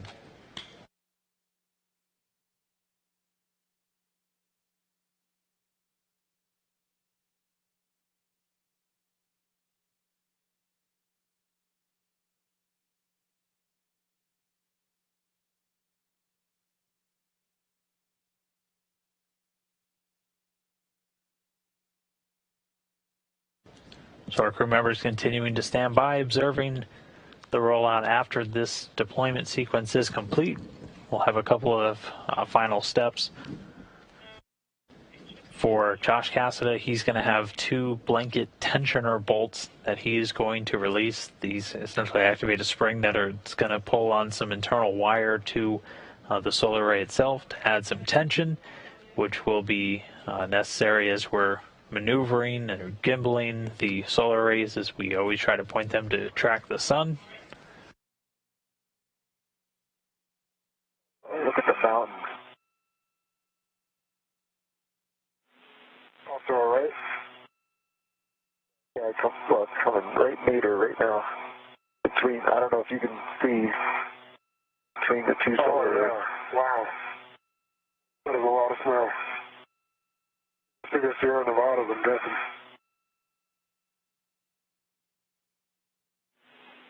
Okay, guys, we have confirmed we've got a good deployment on IROSA. So, Josh, you're go to move into position to do the tensioner bolts R11 and 12. Copy that.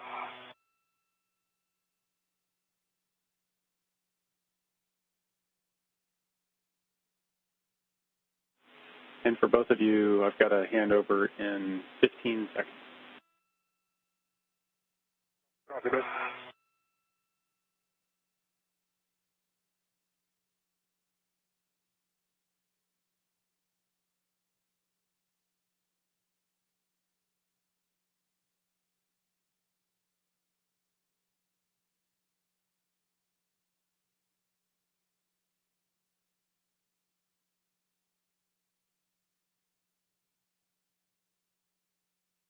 And just a short handover, we'll get that video signal back as the crew now stepping into some of the final steps of the day, as they're going to work to now release 2 blanket tensioner bolts. Josh Cassidy using his pistol grip tool to make that happen. Those are going to trigger some springs that are going to pull on some tensioning wire in the arrays to add some structural rigidity to this now fully deployed solar array. After that, we'll get into some worksite cleanup, likely get another glove hap and gauntlet check, just to walk through those again. So crew members obviously using their hands for everything on a spacewalk, not actually using their feet. Video lockup. That's good. So they'll do periodic checks of their glove surfaces, looking for the loss of any of the grip or anything of that nature, just looking for nicks, cuts, things like that. Let me know and I'll get you the PGT settings. I'm just trying to make sure that safety tether goes across the front of me.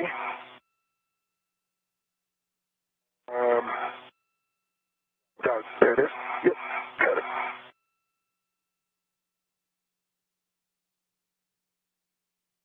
Okay, copy, and we're locked back up on HECA. Sounds good.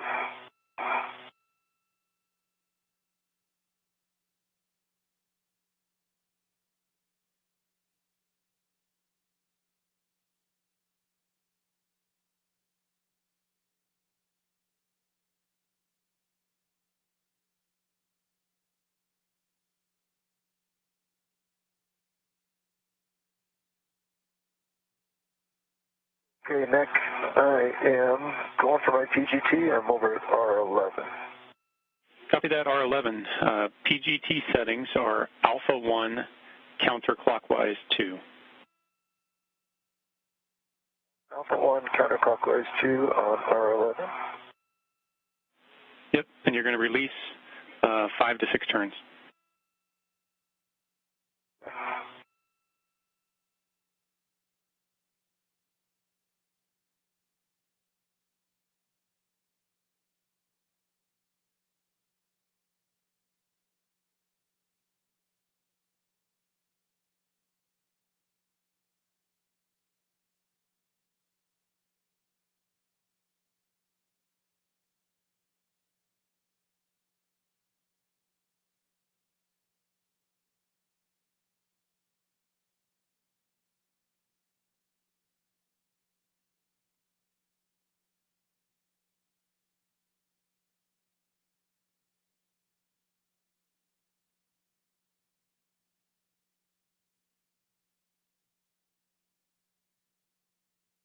Alpha 1, is that counterclockwise 2? Affirmative. Alpha 1, counterclockwise 2. Got it.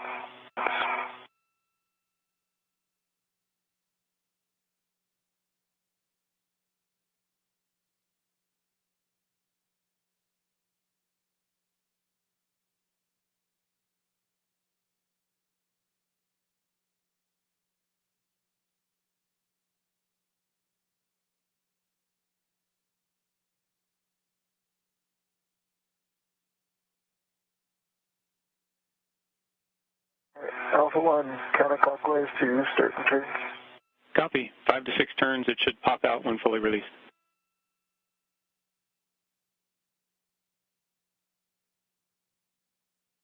So it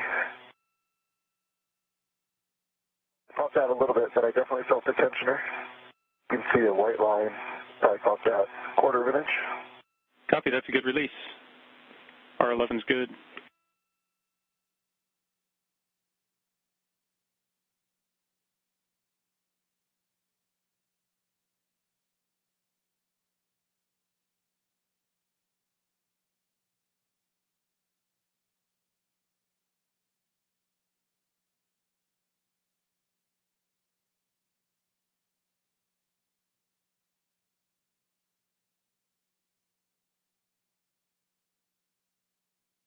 All right, start and turns on R12.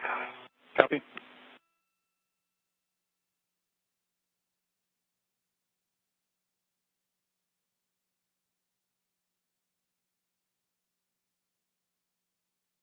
Again, their star is out, and I felt it react. And it's about a 1/4 inch. It doesn't exactly pop out. Do you want it? Do you want more turns on that? And we're good with more turns. The teeth are. Okay, you can see in the heck, I can see that it's the teeth are no longer engaged on the tensioner itself. Yep, and you can't overdrive it, so. Okay. I think we're good on R12. Copy. Good release on R12.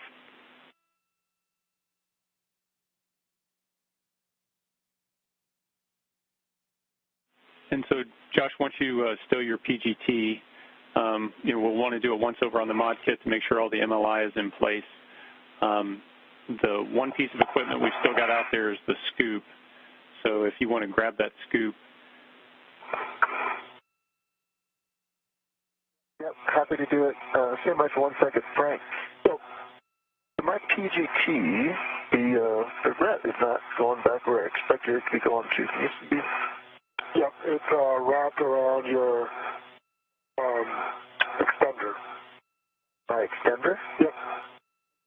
Your gearing extender.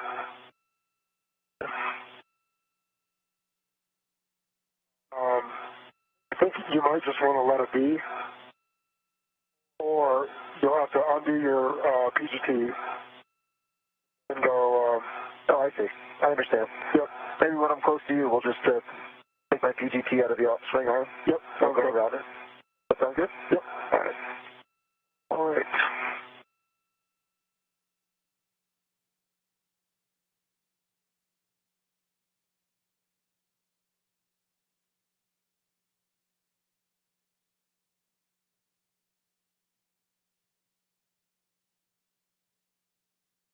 Okay. My understanding is I'm going to get this ret. We'll send it over to the cable bag. And that's affirmative. So, Josh, you can ret to that scoop. You can take it over the cable bag. We were talking about whether it's worth you guys working together to try to put it in that cable bag because it did take you a little bit to get it closed up. So we're also good if you want to just put it on your MWS and translate with it back on you. I'm happy to do that. There's a good amount on here, but maybe it'll keep each other out of the way. Who knows? Yeah, and your guys' call, we're good on time.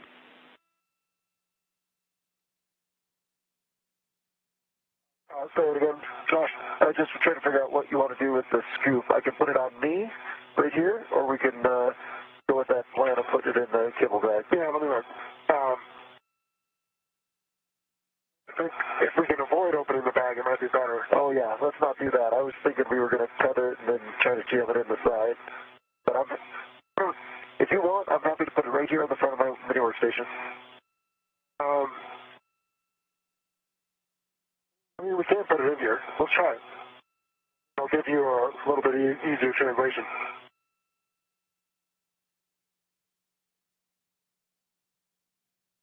Like you said, if we just jam it in here, it might just stay.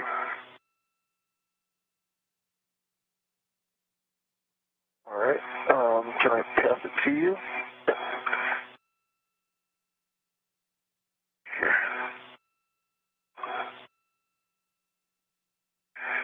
Let me try to get a little closer to you. Hold on.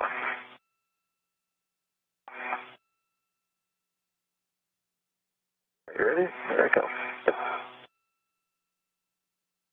There you go. Got it. Okay.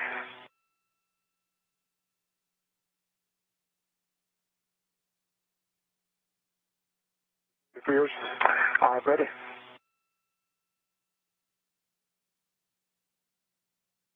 Yes, you're right. I got it. Thank you.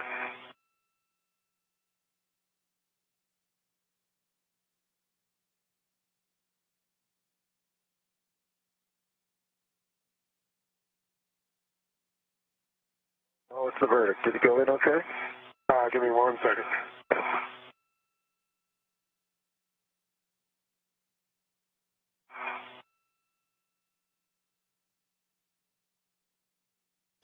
So with the iROSA installed, deployed, and connected successfully, we're moving into some of the cleanup steps. One that we're seeing them work right now is getting one of those scoops, which are the... Sounds good. That looks good, Frank. So I guess I should go... So, Frank, you're going to put the cable bag on your BRT and translate that back inboard, leading the way. And Josh, you're going to have to translate out around the other side of the IEA. Before you start that, I'll check that. Once you get to where you're going, we're going to have you do a glove and half check. Okay. So go to the opposite side of the IEA and then pause. Yep, you've got... I got a copy of me, right? A copy of me, Doug. It works.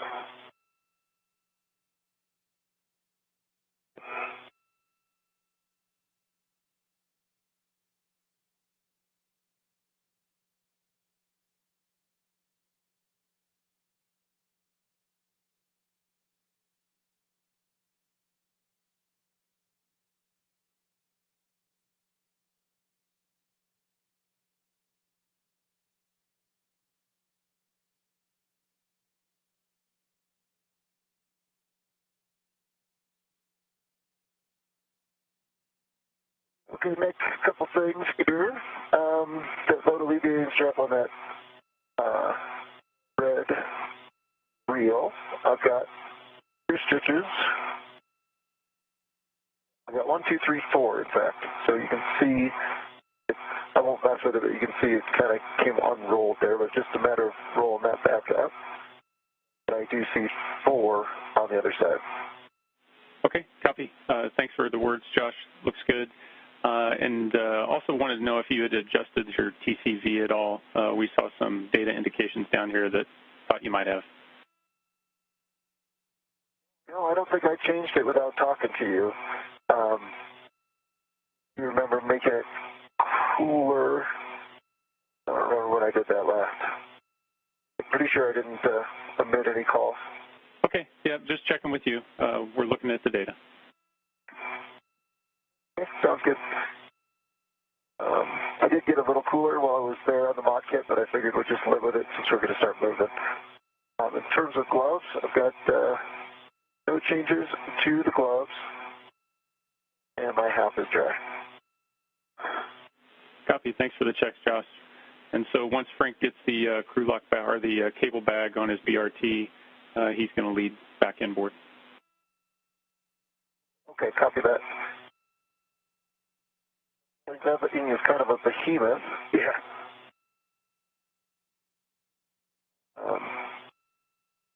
You need anything from me? Just moral support. You got that, and then some. Good news is, be on my BRT in 15 minutes.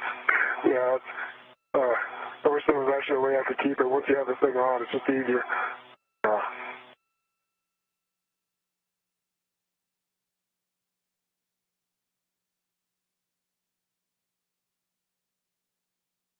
You think it's worth it to work on this CGT rep?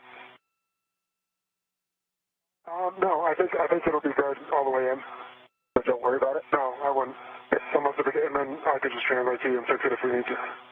I will be right next to you in a minute, but we don't have to do it if you don't need.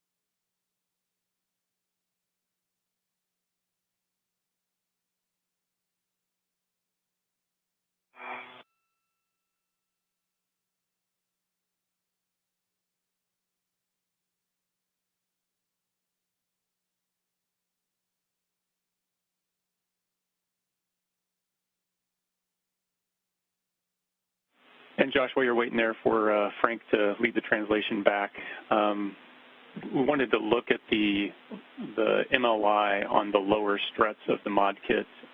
We're trying to make sure that those are in a good configuration and wrapped around there for thermal concern. Okay, I'm on the inboard edge of the IEA. Understand you want me to go back? Affirmative, Josh. If you can translate back toward the mod kit on the path that you just finished translating on, we'd like you to put eyes on the MLI. Okay, give me a minute.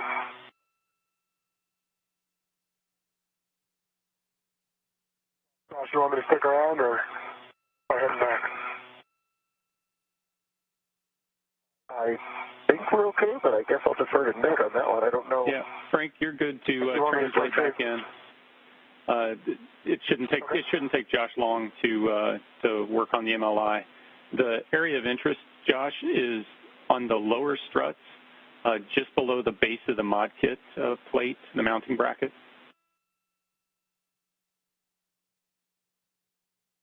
So lower struts, but up high. That's affirmative.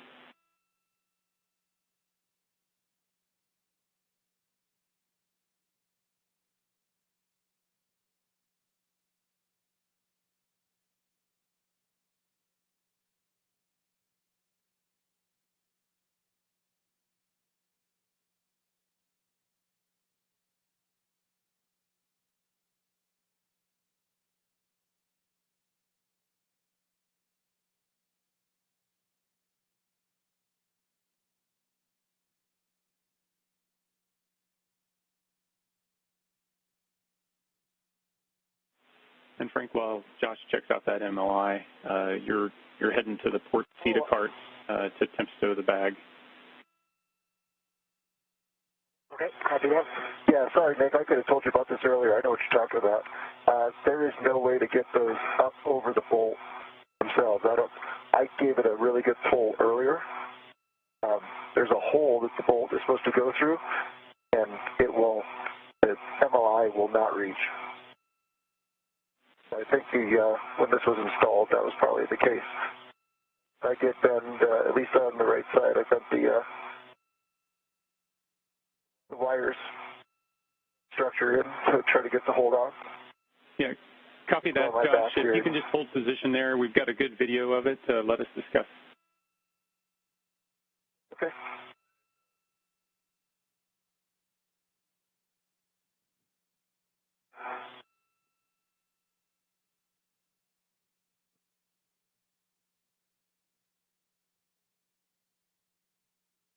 And Frank, you're good. So I don't know if you can see this. It looks like when I put Josh's red hook on my red reel, it probably spun a couple times. There's a full 2 wraps here. I think I'm good to go up to the FSC. I just want to make sure you guys see that. You're okay with it? And Frank, we see it.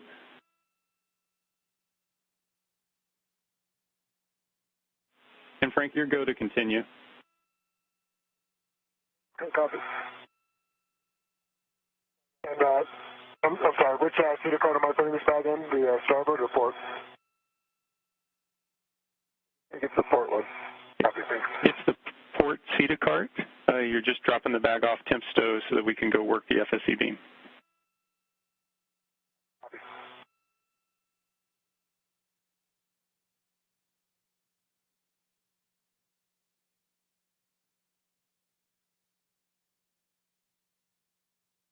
Okay, Josh, thanks for the views and the close inspection. We're happy with the condition that it's in, and so you're go to translate back inboard. Okay, copy that.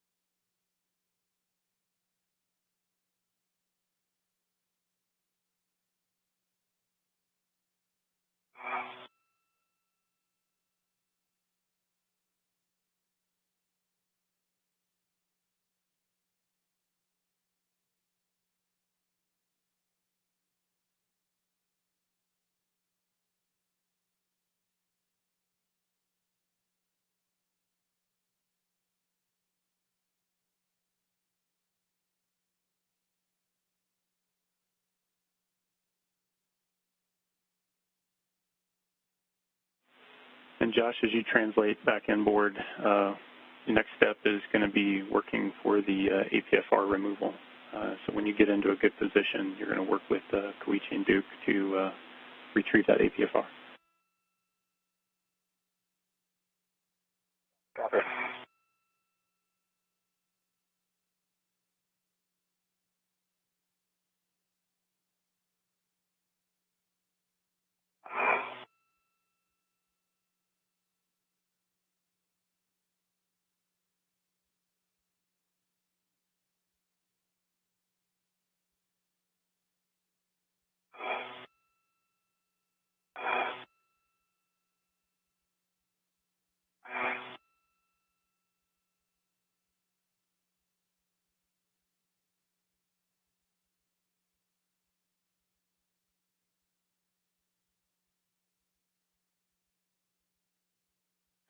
Frank, as you head over to the FSC, give you those cautions again. Slow translation. Wait for any kind of motion to damp out before imparting loads. We can't simultaneously translate, and that's it. Copy that.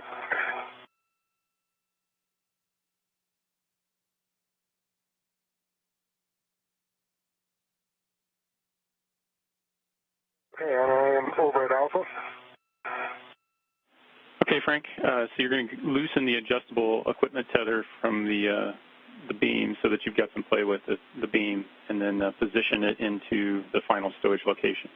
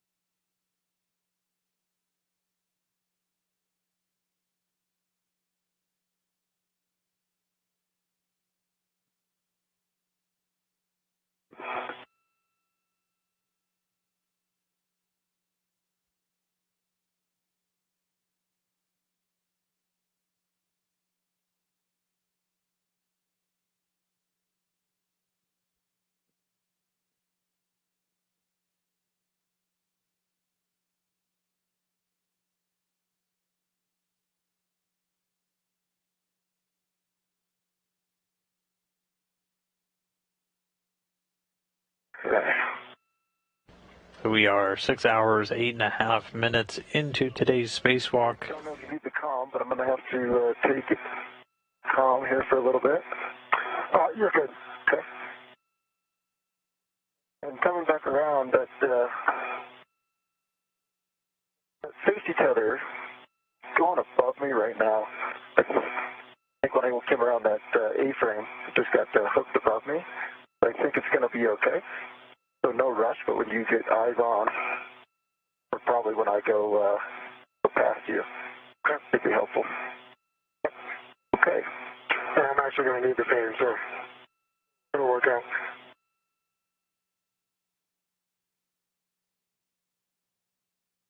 If you give me 1 second, I'm going to work on it now.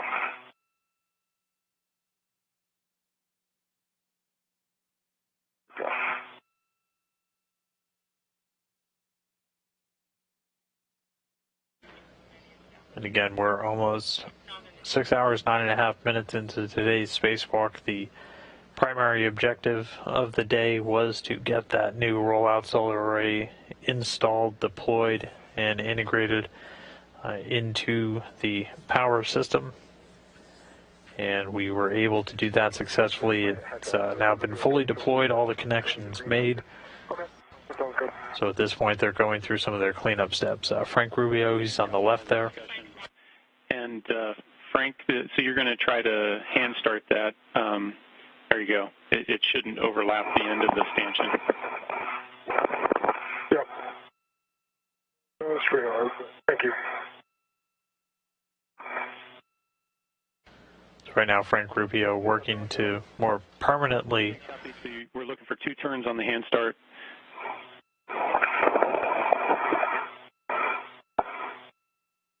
Looking to more permanently secure this FSE beam. I think that was closer to 3, but be good. Okay, that looks good. And so you'll translate over to stanchion Bravo and do the same with C5.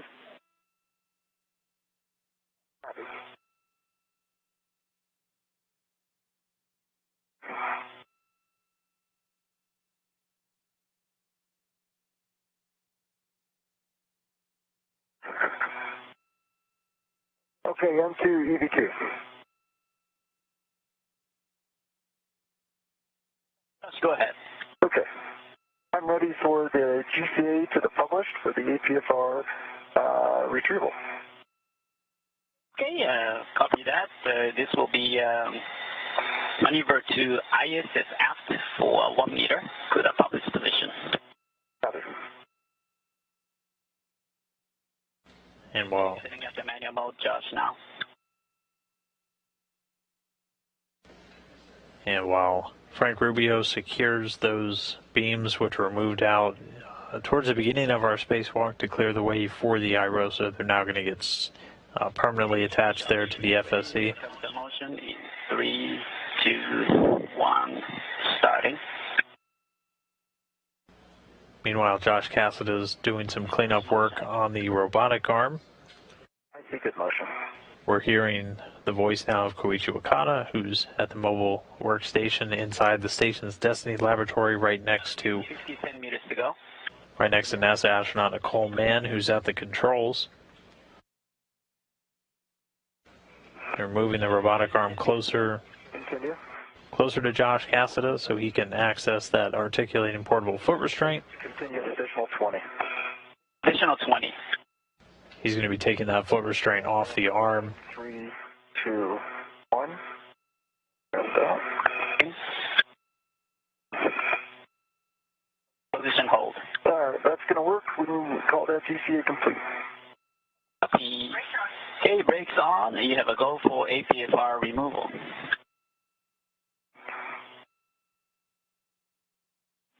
Okay, Frank, saw a good hand start on C5. Roger.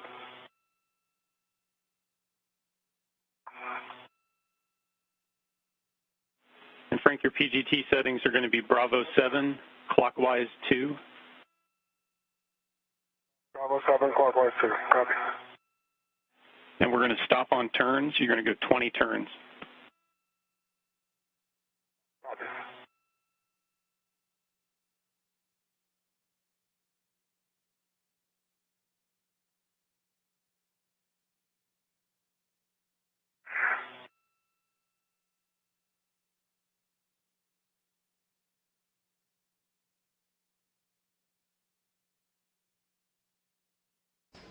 and we're watching Frank Rubio once again using that pistol grip tool. He's securing these beams to the FSE, the flight support equipment. This is the temporary pallet that rode up in the trunk of Dragon with the 2 IROSA arrays packed on top. My ret is on here. The jaws are closed, the paddles are out. While he's doing this, And I think I might take care of a couple settings now. We get there, it's going to be... Yeah, it's Papa, Foxtrot 6. Okay.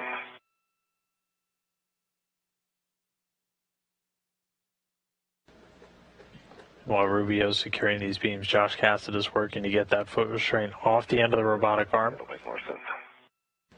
We heard call out Papa Foxtrot 6. Those are giving him the yaw, pitch, and roll settings to configure that foot restraint in where... 20 turns. Okay, Frank. And so we're going to change our settings to Bravo 1, clockwise 2, and we'll drive to torque. Okay. Just so you know, that seemed like it was pretty close to meeting all of Bravo 7, so I have a feeling we may get into the same scenario we had earlier. Yep, copy that. And so we'd like you to go ahead and drive it to torque on Bravo 1. Copy.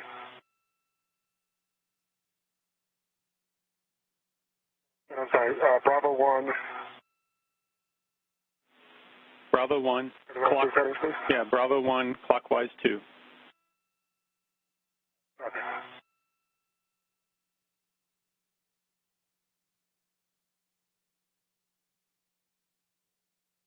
Okay, Bravo 1, clockwise 2. I've got 0.1 of a turn, green light, 11.9 torque. Copy, that's a good C5. So if you want to stow your... Okay, copy. And Frank, once you stow your PGT, we'd like you to do a wiggle test on the bolt.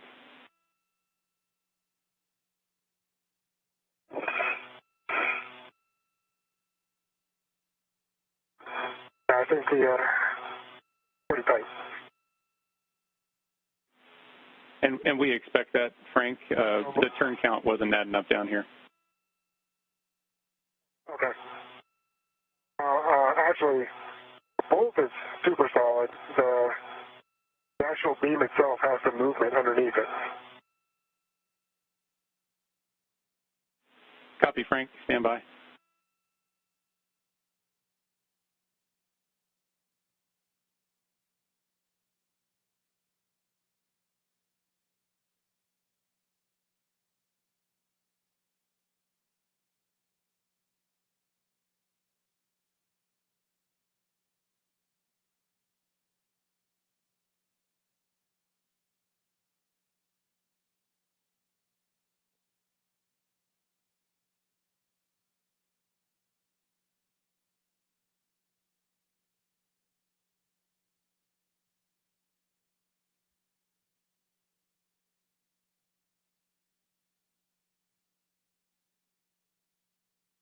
Like I would say, it's about 2 to 3 millimeters of movement. And copy, Frank. We're talking it. Okay. And Frank, we are good with Charlie 5, so you're go to translate back over to Charlie 3. Okay, copy. Should I grab the adjustable? Affirmative.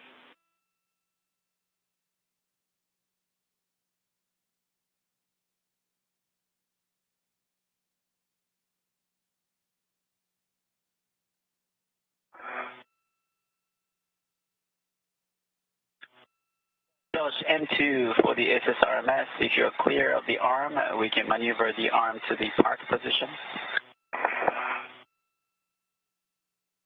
Stand by for 1 minute, Creechy. I'll get on the seated cart and give you go. Copy.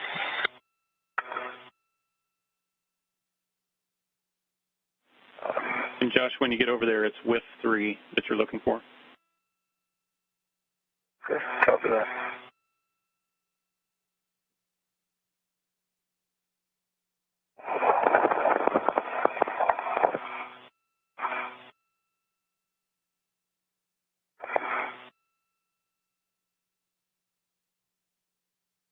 And in this view, we can see Josh Cassidy's got that foot restraint off of the robotic arm. He's going to be attaching that to what's known as the seat of cart, the crew and equipment translation aid.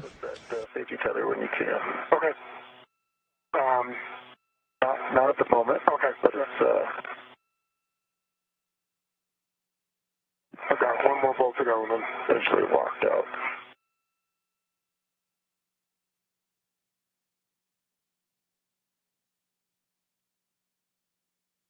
Where's the cable bag? Oh, geez. Don't need it just yet. I need to put the APFR in. Oh, okay. Oh, you're on the CD card. Yeah. I'm right above you. Yeah, any chance you can give me a hand with that when you have a second? Sure. See, my safety tether is probably hooked up in the HEPA, I guess. It's on my right side.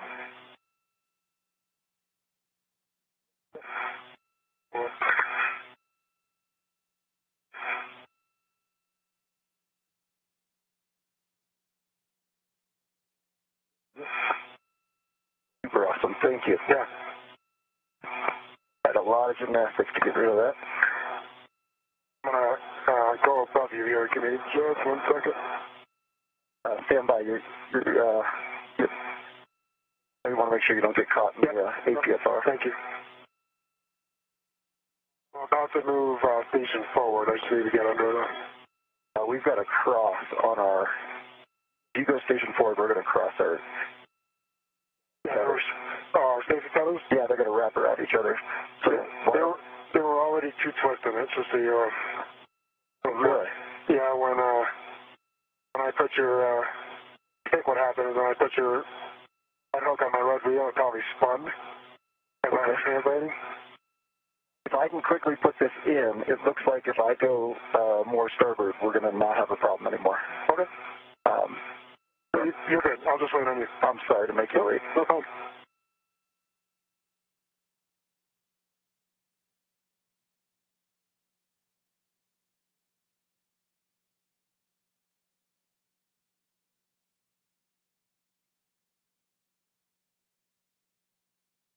This is as close as I've gotten to an APFR and 3 PVAs. I'd be happy to pass this over to you.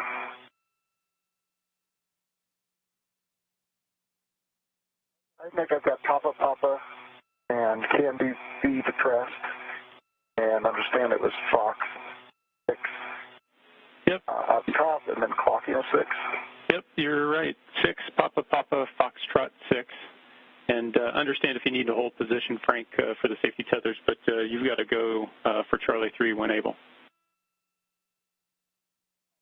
Just waiting a little bit. Thanks.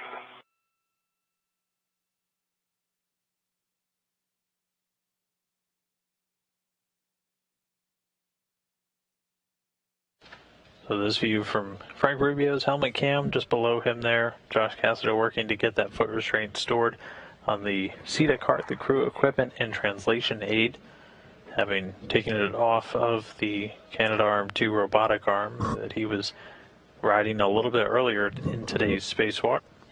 If you're just now joining, we had a successful completion. Josh, Frank, just want to check with you guys. We think you're clear of the arm so that Duke and Queechy can move it into its final position.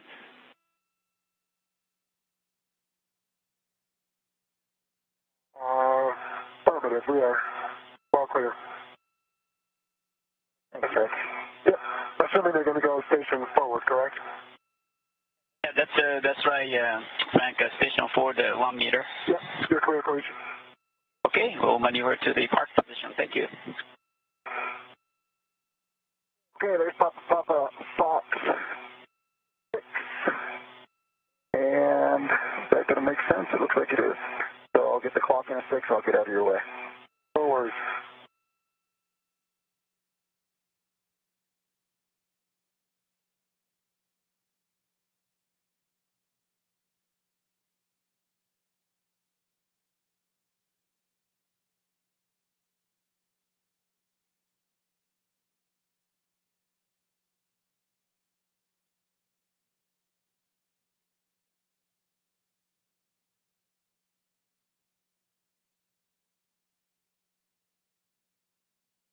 Okay. Got a good full truth test, and we are black on black.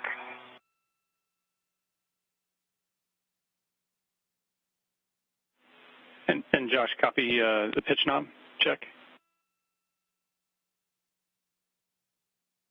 Knob can be depressed.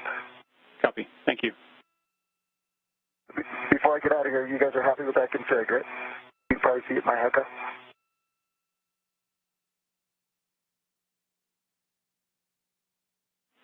Okay, Josh. So with that APFR stowed, you'll grab the cable bag, put that on your BRT, and then we'll start heading you back. Copy. Josh, that cable bag's just off your right shoulder. Copy.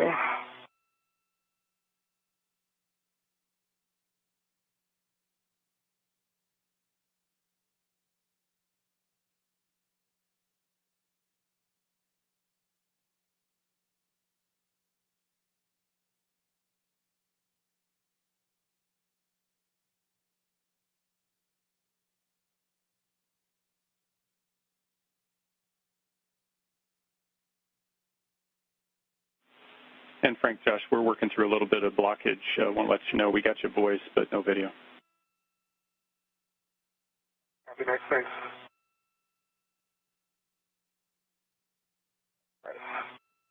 Frank, can you just verify that is, that's Papa, can you make sure that's Fox 6 on it?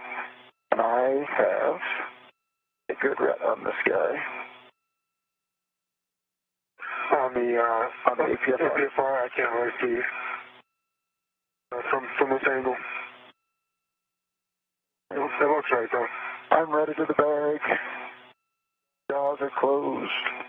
Paddles are out.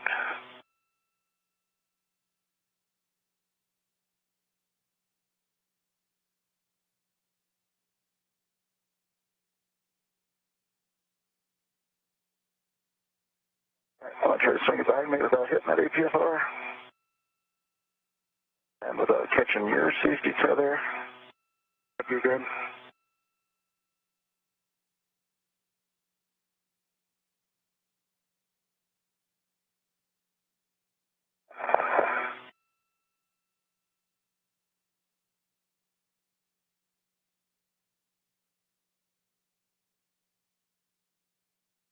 All right. Let me look at what's going on here.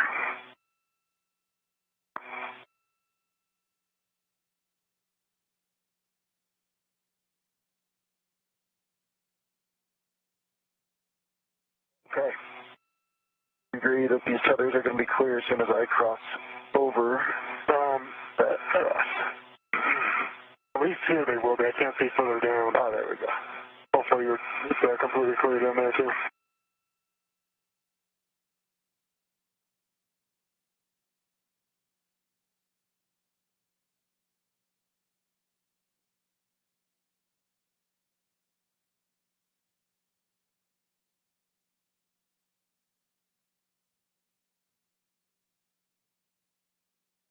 There's a cross here. Yeah, they're still spun. We still, I'm now underneath you. Okay. I'll just take the cross back. Okay. I guess to the airlock. Yep. Something about it should work. Frank, I'll take settings for probably 3. Yep. And copy all, Josh, you're headed to your green hook on 3651, and those PGT settings are going to be Bravo 7 clockwise 2, Frank. Bravo 7, clockwise 2, copy.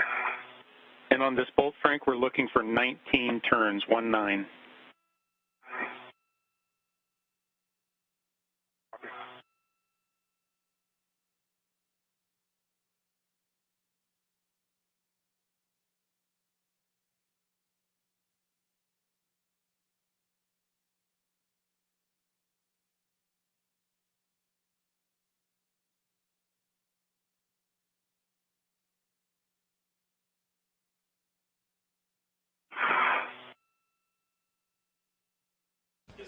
So right now we are 6 hours 29 minutes into today's spacewalk. The primary goal of installing and deploying this new iROSA was done successfully. We did get a confirmation, if we haven't reported it yet, from the Spartan flight controller here in Mission Control Houston, that new iROSA already generating power. All signatures from it look great. So another addition to the power system on board the space station is successfully installed today and connected to continue our upgrades to the power system, eventually adding 6 of these arrays. This was the 4th out of 6. This one augmenting the 4A power channel. So again, that iROSA deployed, integrated successfully already into the station power system. So you're going to be Bravo 1, clockwise 2 now, and you're going to go to torque.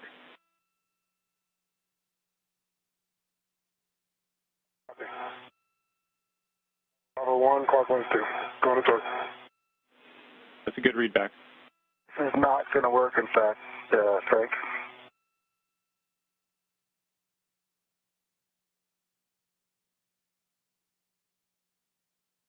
Nick for tethers here. I think I've got a plan. I want to make sure you're on board.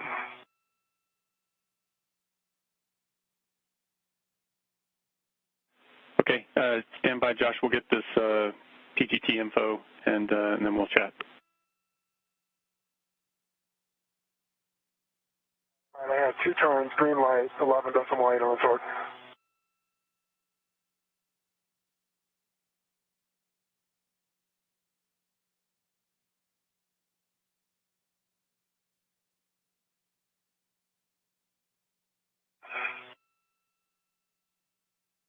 Okay, copy, Frank. That is a good bolt. So you're good to stow your PGT and retrieve that adjustable.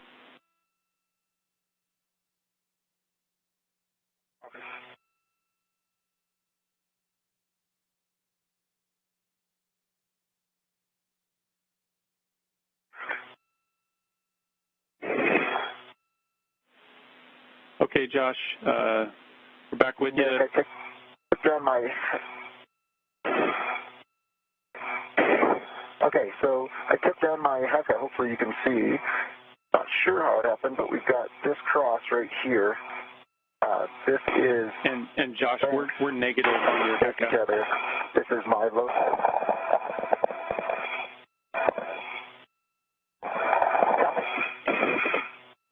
So just to let you know, current config, we've got good HECA on Frank, but I don't have any video off your HECA.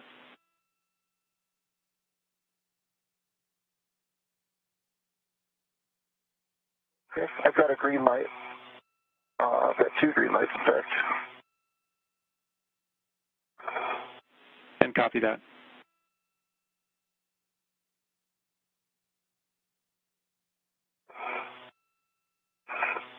And we're reestablished, Josh. Okay.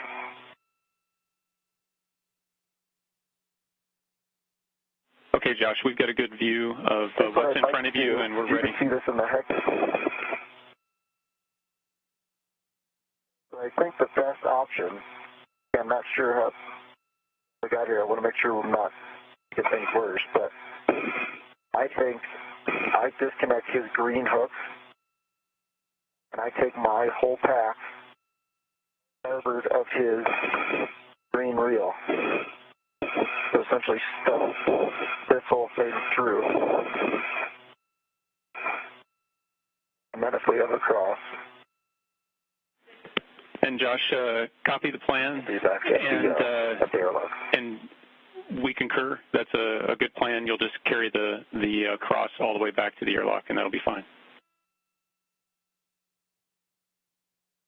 Concur. Okay, sounds good.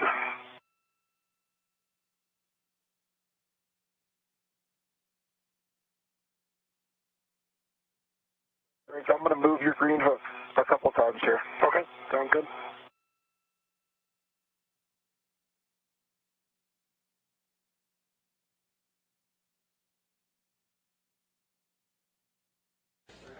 And right now, Josh Cassada just doing a little bit of rearranging on those tethers. They'll have multiple engaged at any given time just to keep them secure to both the station and all the various equipment that they're working on. They have a couple of different safety tethers, equipment tethers, all available to them throughout these spacewalks. But we're largely in the cleanup and ending phase of the spacewalk so far today. CASA's primary cleanup job was to get the foot restraint off the robotic arm and get it stowed on the CETA cart, the crew equipment in translation assist cart, and he was able to do that successfully. And meanwhile, Frank Rubio's just wrapping up driving a couple of bolts to secure the FSE beams that had previously been holding the iRosa in place on the equipment pallet that it arrived on. Back over to the crew lock bag Tango, and so you're going to end up picking that up. Your choice as to whether you want to stuff those adjustables inside or secure them to your MWS. Yeah, that's what I was going to do is put them in can I put them on the outside? Affirmative. If you want to, you can put them on the external.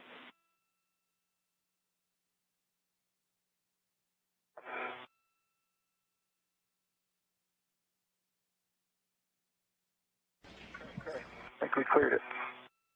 All right, thanks, Josh. Yep. No problem.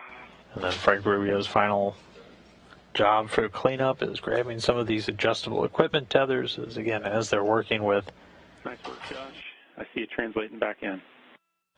As they're working with any equipment on board, they try to keep it tethered to them, make sure we don't have tools or any other items floating away during the spacewalk. And so he's just stowing some of those tethers on the crew lock bag, and then Frank will be done with his cleanup steps. We'll start to see the crew make their way back to the airlock to begin the ingress and finishing steps of the spacewalk itself. Again, right now we're 6 hours, 36 minutes in duration. Things kicked off at 7:19 a.m. Central, 8:19 a.m. Eastern. When they took their suits over to battery power, the clock's going to continue to count until they get inside the airlock, get the hatch closed, and the repressurization of the Quest airlock begins. Once we start to see the pressure tick up, that will be the operational completion of today's spacewalk.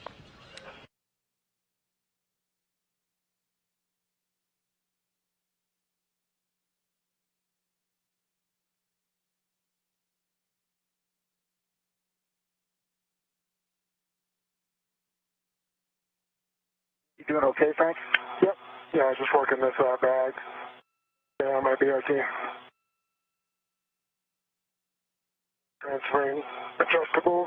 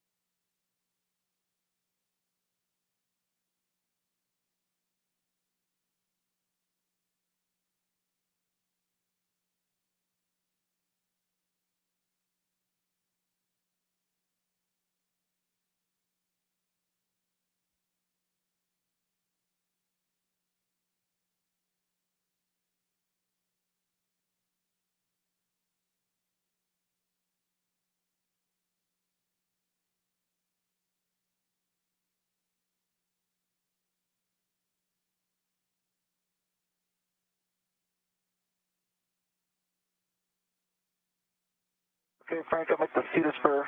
Copy, Josh. Thanks.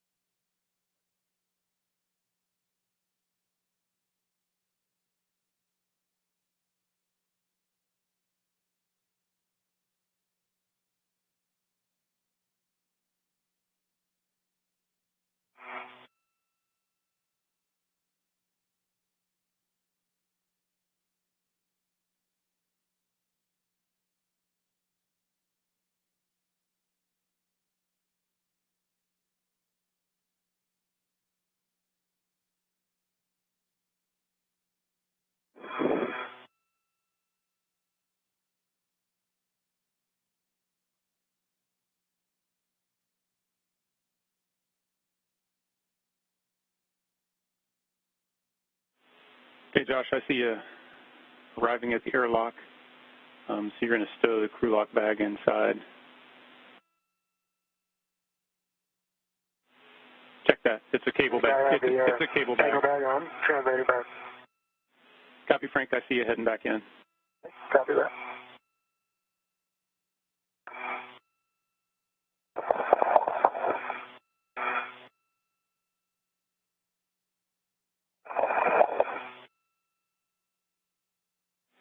And Frank, as you come off the FSC, we're going to want you to do the seated cart brakes, brake checks.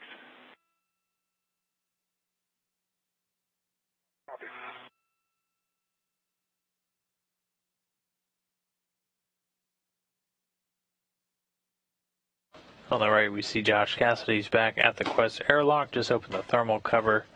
I'm going to start moving some of the equipment inside.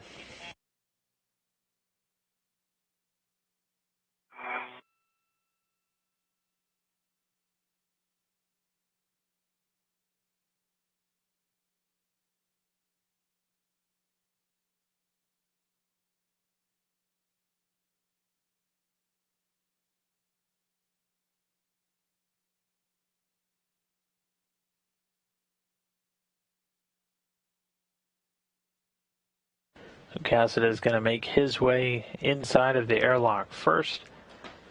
And he will be prime rather for starting to get some of the additional connections that are going to go into the suits unstowed as we get ready to basically integrate the EMUs back into the station systems, get back on those service and cooling umbilicals. But all that's still to come. Frank Rubio is going to be going in second. He's going to be prime as the lead spacewalker for getting that thermal cover and then the hatch itself closed.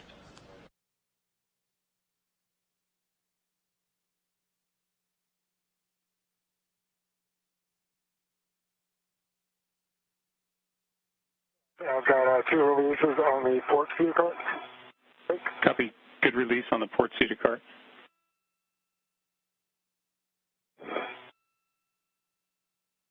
Okay, airlock rat is hooked up to the IDA bag. I'm getting my VRT off.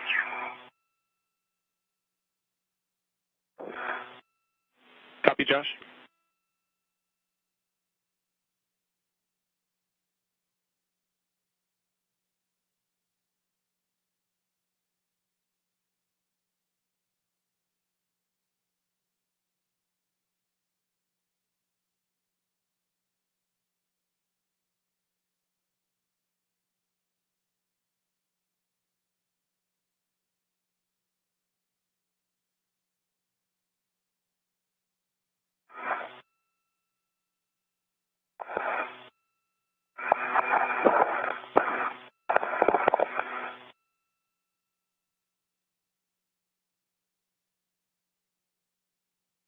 Okay, the IDA bag is inside. I assume same thing for me.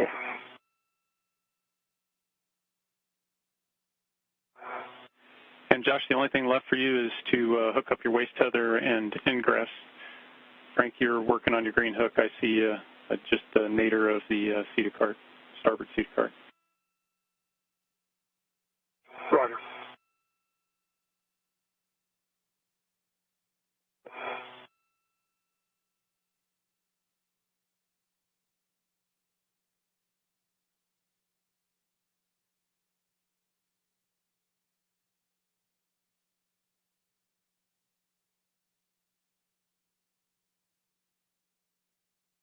Okay, my left waist tether is on the D-ring extender, gate closed, slider lock, black on black, as is the hook that goes to my left D-ring extender, gate closed, slider lock, black on black. Copy, that's a good config. Your go to ingress. Sounds good.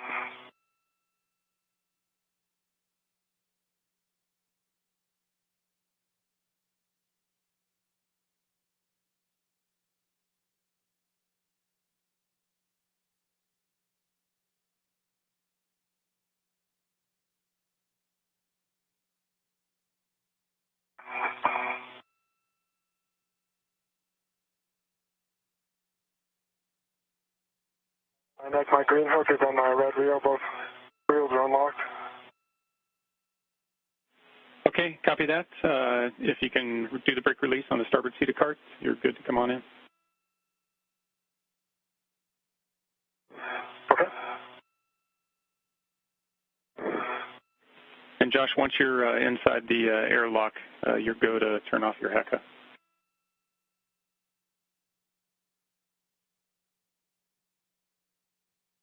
Yeah.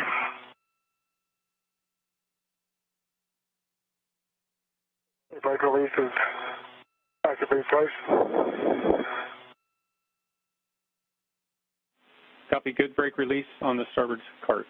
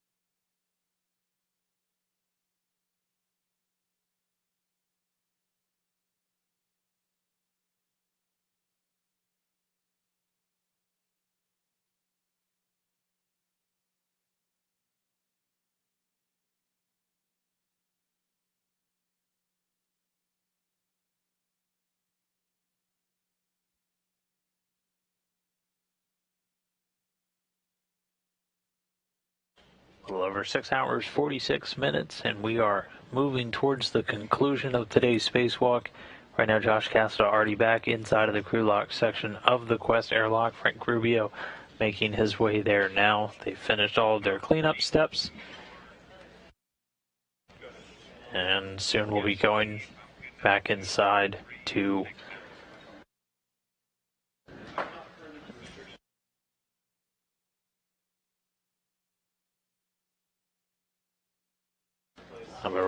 so they're moving back inside of the airlock. Reminder, our spacewalk will officially conclude when the repress of the airlock begins. So first we have to get them inside, get them hooked up back to these umbilicals, go through a couple of additional steps in the repress cue card, get the hatch closed, and then we'll be ready to go.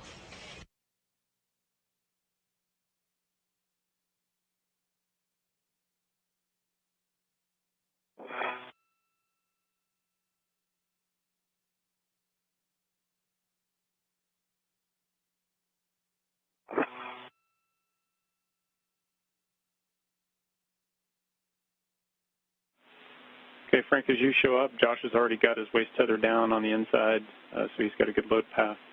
The next step for you is going to be grabbing his anchor hook and hooking it to your waist tether.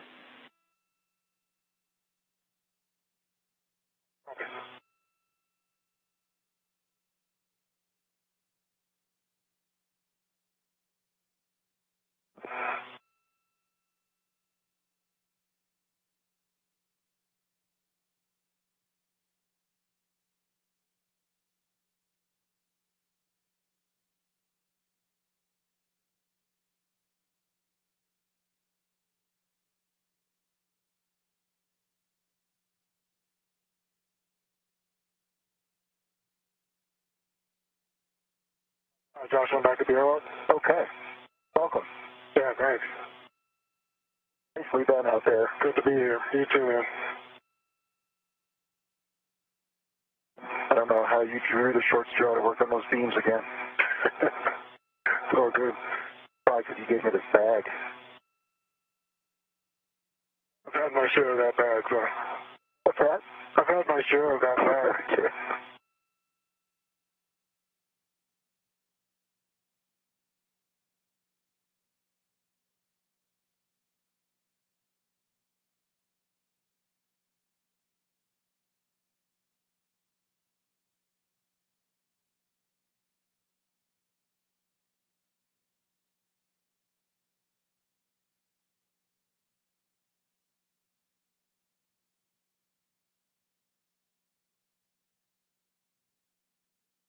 All right, Nick, I have Josh's anchor hook on my waist header, both his anchor hook and my waist header are day close hook lock black on black. Okay, copy that. Good config. So you're good to pull up your anchor hook off of 554 and ingress. Copy. Do you want to bring the tango bag in first? Or do you want to bring it in with you? I think I can get it with me. Let me try and. Well, actually, you know what? Let me hand it to you because I have some stuff to do, so it'll make life easier. Thank you.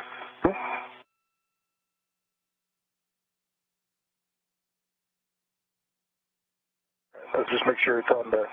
What side do you want this my header pack on? Do you want it over here? You can run. Yes, please, on the forward side. I'll let you drive your safety tether however you want since it's mine. I've got your. Are you able to release my safety tether? Oh, I'm sorry, my rat? Yep, absolutely. So we got a good rat on there. Here comes your lock bag rat. It is wrapped around this wire tie. Thank you.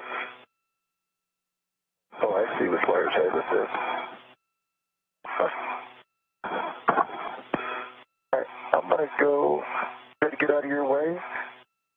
Nick, while I'm maneuvering, do you ever go ahead and start working my SCU?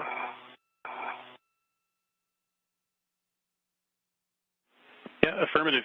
You're go to start working mating your SCU to your DCM. Okay, thank you. And Frank, when it's convenient, if you want to turn off your HECA, you can do it. Okay, copy.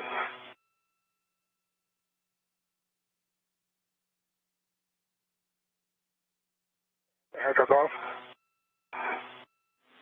Copy all.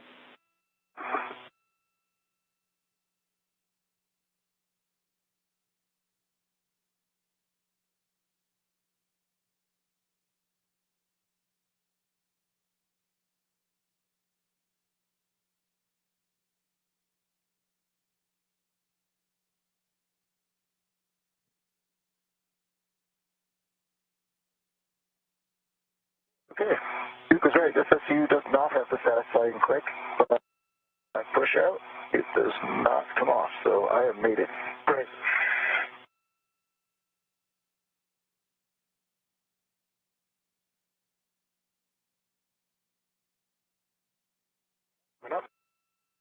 I'm going to try to get out of your way as best I can.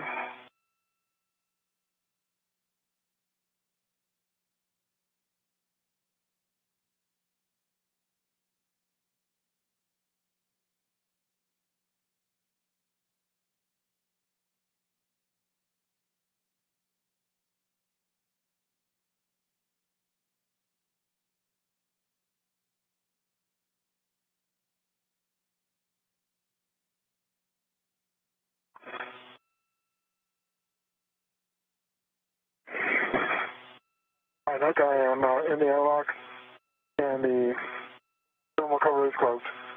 Copy that. And I've got a few checks here to attach the hook to the magnetic plate D-ring, cinch the strap, and report the number of Sharpie lines. Okay,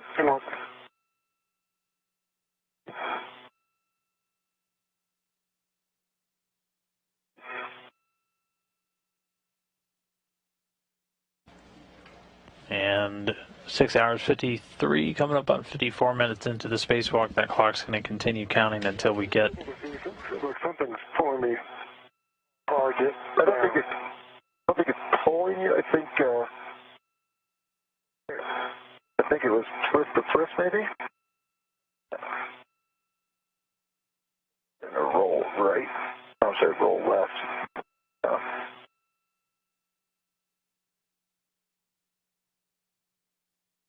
But again, that clock going to continue to count. So right now they've worked to get the thermal cover closed. So we're into the very end stages of our spacewalk today.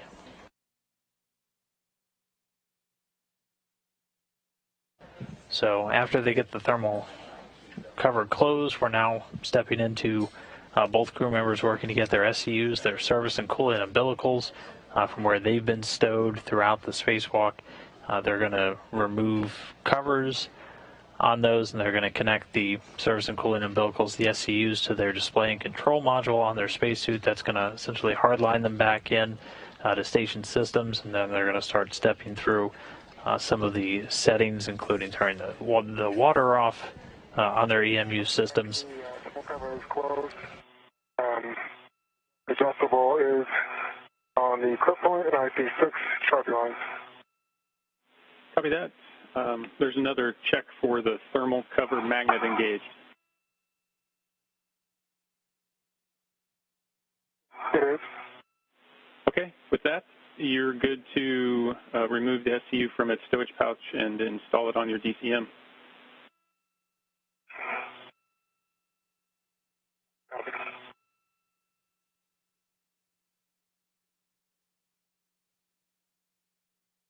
Josh, are you able to scoot a little bit further port? Oh, my head's up against the hatch. Okay.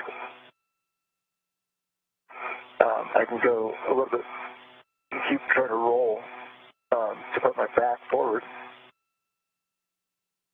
Hold on. Let me see if I can do it back.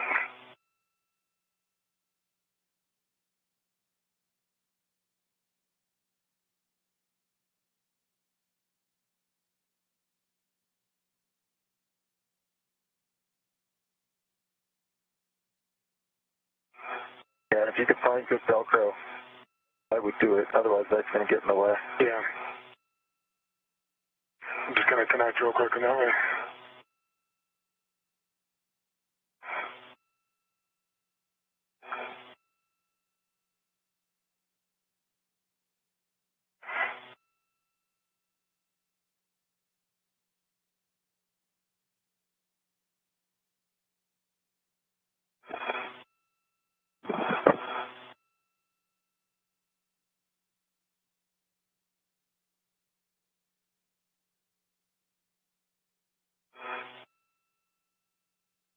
So again, right now the crew in the crew lock section of the airlock, we've got the thermal cover closed. Next up, they're going to be Connected.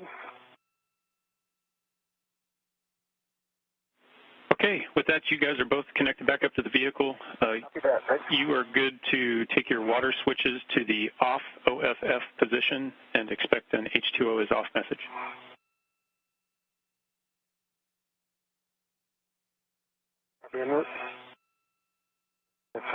Water's off for EV2. EV1, water's off. Okay, copy that. We're starting the 2-minute timer down here. And, well, we got the 2 minutes, and I still got you. Just want to say outstanding job today. You made it look easy and routine.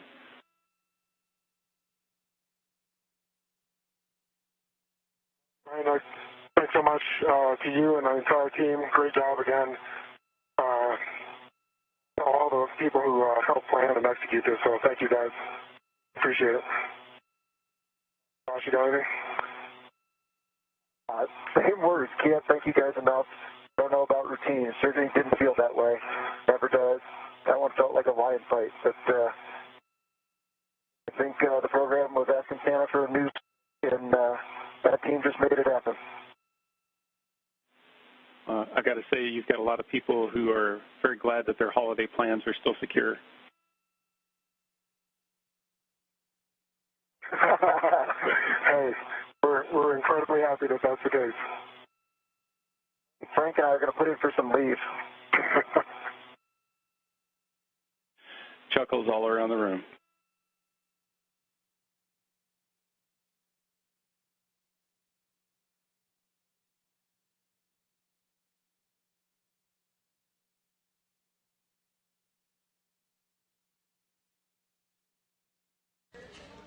And some words there at the end of a long but very successful day from our two spacewalkers, Frank Rubio and Josh Cassada, as well as our ground IV, the voice you've heard from Mission Control walking them through all the procedures today, NASA astronaut Nick Hague.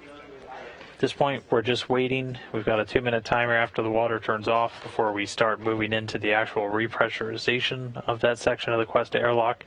So coming up next, Frank Rubio, our lead spacewalker for the day, is going to get the go to close the hatch. So as of right now, the crew lock section still has an open hatchway into the vacuum of space, so he's going to close that up. And then we'll jump over to the repress cue card. 2 minutes is up, so you can verify the handle position per the hatch decal. Make sure that the outer hatch is clear of hardware, and close and lock the hatch. Copy. Good work.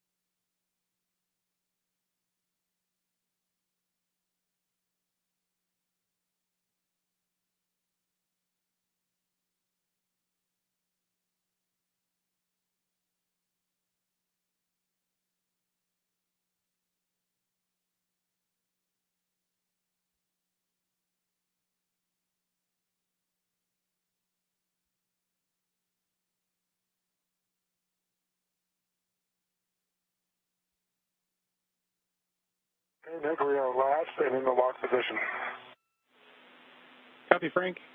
So Josh, you're going to check on the UIA that the EMU 1 and 2 oxygen valves are open. Oxygen, EMU 1 and EMU 2 open. You're going to switch power for EV 1 and 2 to the on position, ON. Check that you've got good LEDs and the volts readout.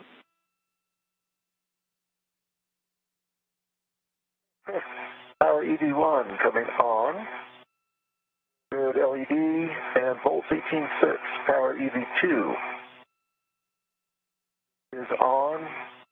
Good LED and 18.6 on volts. Copy. And then you are go on your DCMs to switch power to SCU and expect a warning tone.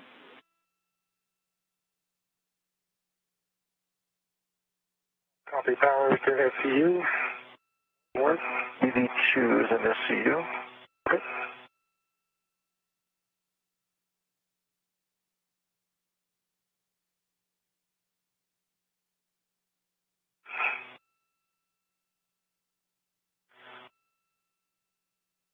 E1 SCU.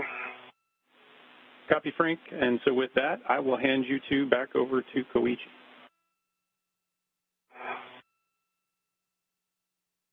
Okay, thanks again, Nick. You guys enjoy and enjoy your new year. On the think of us. Thanks for everything, Nick. It's a big team effort. Enjoyed working with you. Okay, Nick, excellent job, and I'll take over from here. Welcome back, guys. EV1 and 2, O2 actuator to press. O2 actuator to press and work. EV1. In work for EV2.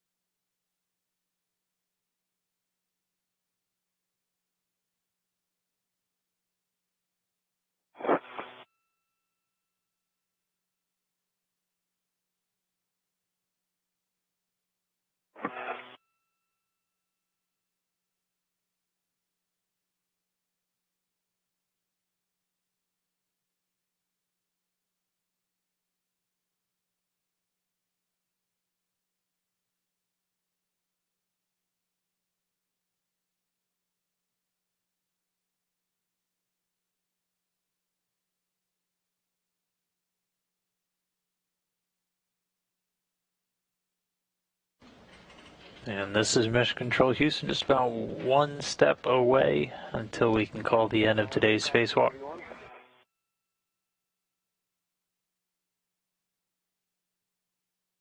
Okay, copy. Both EV1 and EV2 also. EV2 still working. Okay, did adjust.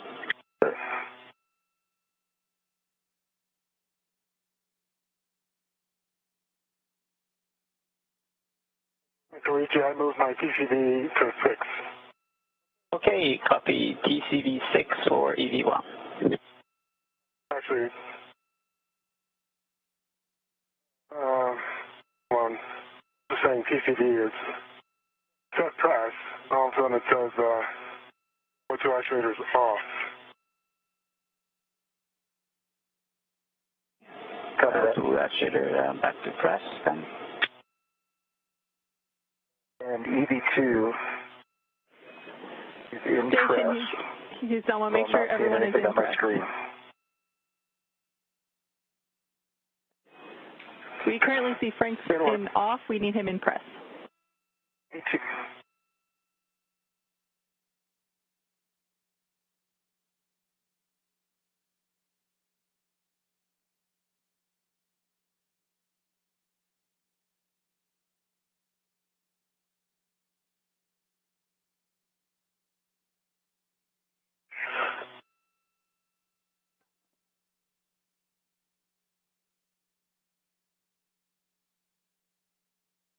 Okay, O2 actuators in press.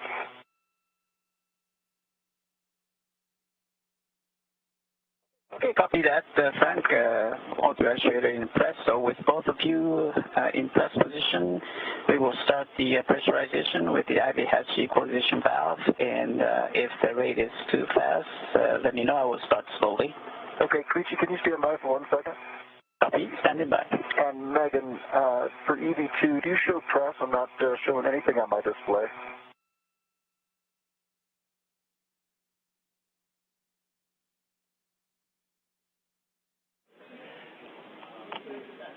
We see EV2 in press. And we're still waiting on data for EV1. Okay, Josh, is it okay to press? Again, boss, Megan? We see both you are go to press. Copy, thank you. Koichi, continue. Okay, with that, then we will start the repress with the IV hatch equalization valve, and let us know if the rate is too fast, and then expect the alert tone. Copy. EV1 copy, thank you.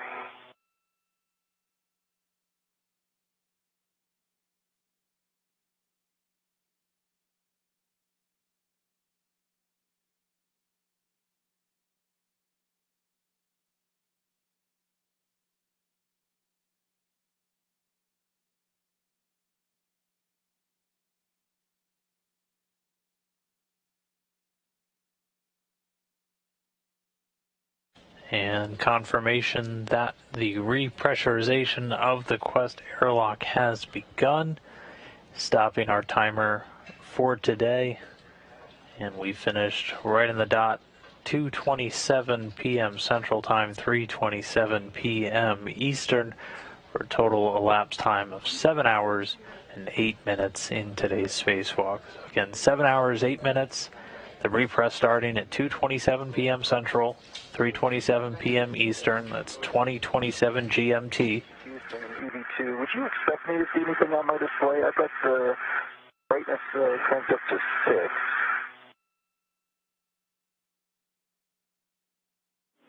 We're checking.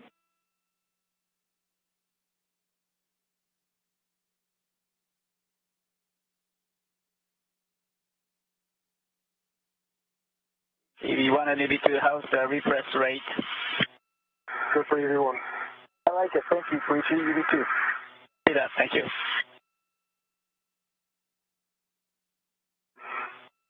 So right now we're seeing the pressure inside the crew lock start to tick up, and this is a manual process using a valve on that hatchway between the crew lock and the equipment lock section, where Koichi Wakata and Nicole Mann are going to be standing by to help Josh and Frank get out of their suits. And so you're hearing that airlock start to fill up with air.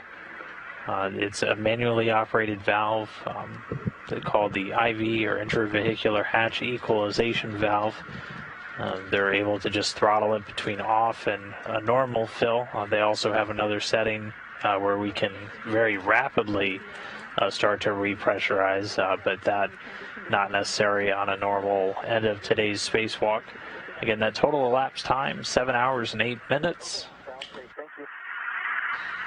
We're going to continue to pressurize up until we hit about 5 psi. And then once we get there, we will pause for about 2 minutes just to let pressure stabilize. And then after that 2-minute clock, we'll continue on. Expect alert tone. Copy. Language.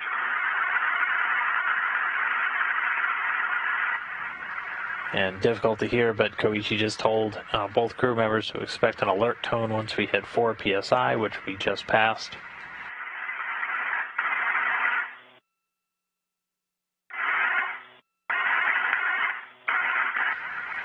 And again, expecting to continue until we hit about 5.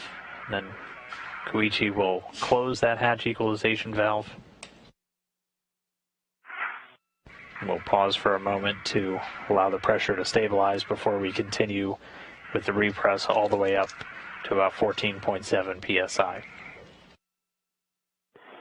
Okay, 1 and 2. I turn off the IV hatch equalization valve and checking the pressure for stabilization. Thank you, Coach. Copy.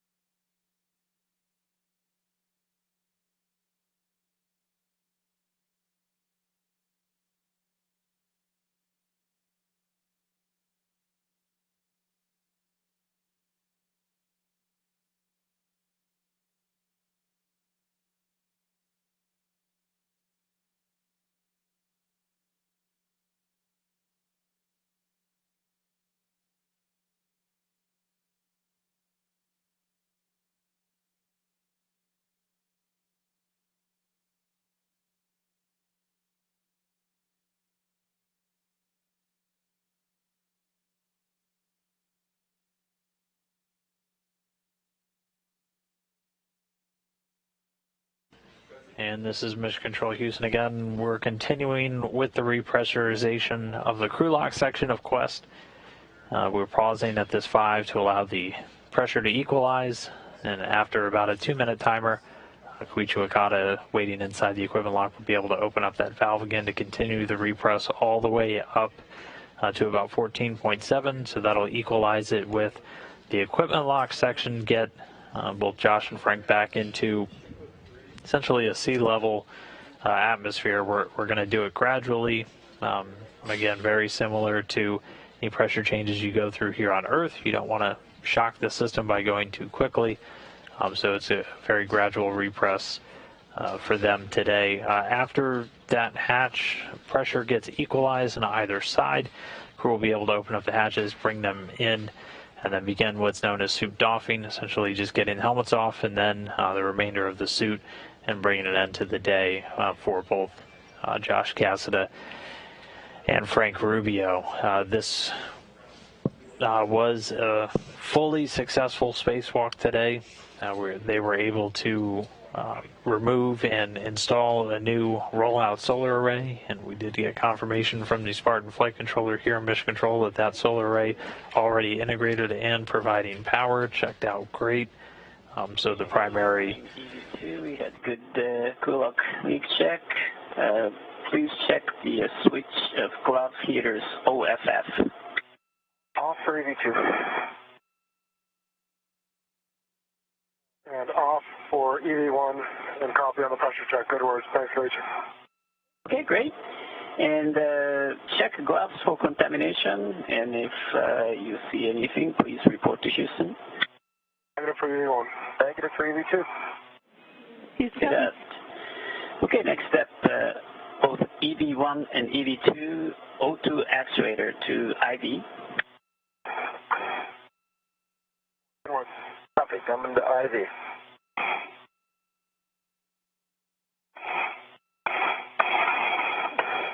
And Station Houston on 1, Josh, we'll go ahead and confirm that transition for you since your DCM is not showing you anything. Okay. Copy that. Thank you. I believe I'm in IV now.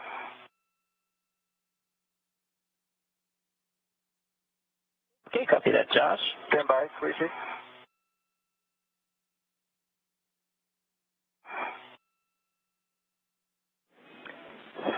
And Station, we're just waiting on data here on the ground.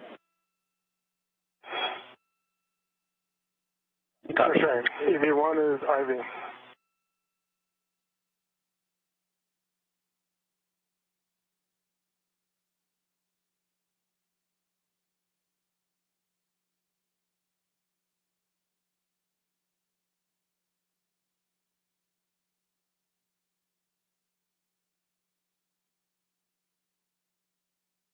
And so just standing by for another moment, we'll get a quick data pass and get all of the suit readouts down here to the team on the ground just to double confirm everything was still looking good, and then Koichi Wakata will be able to open up that valve and complete the final stage of our repress today. We'll have stats and everything before we sign off for you for today's spacewalk, which again lasted 7 hours and 8 minutes in total, fully accomplished its goal. Both Josh Casta and Frank Rubio working to install that new solar array. I can see it. It is in IV. We just don't have the concurs. We see you in IV. Yeah, okay. Awesome. Thanks, Megan. Okay, with that, restart the repressurization. Copy, Coach. Copy for EV2.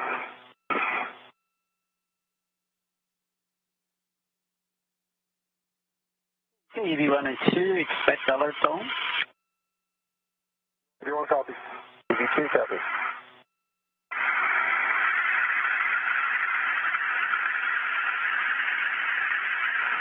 And so that hatch equalization valve open once more, seeing the pressure climb. They're going to continue until the difference in pressure between the crew lock and the equipment lock is essentially zero, so they'll be equal in pressure, after which case we'll be out of the repress cue card, and Koichi and Nicole will be able to open up the hatch, bring Josh and Frank back inside, get them out of their suits, and wrap up a very successful day.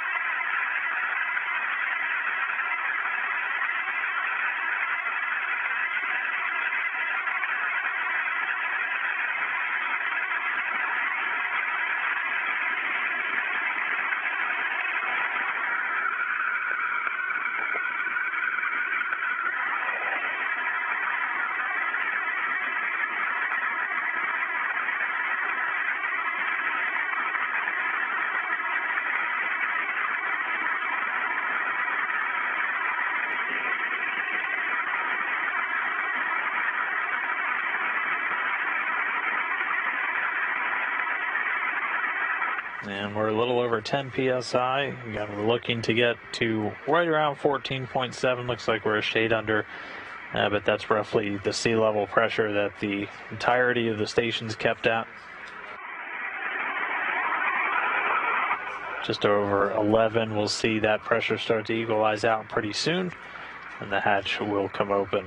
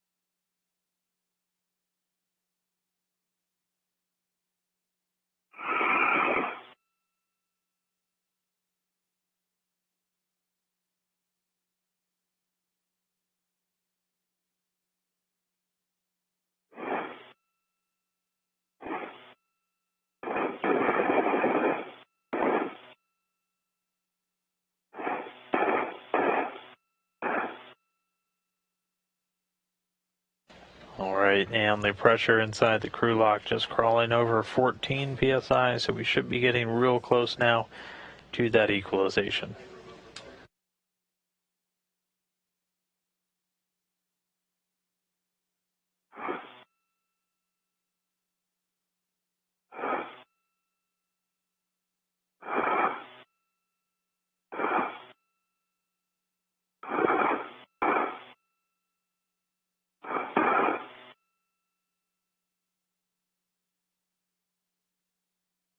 EV1 and EV2,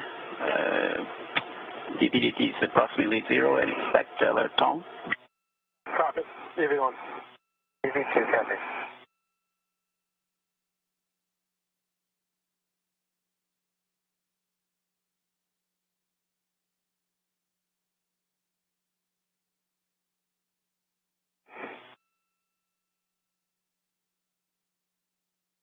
Okay, EV1 and EV2, we will open the IV hatch. That sounds great. Sounds amazing.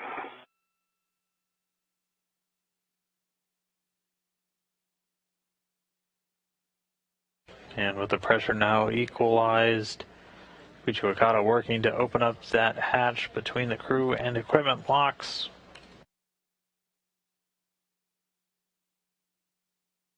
And once that hatch is open, he and Nicole Mann will be able to bring. Do this, huh? All right, safe to undo a weight setter? Yeah. I got it. I'm on it. Easy, turn it. Oh, yeah.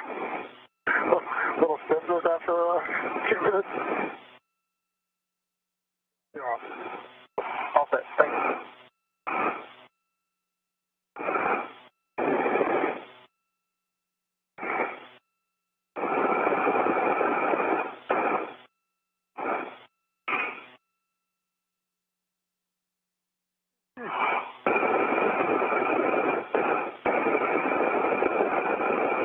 And getting confirmation the hatch now open. And with that, Koichi Wakata and Nicole Mann able to start bringing Frank Rubio, Josh Cassada back inside of the equipment lock. They're going to help them get helmets off, get out of their suits, make their way back into the station after an extremely successful day today. Again, just to recap, 7 hours, 8 minutes of spacewalking time today. Fully successful, able to remove that rollout solar array from its temp stow location, get it out to its new home, powering the 4A power channel. Successfully installed, unfurled, integrated in, and already generating electricity. So that's 4 out of 6 iROSA arrays now installed on the International Space Station. So very successful day, the third spacewalk for this duo just in the last couple of months and in their careers together. So a couple of quick stats for you before we go away. This was the 257th spacewalk in support of station assembly, maintenance, and upgrades. This was the 12th spacewalk on the station in 2022, and the 4th that was accomplished during Expedition 68, third U.S. one, and the first Russian. And this was the third spacewalk of both Cassada and Rubio's career, both of them now with a cumulative spacewalking time of 21 hours and 24 minutes. So all told, these 257 spacewalks now give us a lifetime of over 1,600 hours, 1,630 hours, 26 minutes of spacewalking. That translates to 67 days, 22 hours, and 26 minutes. But with the crew back safely inside, being helped out now by their Expedition 68 crewmates, a very successful spacewalk today, we are going to go ahead and wrap up our live coverage of EVA number 83, US EVA 83, here on NASA TV. Thanks for following along, watching Josh and Frank work in the vacuum of space and make a successful upgrade to the station's power generation system to help power more research, more technology for many years to come. Be sure to tune in for all of our upcoming dynamic activities in 2023, as the action never really stops on board the station. We'll have a lot more spacewalks, cargo vehicles, upgrade science, all happening throughout next year. But if we don't talk to you again, have a very wonderful holiday, a very happy new year, and we will see you next time on board the International Space Station. So signing off, this is Mission Control Houston.